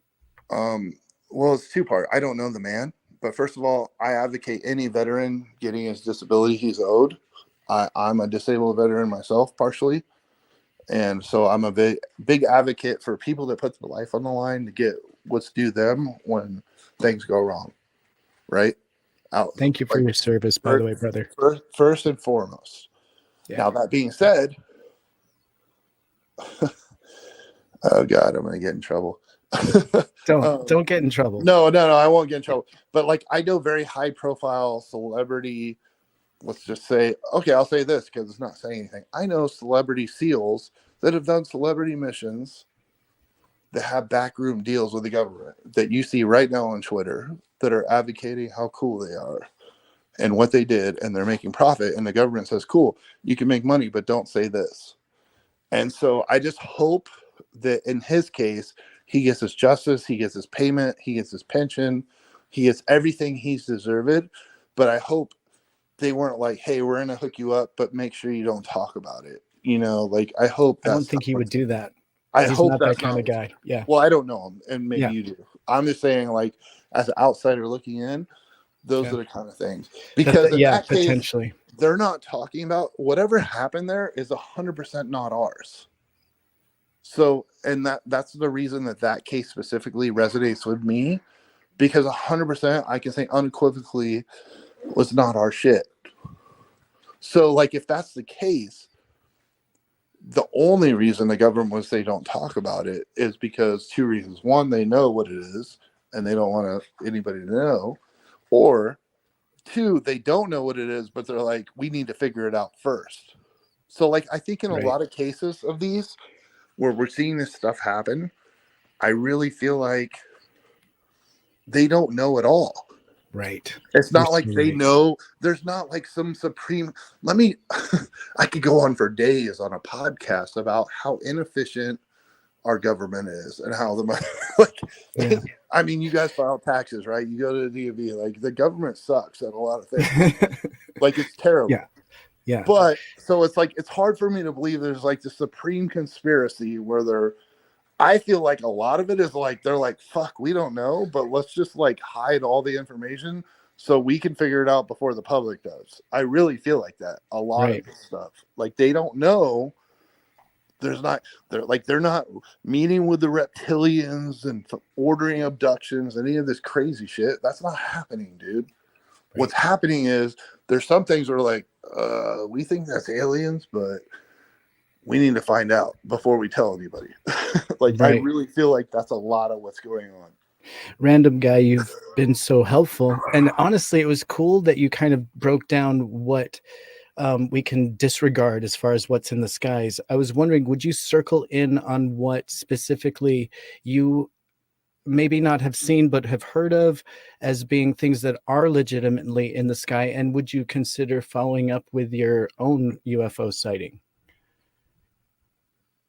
Maybe your personal sighting, if you want to talk about it. You don't have to if you don't want to. Silence.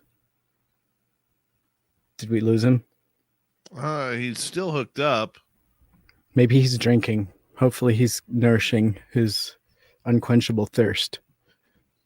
I think we lost you. It's probably aliens. We lost you, random guy. Randomly. Probably. Just on my last question, too. Bummer. Oh. NSA pulled Isn't that convenient?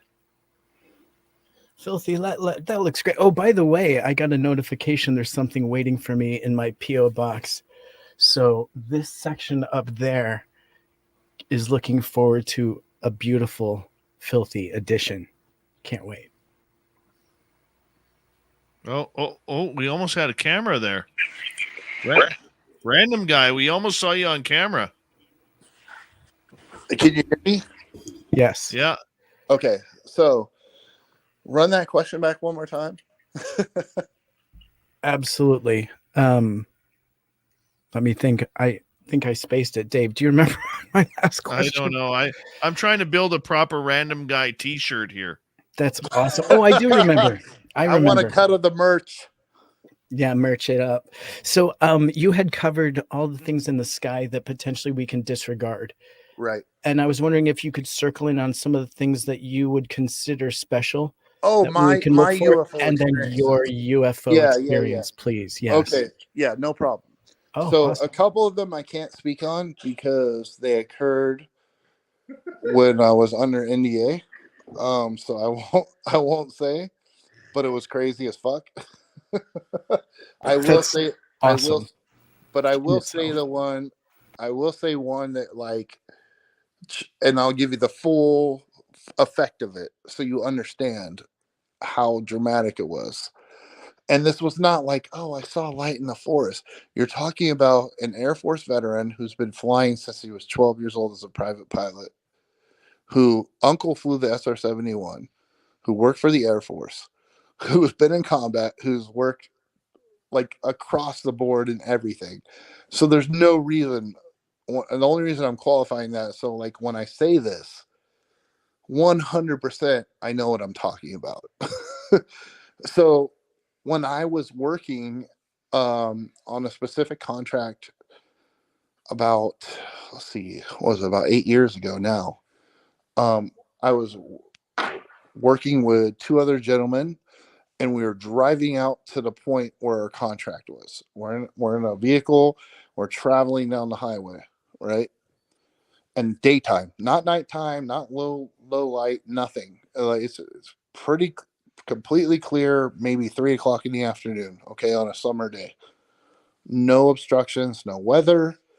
And again, this is from 3 guys, all combat Air Force. No aircraft, no everything, right? Yeah.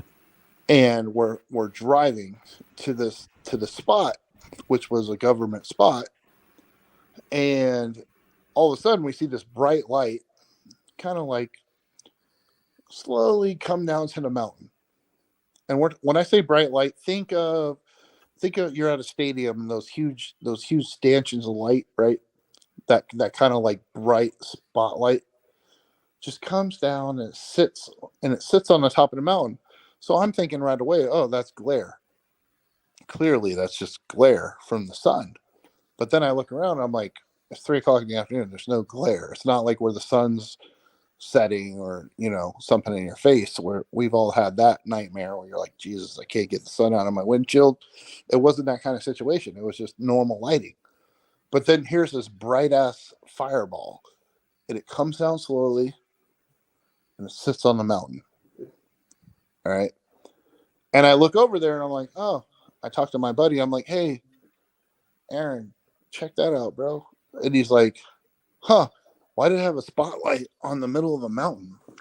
And I'm like, I don't know, bro. I swear to God, it just came down and sat there. And he's like, wouldn't that be funny if we saw a UFO when we were fucking driving, blah, blah, blah, blah, And so, like, we're talking about that.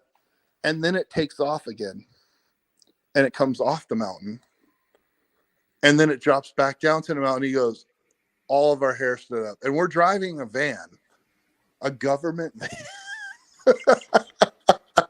It was so crazy, dude. And we're like, no freaking way this is even happening right now. And then we talked to the guy in the backseat. I'm like, bro, wake up. Because everybody like sleeps when you're not driving, when you're doing government jobs.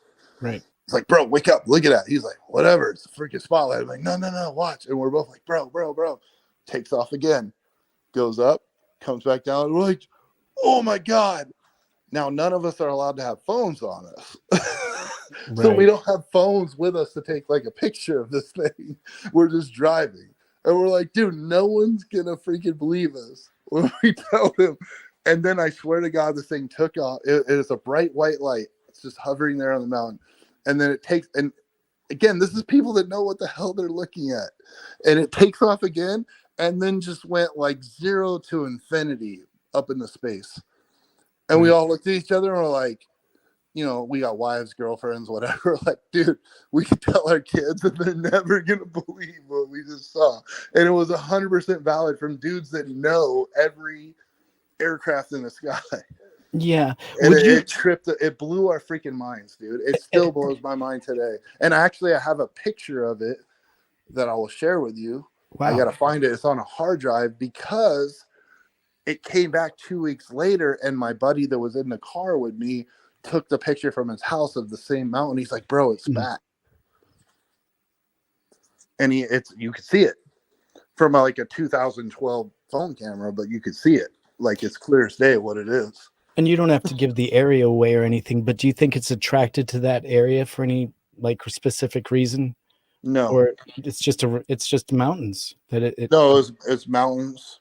Yeah. It's just mountains. I don't have. It wasn't like on a specific military site. If that's right. It really wasn't. It was in a civilian area where you could go hiking. Gotcha. And can you liken it to as dull as a candle up to the brightness of an arc welder's light? Like, Yeah, it's like if you take your smartphone, you know, every phone has like night mode on it now. And then Mhm. when that one guy puts the flash when you're at the bar and you're like, Jesus, why'd you do that flash? It was that bright. But it was at a distance. It was flash bright at a distance. And what about the size?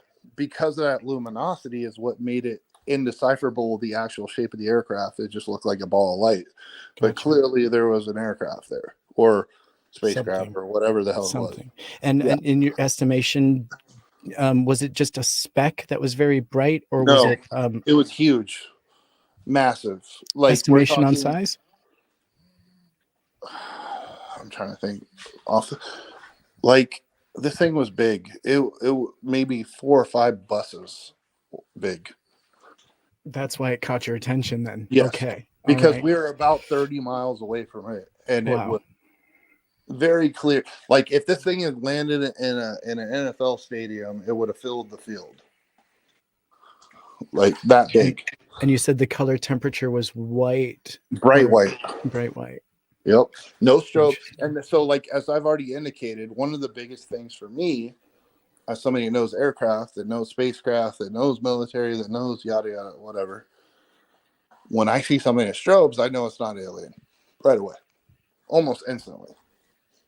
If you have strobes, if you have colors, specifically red colors, an alien, because if you understand the way the spectrum works, red is basically invisible. And so there's no instance where a red light would make sense to anybody but a terrestrial craft. So if you're out there, for anybody listening, and you see an aircraft that has a blinking red, pretty much any blinking light, period, but if it has a red blinking light, it's 99% you're looking at something man-made. Over to you, Dave, in chat. Any questions? Oh, I keep going. We got a lot of questions here.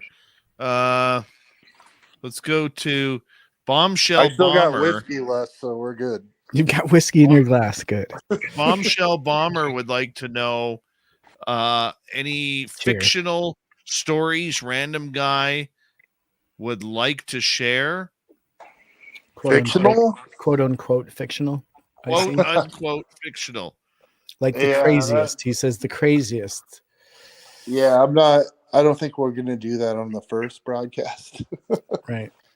I think we'll say, hey, this is, you know what? Let's do this. If you're inviting me to your party, come to the party and you can talk to me. There you go. More incentive to show up to the Spaced Out Radio party. That's I right. might be definitely invited. I might be the least interesting man there with the most to say. Well, at least we know. Just make sure you wear your nice khaki pants. Should I dress like a camo? Kahaki? Kahaki? Should I dress like a camo dude? Or no? What are those? Something that doesn't exist. So it's funny. I'm gonna get in trouble. So I know guys that have worked security around. I'm not saying where. And they fucking get off on the fact you guys call them things. That's all I'm gonna say. I'll leave it at that. I know people that work certain places that get off that you call them certain things at certain places, and that's the best I could do. I'll leave it at that. Yeah. I think we've all had our minds blown a little bit tonight. I know. Hold on, I got more questions. Yeah. Oh, please. I'm going let's nowhere. Go to. I'm here for you guys. Do you have any? Can you imagine the people that were foolish enough to log off earlier? Yeah. I know. Yeah. Go ahead. Pixie Lara wants to know, do you have any information about U.S. government experiments mimicking abductions? No. And I'll just, yeah. Yep. I'm just saying no. All right. Over on Twitch, Mr. Underhill wants to know, what about underwater? That is, as I've expressed to you guys, my biggest question. because anything that the Navy would test would not, the government does not test anything without capability of retrieval. So a lot of you don't know. I don't think it's a secret, so I hope this isn't a secret because no one ever told me officially, but I'm just going to say it here. So if it's a secret, my bad. The Navy doesn't test their shit in the water. They test it out at Fallon. They test it in controlled lakes. They test it in a lot of places that are not the ocean. So if they were to test a craft with amazing capabilities, they would not do it in the ocean. Unless they were doing a stress test, meaning that vehicle, that aircraft, whatever it was already operational, and they wanted to see what our own force, because we do this all the time in the Air Force. We test our own forces unknown to our current forces to say, would this work?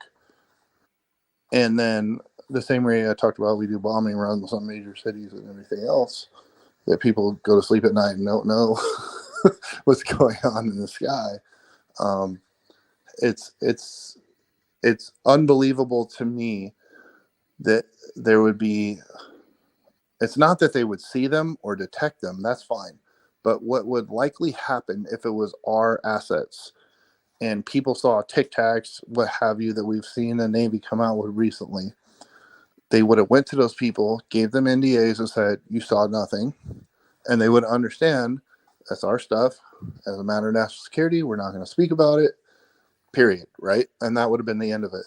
But the fact people are coming forward and they were not given NDAs, and the fact they're making the footage come forward tells me something's not matching up here. And we need to look at that. And that's why I've expressed to you guys, a lot of the water stuff intrigues me more than the Air Force stuff. Because the Air Force stuff largely has an explanation. Hang on a second. Could you repeat that last bit there? Who has the explanation? I said a lot of stuff that we see in the sky, you can kind of rule out that it's not a UFO if you're in the know. I'm not saying general public. I'm saying like people that know. And I'm not even saying I know. I don't know shit. I'm just saying people that know, they know. You can rule it out. And that's why I look at people like Lou Elizondo and this guy and that guy and everybody that's on this disclosure boards and everything and getting all their money right now for talking. And I'm like, bro, like, I don't want to come flat out and say it because I don't want to be liable for slander or anything like that. I'm not saying. I would just speculate that people that are profiting off of it that are in the know would know right away if it's bullshit or not. Right. I mean, you did say that all that these it's not is in fact ending. Yeah. I was wondering, could you elaborate a little, because you did say that the reports that we get are a lot of smoke show and unnecessary and potentially even, I'm putting words in your mouth at this point, but nonsense, right? And so my question is, do you think the government, or in your opinion, does the government definitively know if ET's here? Does the government know?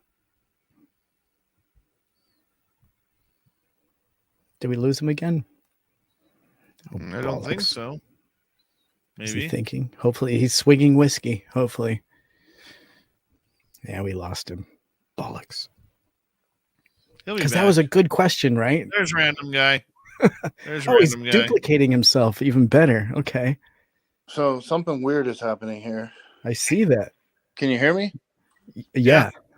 So I swear to God, every time you ask me a question, it logs me out. That's so odd. And this is a guy. I'm a tech streamer. I tech 2 or 3 times a week. I'm on a stream. Yeah, it's great stuff. So I'm not some random dude. I am a random guy for this stream, but like you should. The rest of my streams, I'm not. So it's weird that I'm getting cut off because I have a StreamYard account and everything. Were you able to hear my question? No, I was not. Sorry. All right, let me go ahead and repeat. In your opinion, do you think that our government definitively knows if ET is here? Because you were pretty apparent on your opinion that the annual reports are nonsense and we don't really need them. But so it's just a smoke show. And so initially they potentially have the answers. And so in your opinion, does the government know if ET's here? In my opinion, I think they don't know. I think they suspect it, but because they haven't figured it out and put all the pieces together, they don't want to say anything. And I feel like, much like, so after World War II, when we broke down the Nazis and we took all their scientists for rockets and nuclear and medicine and all the stuff that we got from that, right? And how we chopped, Russia took some of it and we took some of it and Europe took some of it, but we got the majority, right? I really feel like it's a similar, almost an arms race. And from what I've observed and talked to other people, Russia, China, like our adversaries, we're all in this stage of, they all know it's there, but the reason they don't give disclosure is because no one actually knows. And it's more fun to put something over your adversary's airspace and pretend it's a UFO to mess with them.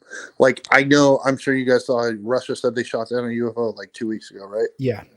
Yep. Okay. Do you think for 1 second that wasn't us messing with them? Well, on what level? So was it our stuff that looked like UFOs to them legitimately, or was that propaganda? No, we them do just trying to. Go ahead. One thing that happens is, and they do it to us, we send mock-ups. Do you remember 10 years ago or 8 years ago? I know it's a little bit of an ask, when Iran got one of our drones, our advanced stealth drones. Yeah. Do you remember that? I do. Okay. When that happened, the reason, okay, I can't say operational shit. So what I'll say is this. It was intended for them to have that, because then once they had that, two things happened. They got the wrong idea about our engineering, and also we did surveillance on them by having our asset there. And they didn't figure it out till later that we were actually monitoring them in their internal spaces from that asset. And the asset was intentionally designed to be captured with misinformation and wrong engineering involved with the craft. Understood. And that happens a lot for every country, for each other. We play games with each other. Oh, here's some technology we have.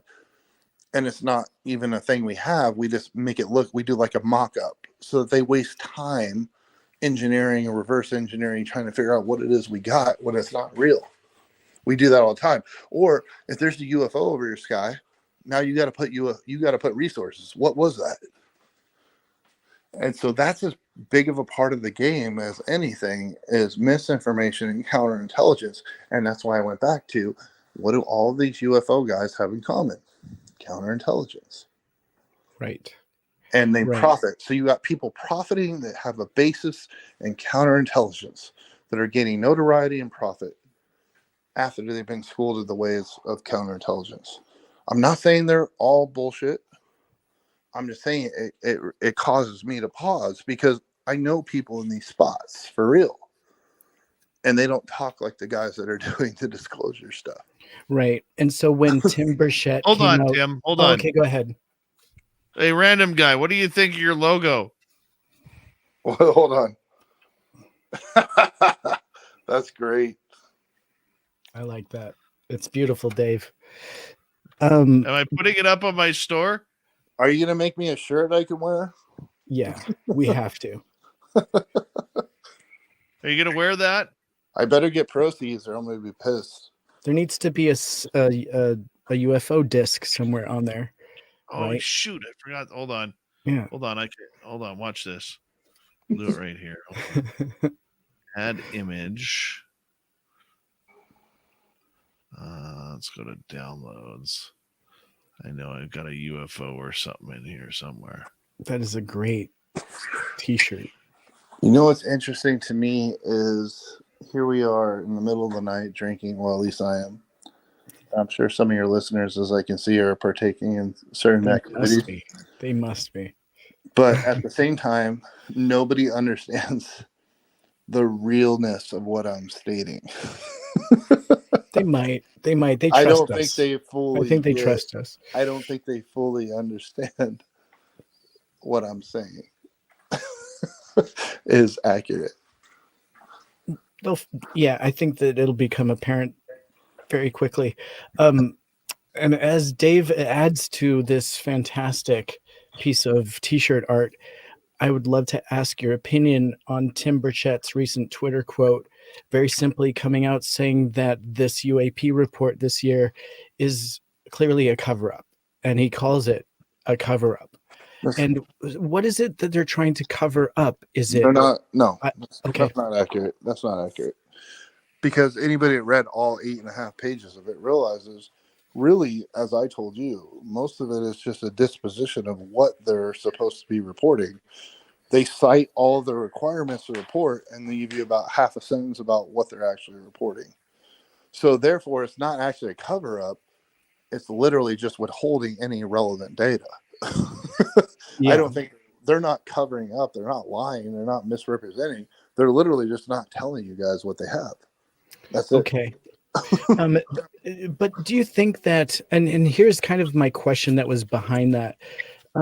Is it the UFO topic that they don't want to talk about, or is it the UFO topic being used to cover up the things they don't want to talk about? Like where is the blanket, and how do I decipher that? There's two schools of thought in the government. There's two schools of thought of how this works. There's one school of thought that is the counterintelligence that says, yeah, tell them it's all UFOs. Let them think everything is UFOs, right? Because if you think it's a UFO, you're not going to try to put together how it's an asset that we have. And there's a huge part of the community, I would say actually the majority of the community does not believe in extraterrestrials, does not believe in aliens, even within the government at high levels. They don't believe in it. They don't care about it. They love the mystery. They love it.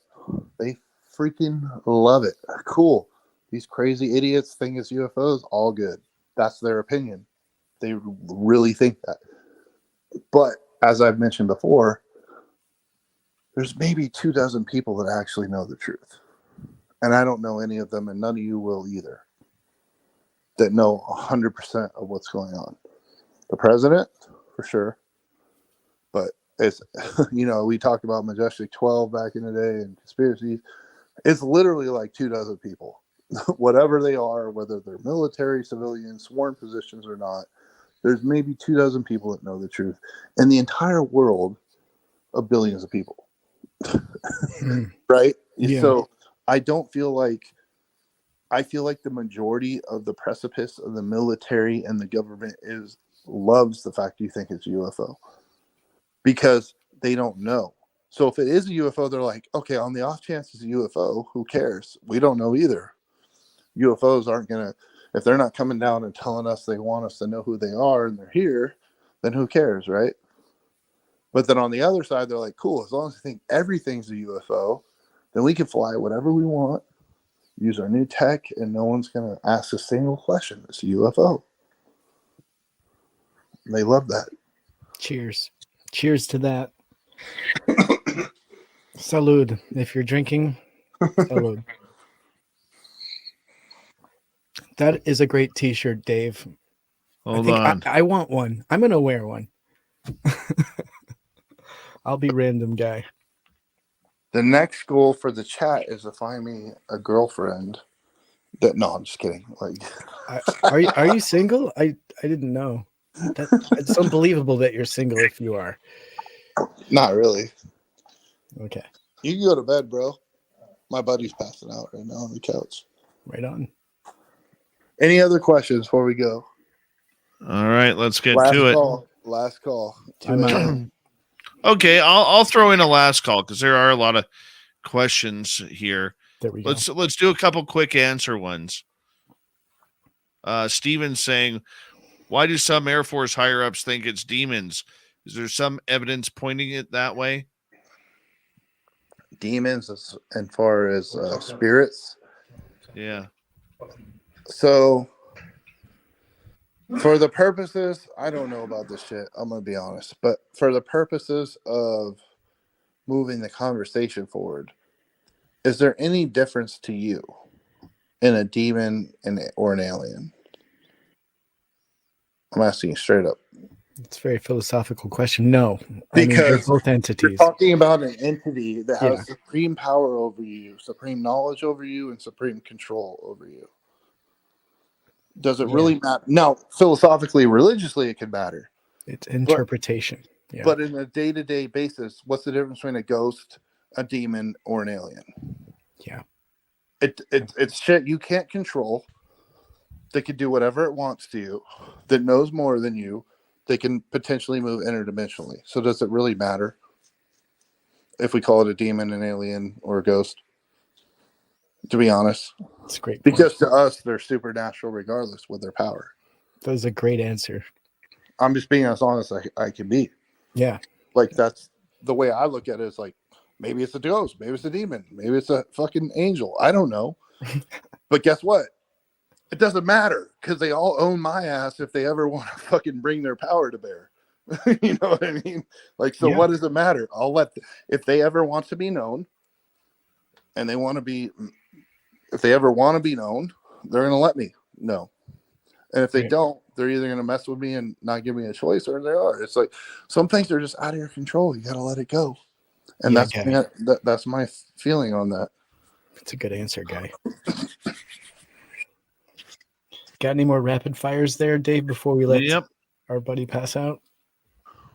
Yep. Let's get somebody else in here new that has a Tony in the UK. Who is operating on the moon? If you Google it, China. They're still there. Yeah. No, so the moon landing is real, people, by the way. I don't know to what depth your following is, because I know there's conspiracies that run through it. Moon landing is real. I have evidence. 100% true. We were there. We're going back. And in fact, right now, there's a new secret space race because how we've dismantled NASA and everything else. We're trying to beat the Chinese back there because the Chinese want to establish the moon and start basically staking real estate on it. So that's going to happen. You're going to see that in the next 5 years. Also, what's up with chat saying they can't trust single people? Dude, what the hell? Disregard. Disregard. Yeah. Any more questions? I got lots more, man. All right. I'm trying to do like three things at once. Oh yeah, you're weeding. I get it. Do your diligence. Yeah. By the way, chat. Who will be in Vegas? I see your comments, and some of them are hurtful. Oh. Because I'm here for you guys. You think what? You don't know who I am. You don't know what I'm doing, and I'm not making any money on this. Why do you think I would waste hours of my time in the middle of the night to help you guys? Yeah. Come on. Yeah. You're always going to have your critics. You're not going to see me on a freaking UFO channel. You're not going to see me on a history channel. We might see you on a stand-up stage, though, somewhere. Yes, I do. Random guy. What kind of shirt do you want? What do you mean? T-shirt, V-neck. Yeah, T-shirt. Well, I think it would be weird to show up in a wife beater to your event. That might be a little awkward. Character, though. I've seen your mullet. I'm gonna have to hit the gym a little harder if we're gonna go that route. I don't know who Jim is, but he's not gonna like it. Wow. What's up? Let's do some random guy T-shirts here. Let's do them in camouflage. They're making me merch. That's hilarious. Hey, tell everybody. So what? It's $60 to go to your party, $100 for VIP, right? Yes. Yep. We should make it like $300 if you want like a special excursion. We're doing one. We'll blindfold everybody and put them in a van. And I'll take That's the special I'll take them to an undisclosed location in the area and give them a tour that they'll be terrified of. The real alien tour. Oh, that would be horrible. Nobody. But wants it would that. also be accurate. Right. That's the scary part. The alien reality tour. Shit, maybe I should monetize this. Maybe I'm doing this wrong. I don't know. We always start at the end and work backwards. I'm not sure why. That's great. I like money. Let's go. That is so much fun. And it is going to be in Vegas, so that's the perfect. But I place. really feel like the minute I feel like the minute I profit, it takes away my validity. And I feel like that, and it's not just for me, I feel like that for all these people. It's like, bro, if your focus is how much you make and your speaking fees and this and that, kind of lose a little bit of mojo for you. Right. Just I telling mean, you. I think it is tough. I don't personally. I mean, I profit get in people this need to make a industry, living. but I get people need to make a living. I get it. Yeah. You have to But keep your priorities, morals and priorities intact. yes. Yeah. Stay true to the people, to the cause, and then if you can make money, that's great, right? So they say if you do what you love, you don't work a day in your life. So Godspeed. But at That's the a same beautiful time, statement. don't focus on the fact that I'm telling you UFO shit, so pay me. Like, right. And also that's that there's the danger of trying to maintain relevance in the field. And so sometimes we can find people diving into and stretching information that may not be all true to stay relevant, to keep monetized. And so it's dangerous roads. You're so So right. you're telling me I'm the only person with the phone number to the place you want? Right. I'm joking. But not really. I don't know what that means. I think you do. I do not. The only phone number to the place you want. I'm talking about Hooters, man. Wings. Oh, of course. You need a number to Hooters? I got you. All right. Random Guy t-shirts now available That at is awesome. spacedoutradio.com. Sign me up for Random medium. Guy shield. That is great. This is funny, chat. You chat. I like your chat, man. Your chat is much better than my chat. All they talk about is how small my wiener is and why I can't get laid. Your chat is actually engaged. Sounds like your chat might have insider knowledge. Okay. It's no secret. Oh, jeez. Pixie Lara wants to know, what can we say is real in the sky? What is real in the sky? Well, obviously anything you observe is real.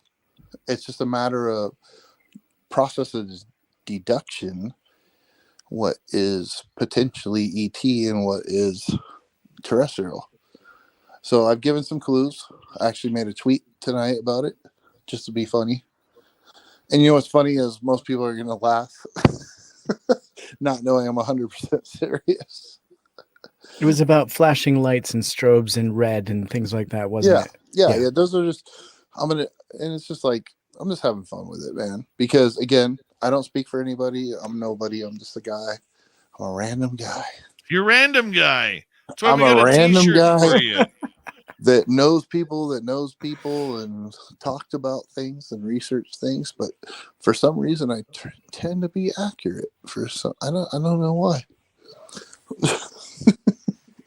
So random. Go ahead. Right. Let's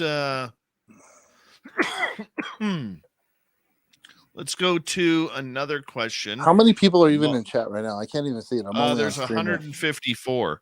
Wow, I corrupted 150 people tonight. That's going to be a good wink. All right. Anyways, go ahead.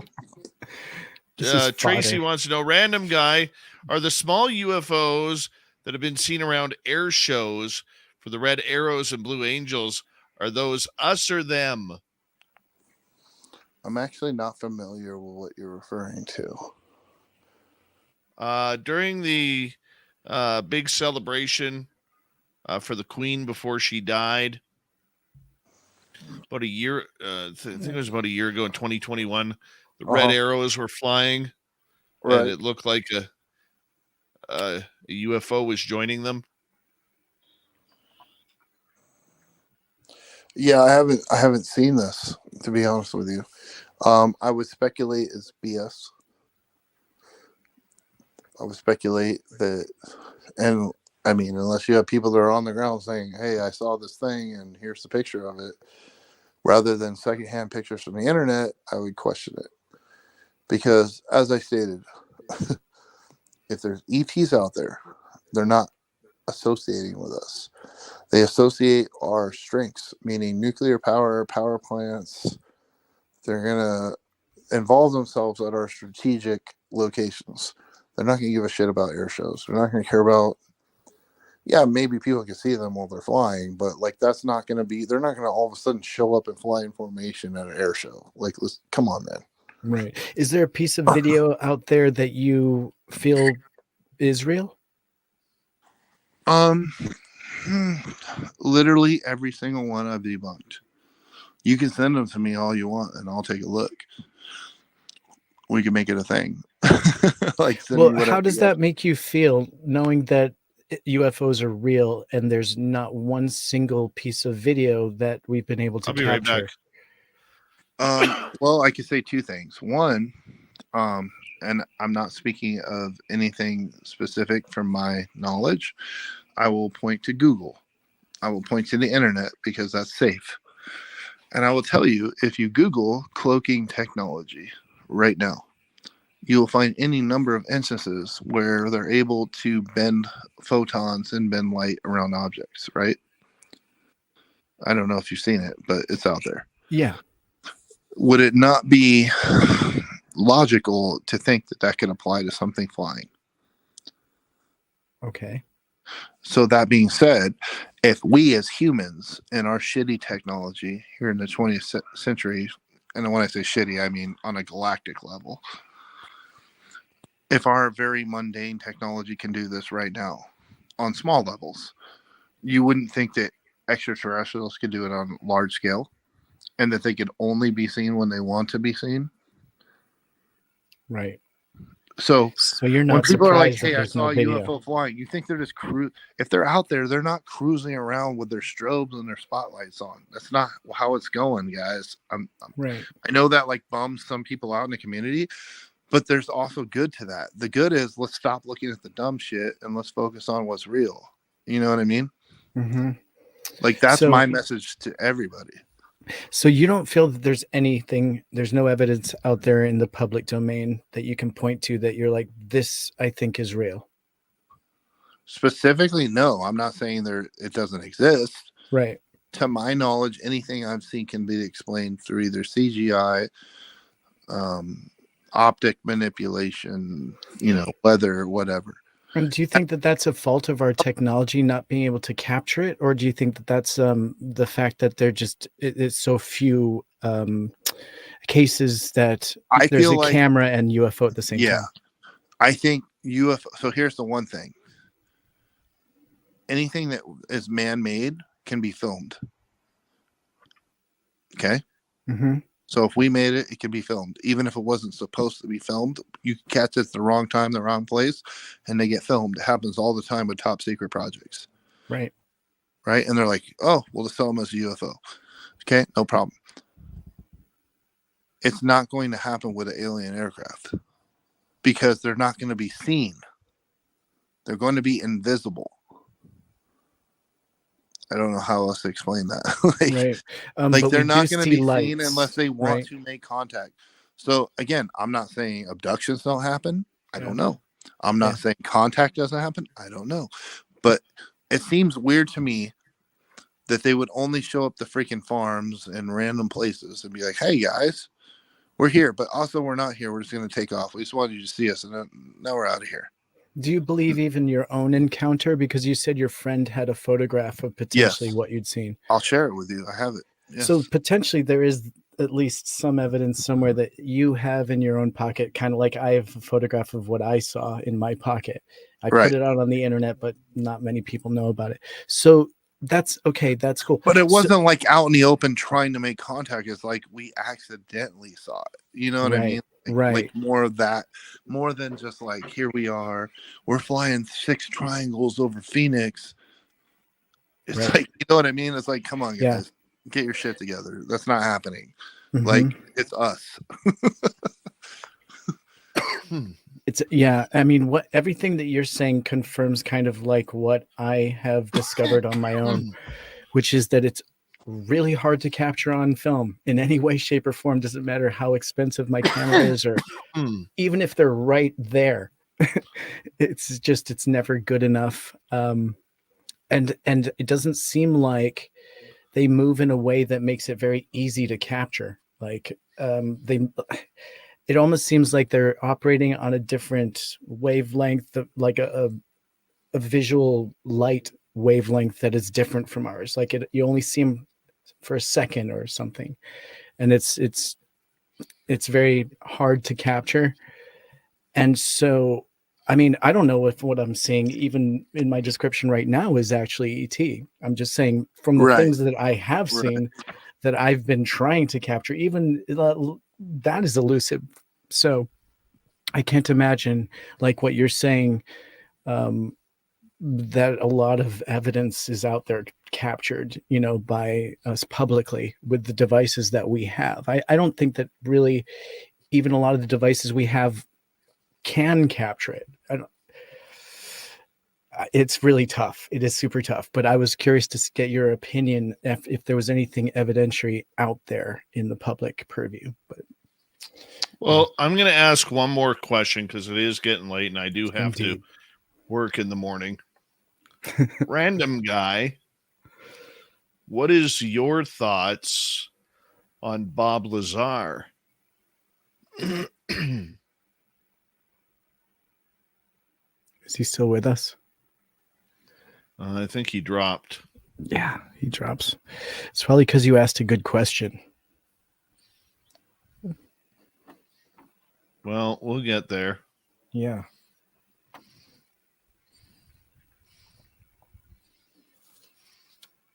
It's been a fun night, Dave. This has been cool. Thank you for... We'll see if Random Guy comes back on. Yeah, thanks for making this happen. It was a lot of fun. Well, let's hope he... there he is. There he is. Random Guy. Are you there? Final question of the night for you. Okay, go. All right. Why don't you explain to people your opinion of Bob Lazar? Oh boy. This is going to be a rough one. I need to meet the man. I've told you this. I need to meet him. And I only say that because I'm specifically qualified to figure out. I can tell your entire community with 100% certainty if Bob Lazar is legit or not, forever. And I stand by that statement. Yeah, and you just need to meet him to know. I just need to meet him. I need 10 minutes, no cameras, and say what I need to say to find out. And I will be able to literally relay my findings to your entire community. And whether they believe me or not, that's another thing. But I will be able to 100%. And I can't say why. Yeah. I will just say with 100% certainty, I can qualify Bob Lazar as accurate or not. So I'll leave it at that. But my thoughts of Bob Lazar are he's older than me, right? And I first learned of him in 1989 when I was 10 years old. The same way and what was ironic was I learned of one of my dad's best friends. I called him my uncle. He flew the SR-71, the A-12. All right. He flew it at Groom Lake. He flew it everywhere in the world. Wow. And at 10 years, even before, maybe 8 years old, he told me that. And I didn't understand what that meant at the time. I liked airplanes. Oh, you like airplanes? Top Gun had come out in 1987, I think. I thought jets were cool. I thought military was cool. I was just obsessed, right? And so we had a barbecue. It was like 1988, and I still remember it. I know his name. I won't say it. And he was he was a colonel, and he's like, "Hey, oh, you like Top Gun? You like this?" And I had model planes I would build, F-18s, F-16s, all this stuff, right? Yeah. And he's like, I fly a plane called the SR-71. Do you know what that is? And I was like, no. So he showed me kind of what it was. And I was like, oh, that's cool. Right. Like not really understanding until much later what I was actually having access to in this conversation. Yeah. So then literally 2 years later or so, Bob Lazar came out. And it's funny because clearly at 10 years old, I'm no ufologist. I'm no, truth hunter. I'm a kid. And I'll never forget that. It was like on Fox News. It was on a night. This guy in Nevada comes out with all these allegations and blah, blah, blah. And I heard the name George Knapp. And it's funny because I've literally known George Knapp and Bob Lazar since I was 10 years old. And I'm in my mid-40s. And so that was when my opinion formulated. I'm like, this guy's 100% legit. Wow, there's aliens are real and blah, blah, blah. And then my dad's friend came back after that. The guy that was flying the SR-71. Mm-hmm. And he said, aliens aren't real. That's all bullshit. It's all fake, bro. None of it's true. It's just a misinformation. And this is me as a kid being told this from a colonel in the Air Force that flies the SR-71. It's all fake. I was like, oh, that sucks. All right, cool. Fast forward, I joined the Air Force later. I go into flying. I became I was flying since I was 12 out of Corona Airport in Southern California. Like, I've done a lot of flying. Been an aviation enthusiast my whole life. Joined the Air Force. Wasn't a pilot. but I joined the Air Force, and it was just like I got to see a lot of cool stuff. Programs, whatever, cool. And then I had the opportunity to talk to people who were associated with certain places and get information from them. And their opinion largely was that Bob Lazar was a misinformation plant. And these are people that worked at places that you might have heard of. And they thought he was full of shit. So, long story short, I don't know. The jury is out. If I got 10 minutes with the man, I could tell you 100% certainty with the knowledge I have if he's legit or not. And that's about it. So I don't really know. I've heard competing. I wanted to believe him. And everybody's like, well, what about the element that he predicted? Well, if you know anything about counterintelligence, if he was a plant, I'm just saying hypothetically, I'm not saying this is what happened. We tell you one or two true things and then 10 false things. And as long as the one or two true things check out, you'll believe the rest. And the Russians have done this and the Americans have done this and everybody in counterintelligence since the inception of our nations. And I don't mean that to be a depressant. I'm just saying you have to understand who you're dealing with and why, and what their motivations are before you can really believe it. And that's why I know I'm uniquely qualified to figure out if he's real or not. Yeah. This has been a lot of fun. Thank you so much for letting me be a part of this, you guys. It's been really fun. Thank you, Dave and Random. It's been great. Well, hold on. We got the second Random Guy t-shirt. Oh, cool. Coming up here. I'm definitely ordering one of these. Yeah, me too, man. I'm not buying shit. I better get comped. I think we can get you a couple. I think we can work that out. I know a guy. I've got connections. Well, you guys are in this community. I'm not. This is like a hobby to me. I'm just a random guy that knows things. But at the same time, you guys know the people that I would love to know so I can get the answers. And it's hard. It's going to be difficult. I already know it's going to be difficult because they're going to be like, why would I talk to this random guy? And we just need to put parentheses around everything. Random guy knows random things, and you should probably talk to him.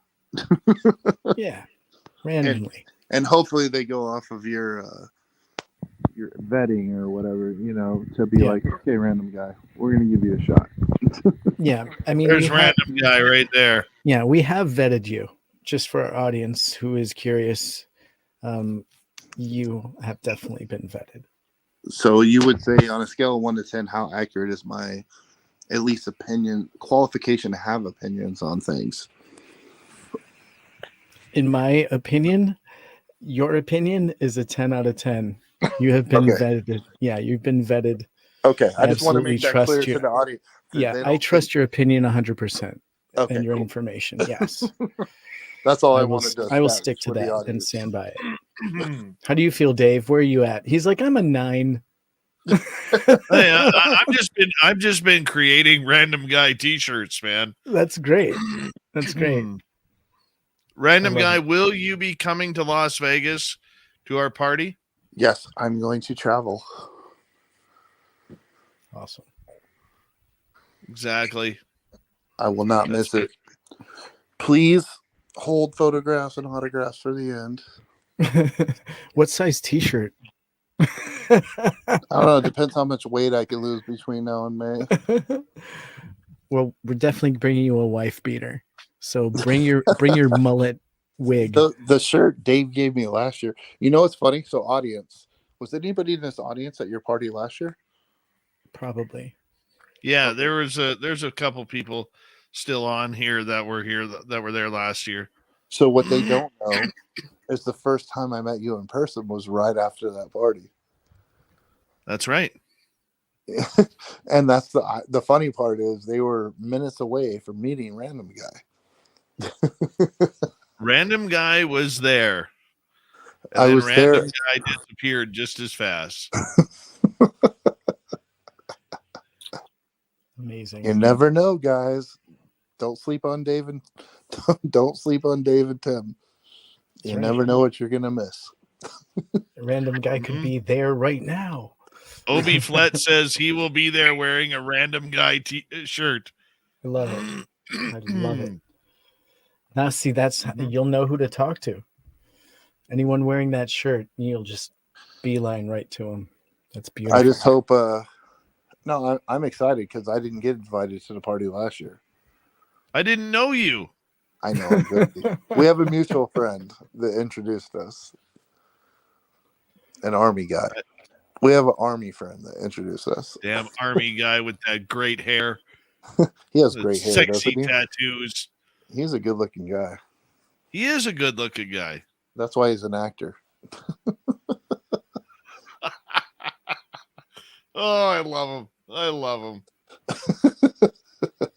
I do too. Anyways, any last questions before we log off? Because it's No, we're gonna call it there because Davey's got to get to bed here, man. All right, brother. Well, I appreciate the opportunity to be on the stream. I'm sorry if I went too overboard with some of my rants. No. It was great. It was great. I just kind of wanted to dip my toe in it to see how they would react. So we'll go from there. Plunged right in, my brother. It was fantastic. All right, guys. Well, chat, thank you very much. You guys have been great. I appreciate you, and hopefully I'll see you guys around. For sure. All right. See you, boys and girls. Thank you to all our super chatters tonight. Louis, W. David Page, Darren, Scowling Greg O'Brien, Pam ×2, Louis again, Susie, and Thomas. Appreciate the love. I don't know if a random guy is willing to give up his channel just yet. We'll work on that. We're working on something to bring random guy in a little bit more on SOR. And Tim knows he's been a part of those conversations. We'll see where it goes. Timmy, thank you for staying up late. My pleasure. I'm Thank dead. you for the invite. This was so much fun. I can't even tell you. Time has flown by tonight. I hope you guys enjoyed Random Guy. For sure. Talk soon, everyone. See you Monday.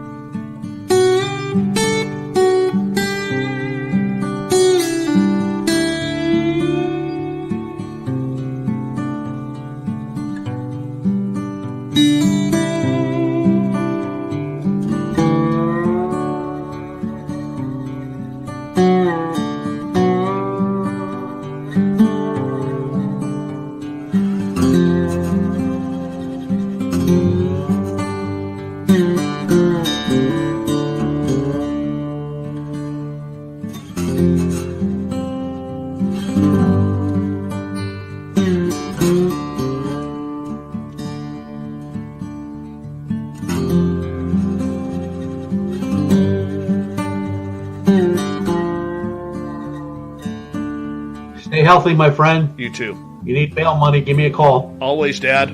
Take care. You too.